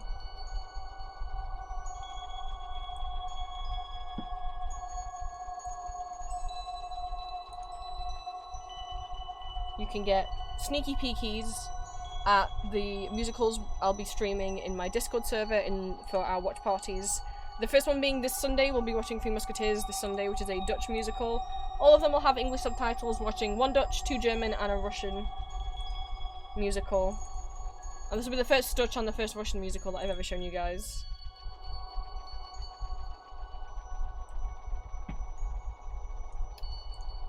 So let me see here.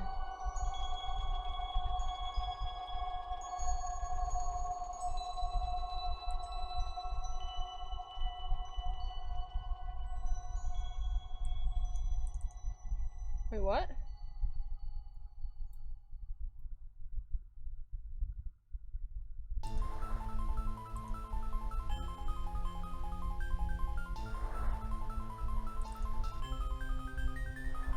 Oh, I put the DVD rip in the wrong place. I was like, wait, where's my DVD rip? I'm like, oh, I didn't realize I had a separate folder just for 3. Okay, hang on.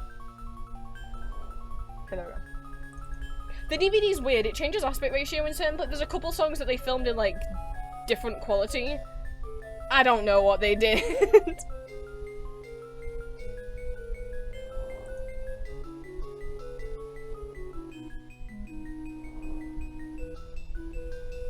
We've been listening to relaxing Castlevania video game music while I've been going through the haul. If VLC will open.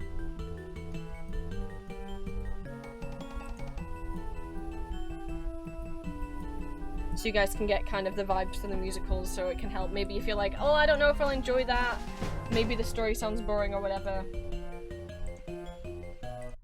Have a little look. No, I don't want to show you everything. I don't want to show you everything. Maybe let's try and find the horse. Oh, there's puppets in this. So, I mean, well, the horse is more kind of pantomime horse-esque, but there's some, like, dogs that are puppets as well. Look at this horsey. There's a whole horse, but there's some silly little dog puppets as well. Try and find a song for everyone. Although, I mean, Milady de Winter's entrance. Milady de Winter was played by Pia Dowis, who was Elizabeth in Elizabeth Das Musical.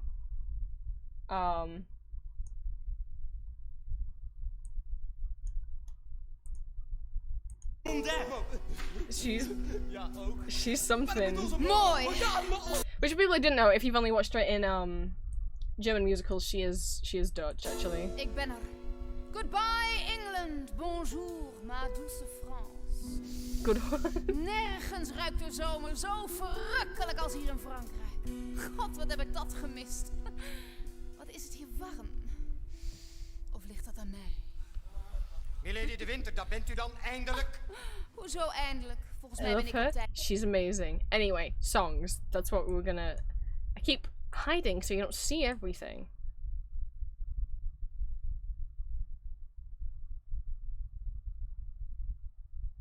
I don't know which songs to go with. I do like the songs in this musical.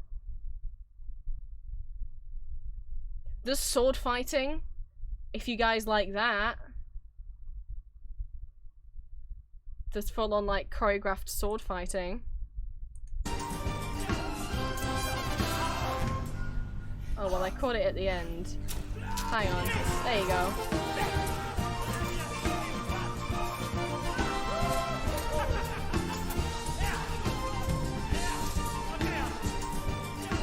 So there was full-on sword fighting.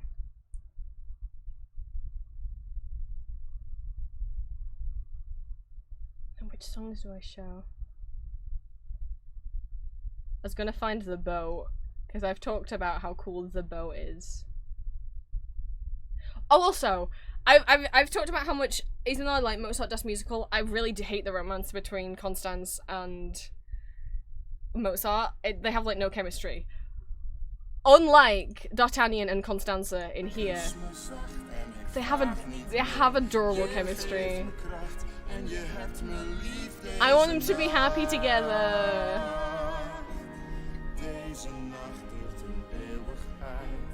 Deze nacht, bestaat geen tijd. Zo lang gewacht, ik heb zo lang gewacht op deze nacht. They're adorable. Blijf bij mij tot het ochtendlicht. In elke ster zie ik And this is the bit where D'Artagnan gets some drink. Twitch will be fine with it. No, this is good. This might convince people to watch it. Komen mijn dromen van liefde uit. Ik voel je handen, je streelt mijn huid. He doesn't get all the way undressed. Deze nacht is van jou en mij. Deze nacht gaat nooit voorbij. Ik heb gewacht op deze nacht. Oh no, the shirt's going. Oh no, I'll get in trouble with Twitch. I guess you don't get to see it. It's fine. Where's the ship? Where's the ship? Okay, well actually, Milady has a whole song about men being shit. Where she gets to dance with a load of men.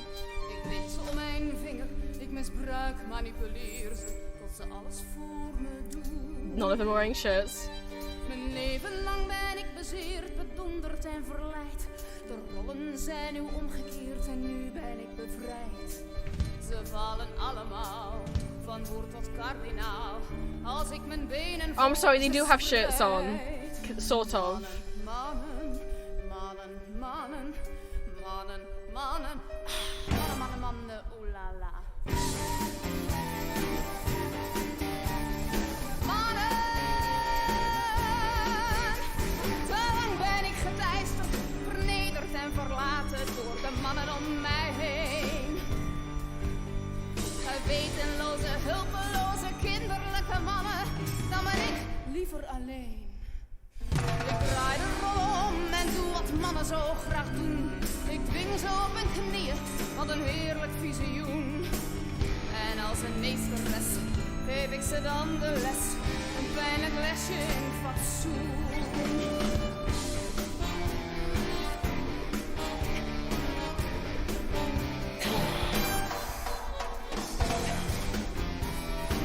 She thinks she's neat, is all. She thinks she's neat.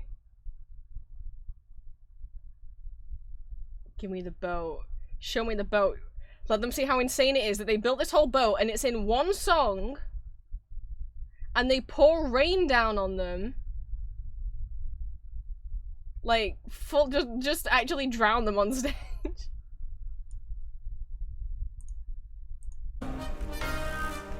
And it's so much water, you can see how visibly soaked they're getting. IJzer zeilen, met dubbel de wacht. Storm op komst, dit wordt de zware nacht. And they're like all in leather, that can't be fun.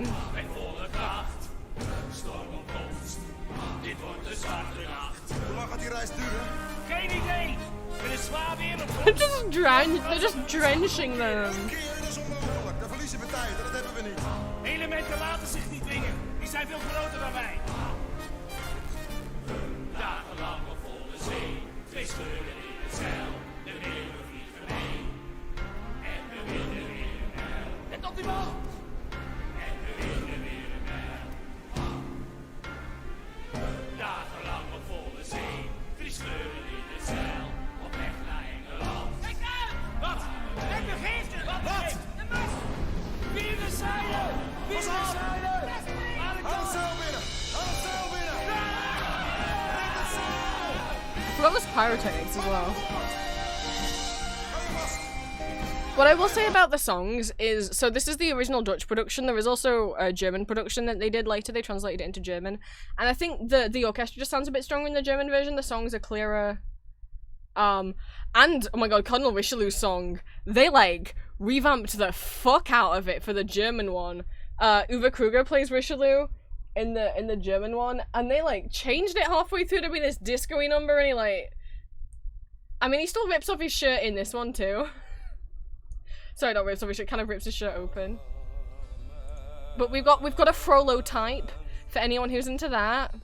Apart from, well, he's not, like, in love with a woman in this one.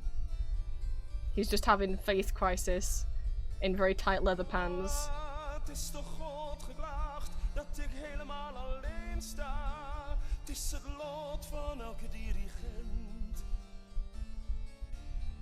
Ik sta als altijd weer alleen in de duivelse arena.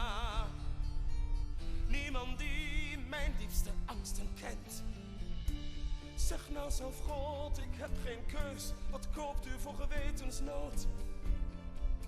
Of niet soms, of niet soms. Iemand moet met harde hand regeren. I do always like the clothes that Richelieu gets. I'd like a long red coat, please. Of niet soms. Heer, verwijt mij nooit dat ik geen respect heb voor het leven. Want ik doe alles uit uw naam. Ik zal mij op het oorlogspad moeten begeven. Wait, swishes?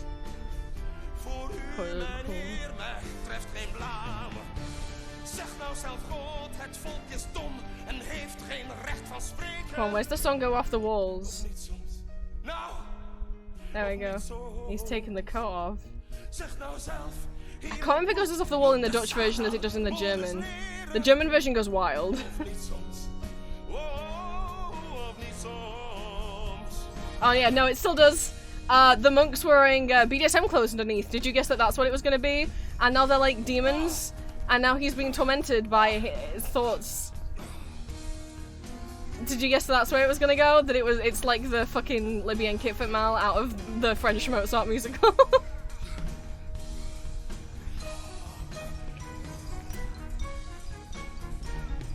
Because that's where we've gone. But the song still sounds pretty normal here. I think it would be unfair if I did not show you how hard it goes in the German version. For the German version, they introduced a couple new songs. Hang on, I'll finish showing you the Dutch version first. The German version added some more songs, and I think that the orchestra has a fuller sound, which is nicer for a lot of the big numbers. I mean, this is the big one from the musical. They're like separated, but they really want to be together.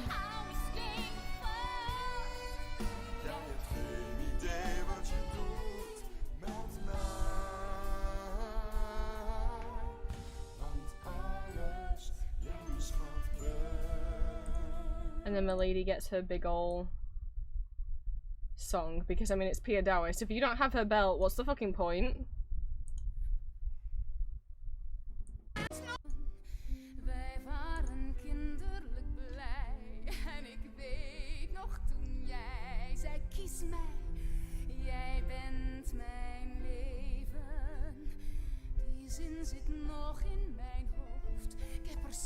I'm sorry, we're not watching the German version. I do prefer the German version in some aspects, and I prefer the Dutch in others. It depends. But the German soundtrack is a lot clearer and better produced. But I don't have English subtitles for that, and the Dutch version's still good and sillier.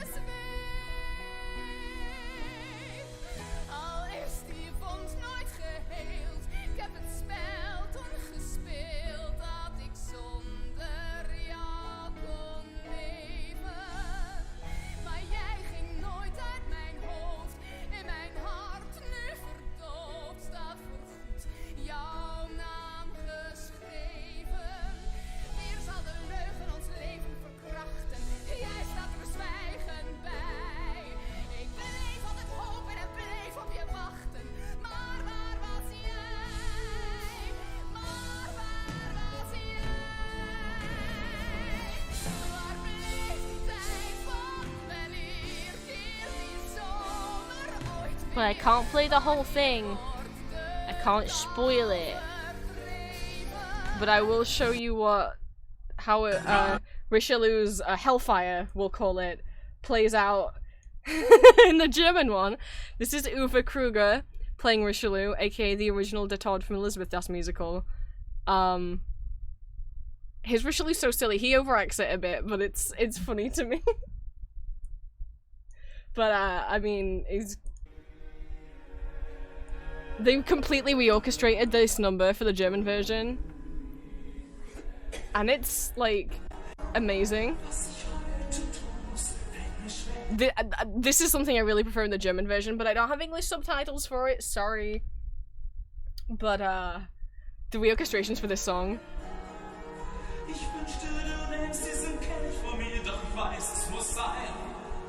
When he's having his... I mean, it's not so much hellfire, he's not, like, lusting after a woman, he just, in general, has thoughts and feelings and thinks he's bad for it. I don't know. He's just having doubts.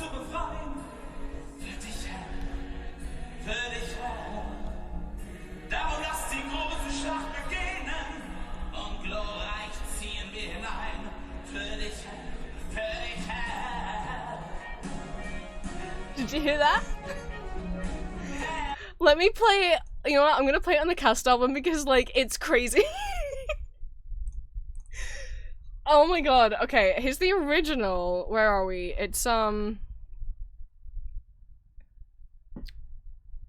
Nievenstein. So, like, not made of stone. It's not of stone, is what it means in English. It's Nievenstein in Dutch, and then what that would be Nichtaustein in German. Because this song's crazy. It's so kind of normal in the Dutch version. This is the Dutch. I can't make it full screen. There we go. Right, here's the Dutch version. It's still orchestral, right? Where's where the beat drops?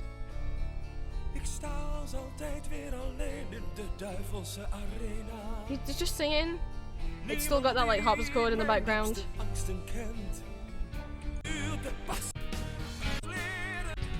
And then it goes a little rock-like.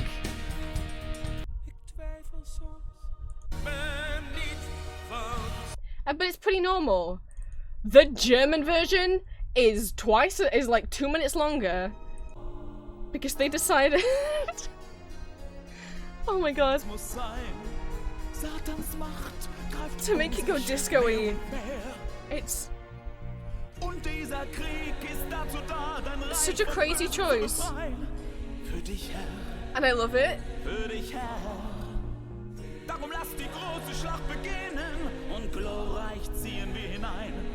we go.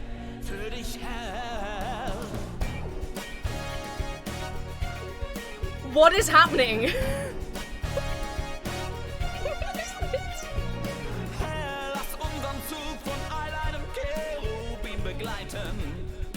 Like, what the who decided that that was what the song was gonna become?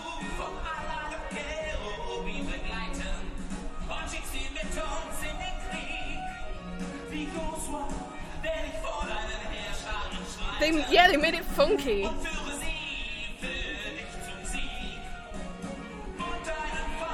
I know he's on the table.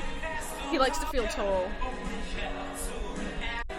Now you might be saying, oh, the coat's come off. Now you might be like, but does he still have his monks are secretly into BDSM moment? I mean... You tell me.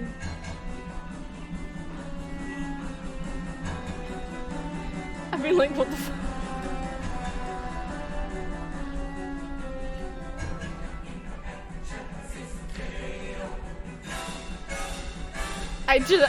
it's...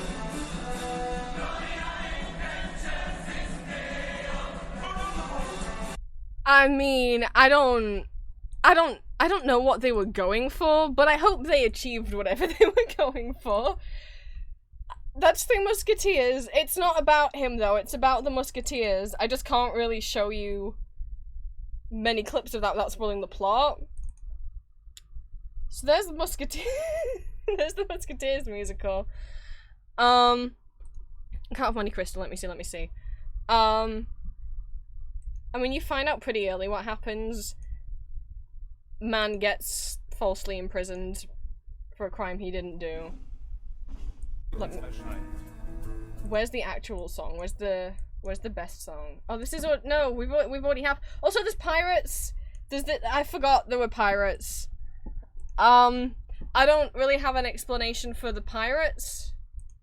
I literally forget they're there every time, and it takes me by surprise. Look, we're boating again.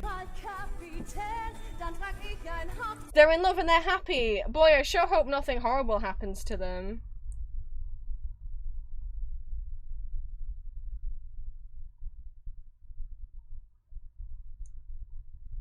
Ein neuer Tag, ein neuer Sturm, ein neuer Mond, ein neues Jahr, ein neuer Tag nach jeder Nacht, wenn der Morgen grau.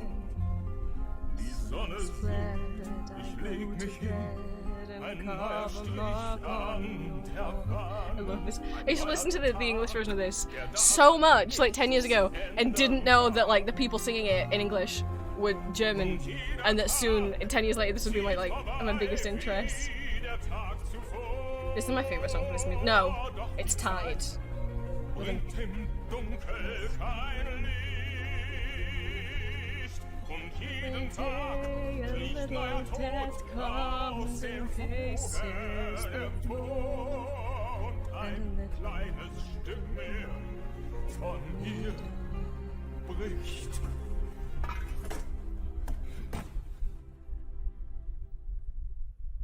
But you get the...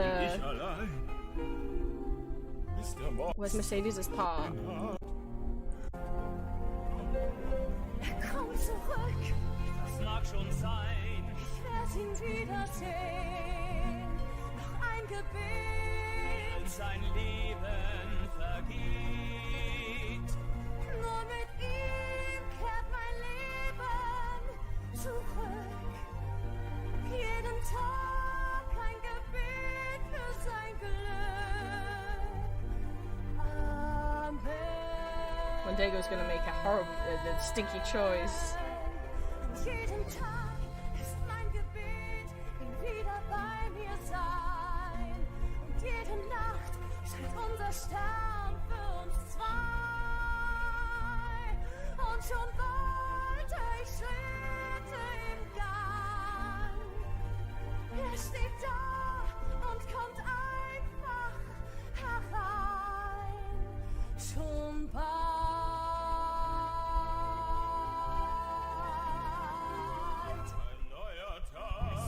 Furchtbar leid.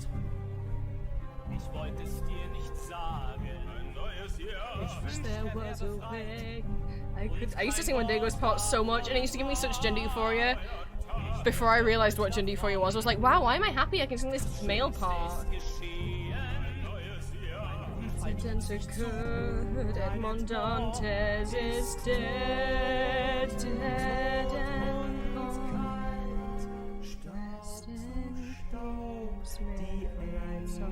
obviously Edmund's not dead, he's right behind it, but he lies. He lies and says he's dead. But let me find my other favorite song. I don't know where it is.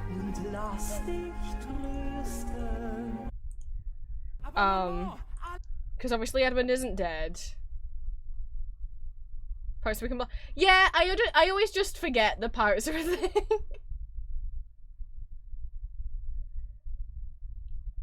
My other favorite song. Edmund not dead. Edmund alive. Edmund come back. Everyone like... Some people think he seemed familiar, some people don't recognize him at all. It's been like decades. I love this song. I love Counterpoint. Mercedes. Oh Gott, mein Herz schlägt schneller. Mein Verstand verzweifelt. Kann es sein, du bist zurückgekehrt?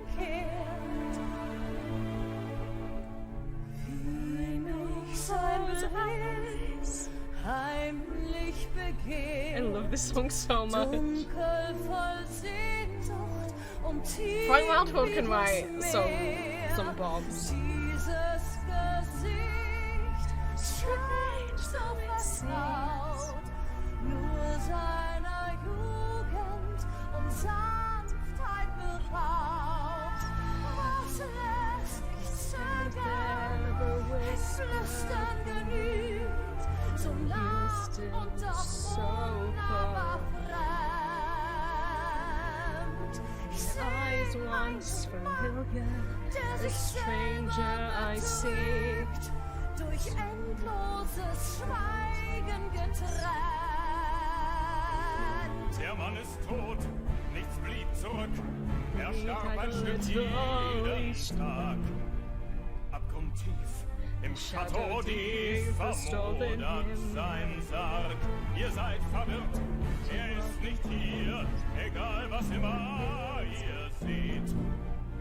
Tot und kalt war er schon bald ein Stück Geschichte über Liebe und wie man sie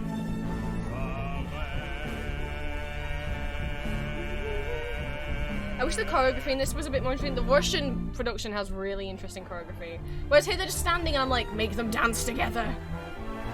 Ich bin ein Geist, ein falscher Traum aus alten Bildern von ihm. Dunkel voll Sehnsucht und tief wie das Meer. Der Mann ist tot, nichts mehr zurück, doch immer Torturing. Lass mich endlich gehen und befreie mein Herz. I love the counterpoint there. Nicht zögern, ein Flüstern genügt, so nah und doch unnahbar fremd. I have not read the book. Hat sich die Liebe dem Schicksal gefügt. Zu viel zerbrochen, zu viele Narben, dass dieses Schweigen uns trennt. So the second thing we'll be watching will be another one of Frank Wildhorn's many gothic musical adaptations of classic literature.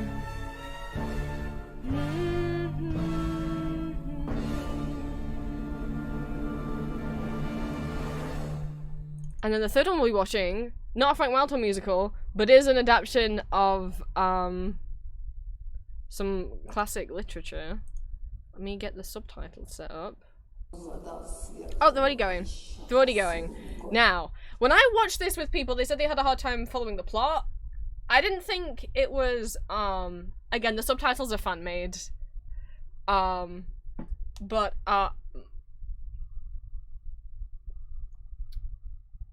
With Onegin here, I don't know how the plot, I don't think the plot's hard to follow. There's really not much plot. Woman falls in love with man. He doesn't like her. And then he moves away and he comes back and then he regrets not being with her. That's literally the whole that's literally the whole plot. But this has Ivan Ozhogin as Onegin. Here he is, giant man. He plays Graf von Krolok in the Russian productions of Tanz die Vampire. He's like 6'4", 6'5". This choreography, this hand choreography, very significant. That will come back a lot of times. I love me some period dresses, I love turntables.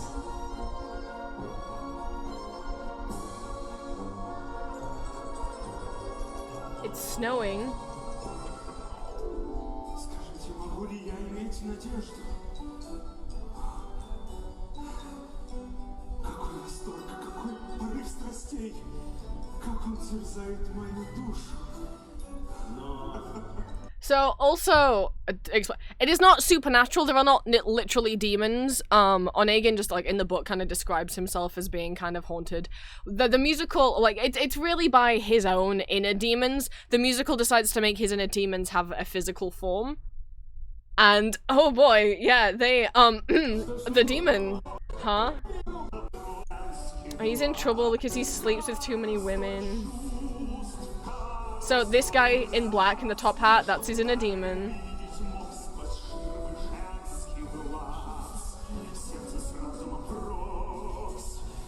Gotta be careful what I show. No one gets naked. But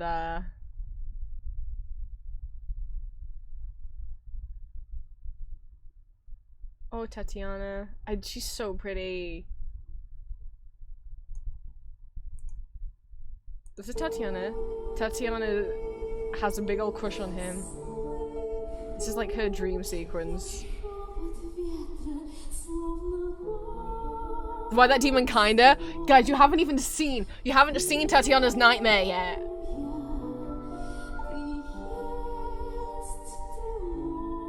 I mean, what's up to you if it's a nightmare? This comes back a lot, this hand choreography.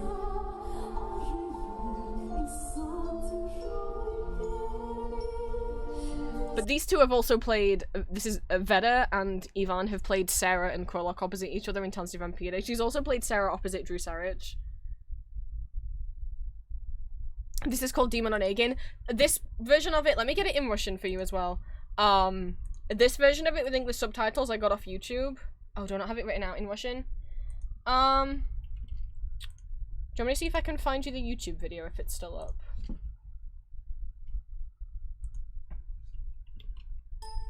Oopsie.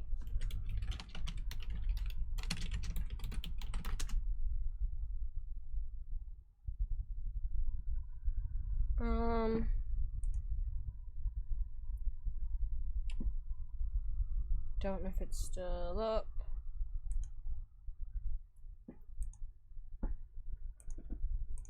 I was gonna try and find it in Cyrillic to write it out for you, but I don't have it written out in Cyrillic on hand. I'll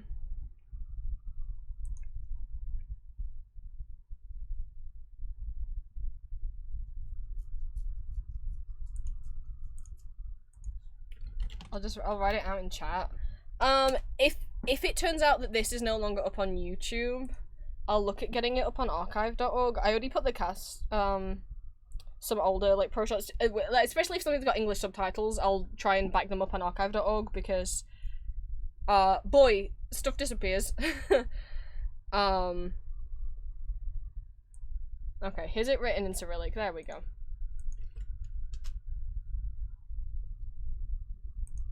I really liked it when I showed it with people. Again, it wasn't people in this Discord. I have a European Musicals Discord. When I showed it in there years ago, I was like, I really liked it, and no one else really paid that much attention to it, and I was like, but it's pretty. Okay, Tatiana has a few moments with the demon, because, you know, she's in love. And she's dreaming.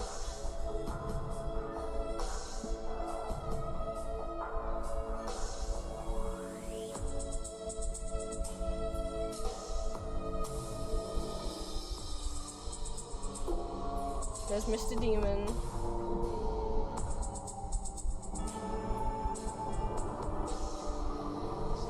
He's a dancing only role.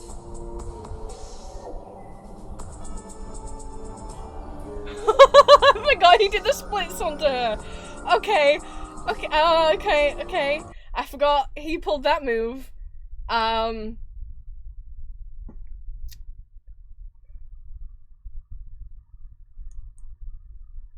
So Tatiana, her whole thing, she's gonna write a love letter.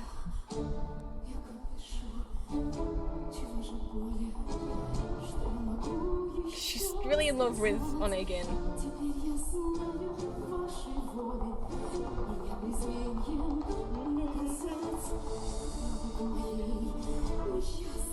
The cast album frustrates me because it's a highlight album. It doesn't have most of her songs on, even though her songs are great.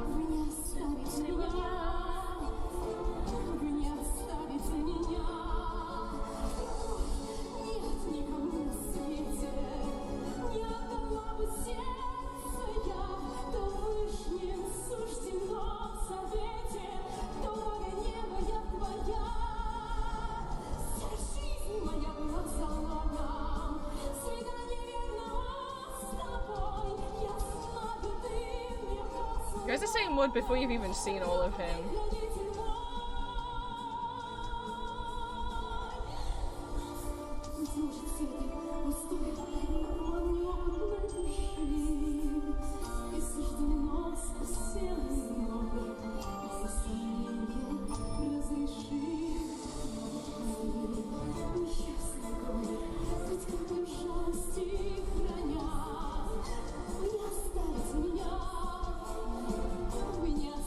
She has... I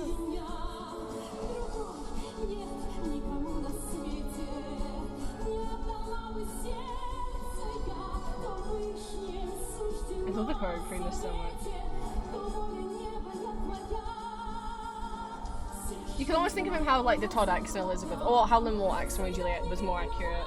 Because he never like can have a direct impact on anyone, but it's like he's influencing them. He's just like a representation of people's inner desires and stuff.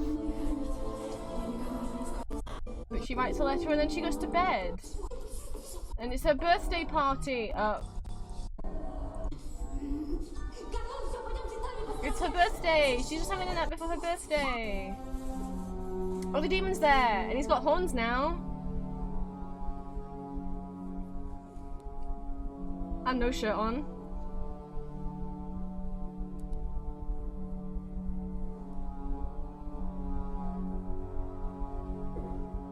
And you guys said wood before you even got to see the nightmare.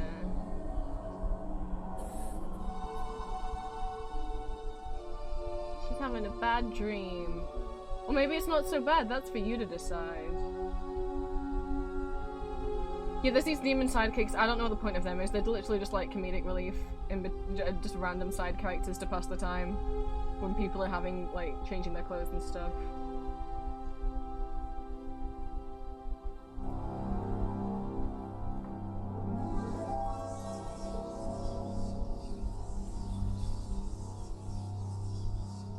Musical's so underrated. Like, if people think of Russian musicals, they think Master Margarita. I'm like, what about Demon Egg? And they're like, I don't know. And I'm like, you don't know. I get there's not much plot. It's literally girl likes guy, he doesn't like her back. But like, guys. I forgot about the Russian folklore creatures.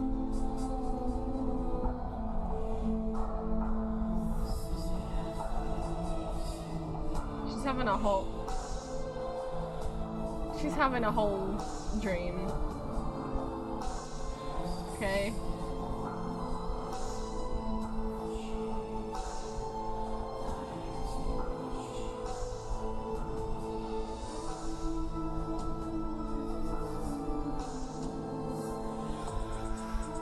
Right? How could you not want to enjoy this musical?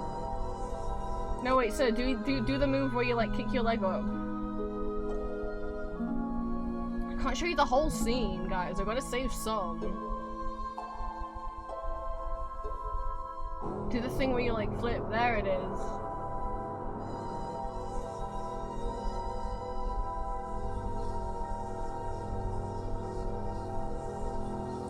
Anyway, happy birthday, Tatiana! It's her birthday!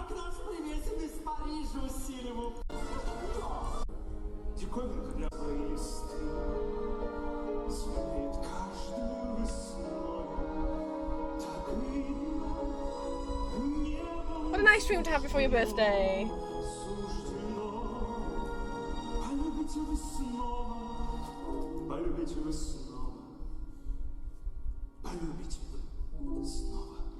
How could you?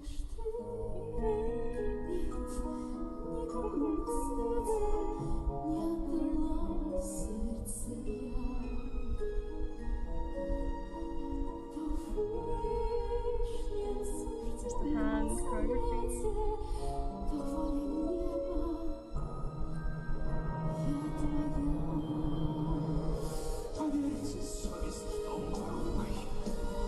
How he has to extract his hand, because he is drawn in by her. Some Onegins lean way more in as if they're about to kiss her than others. Ivan doesn't go in that much. Kirill Gordiev goes way more in for the kiss, but I'm watching Kirill, watching Ivan. So that's musical number 3. What's musical number 4? I forgot. Artists! Ooh, musical number 4. You guys get to see Sabrina Verklin. I adore her. She's got such a gorgeous voice. She plays Constanza in the German version. of the Three Musketeers musical. She's played Elphaba in Wicked in Germany. So Arthur's Excalibur is, again, it's another Frank Wildhorn musical because he can't stop making it. It's King Arthur mythos, but it's Frank Wildhorn, so there's some bops in here. Let me go bop hunting. Arthur has a song that's pretty good. Oh, it's Thomas Borhert again. He's playing Merlin now. Also, Mark Seibert. Colorado's back. Mark Seibert's in it. He's playing Lancelot. Where's Arthur's cool song?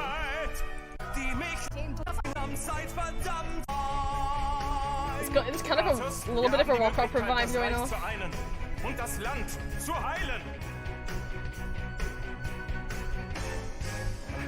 Erhabene Ziel bringt nur Streit und Mord, denn allein durch mich starb fast ein Mann.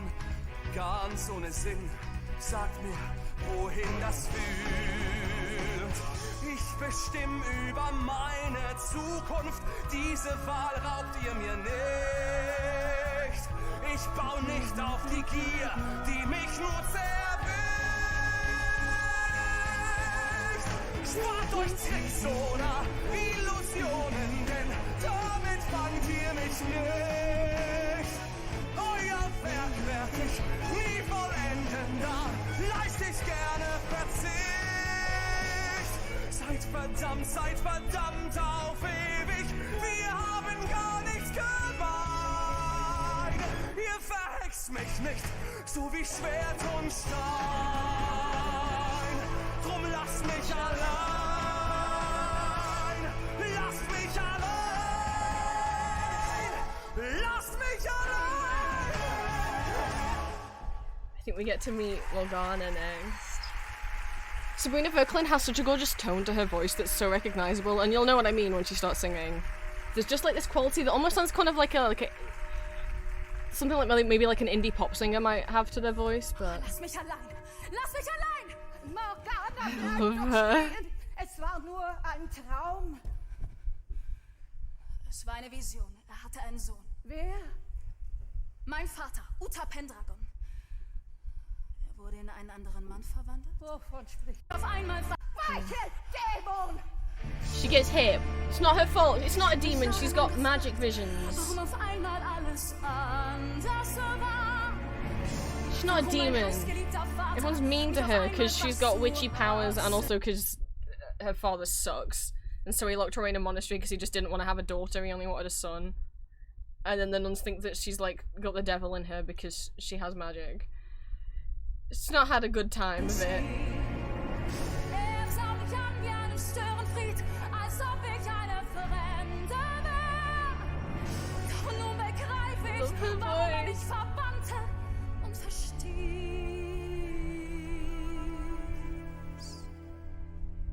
Diese Visionen verzehren deine Seele, Morgana. Sie lässt mich die Wahrheit sagen. Seit dem Tag, an dem du dieses Kloster betreten hast. Ihr meint, seitdem ich in diese Hölle verbannt wurde, hast du den schwarzen Abgrund der Zauberei dem Lichte Gottes vorgezogen. Sagt ihr jemals wie ein Blitz einen Schimmer jener Macht, die das Sonnenlicht besiegt, eure Ängste verlacht? Lagt ihr je in einem Traum, der euch mottet und ertragt, eure Seele zerreißt, euren Sinn zerstückt? Wart ihr jemals ganz allein, ohne Hilfe, voller Angst, und die Aussicht auf Erlösung schien unendlich weit? Lagt ihr dann auf euren Knien, habt gezittert und geweint, wart verloren und versandt in eurer Einsamkeit? Sündende Väter, wüsste wer mir nicht den Sinn. Ich such das Dunkel und gebe. I didn't realise what time it was. It's almost 8:30 and I haven't had dinner. I got distracted by musicals, as always.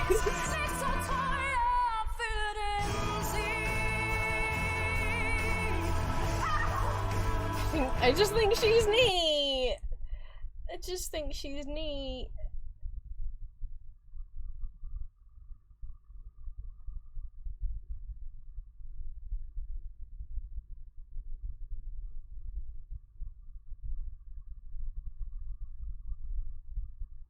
Also, again, the cast album's a highlight album, and most of Organa songs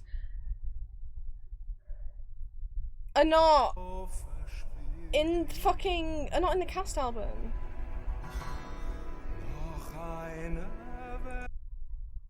Like, what's with that? Anyway, where's give me some men in swords and capes. There you go. Where's Mark Seibert for my gaze?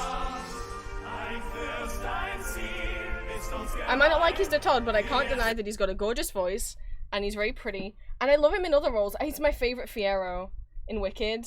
He was the original Fiyero in the first German production of Wicked, and I just think he's neat.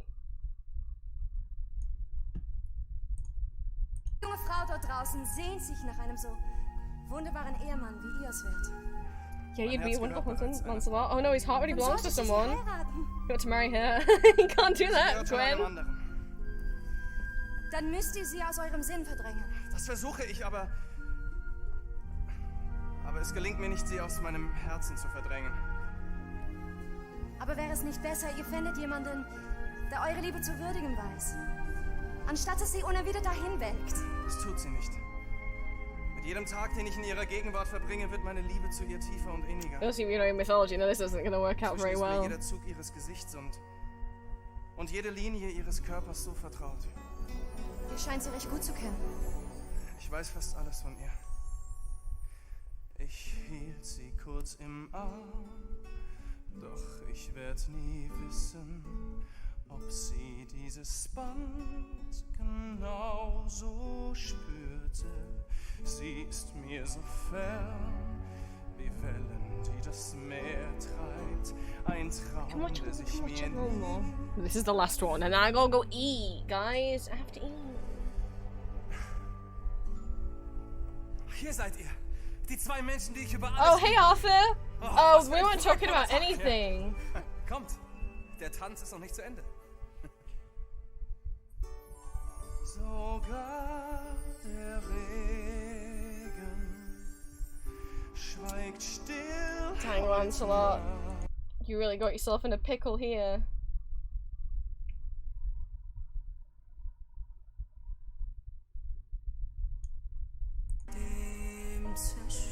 She gets the best songs. Villains get the best songs.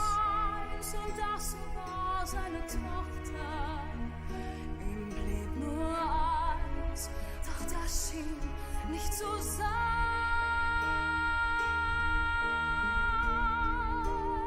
Und damit zerbrach mein Glück. Er wünschte nur den Sohn zurück.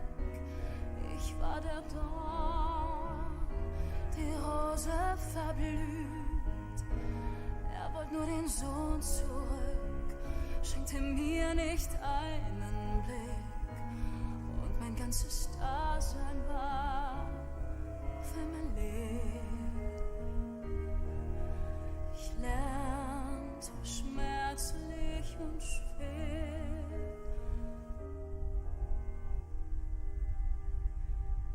Die Rose zählt nun nicht mehr. Und auch als Mutter starb, sprach er nie ein Wort, schickte mich fort für immer. Viel zu früh zerbrach mein Glück. Er wünschte nur den Sohn zurück. Ich war der Dorn, die Rose verblüht. Er wollte nur den Sohn zurück, schenkte mir nicht einen Blick. Und mein ganzes Dasein war auf einmal. Ich lernte schmerzlich und I just think she's neat. There's sword fighting and shenanigans in this one too.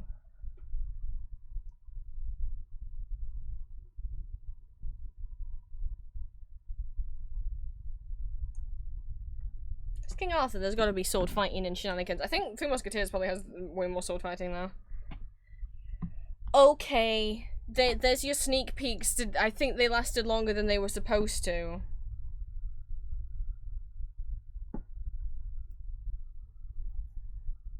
I'm gonna eat food now. I would like to do I'd like to do that. I hope you guys do that too. Those of you who need to go have your own meal times. Or if you were smart and you ate while you were watching my stream. I hope that's what you did. I don't know if I'll stream again this week. I might stream Hades on Thursday. I might not. It's gonna be really warm this week. So don't expect there to be another stream this week.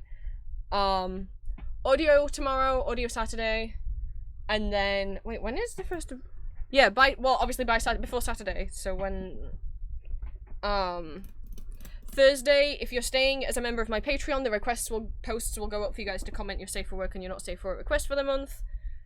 Audio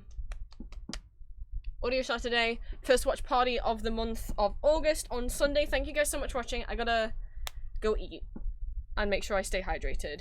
Those of you who are in the UK, or if you're also having a heat wave wherever you are, hope you stay safe, hope you stay hydrated, and stay in the shade as much as you can.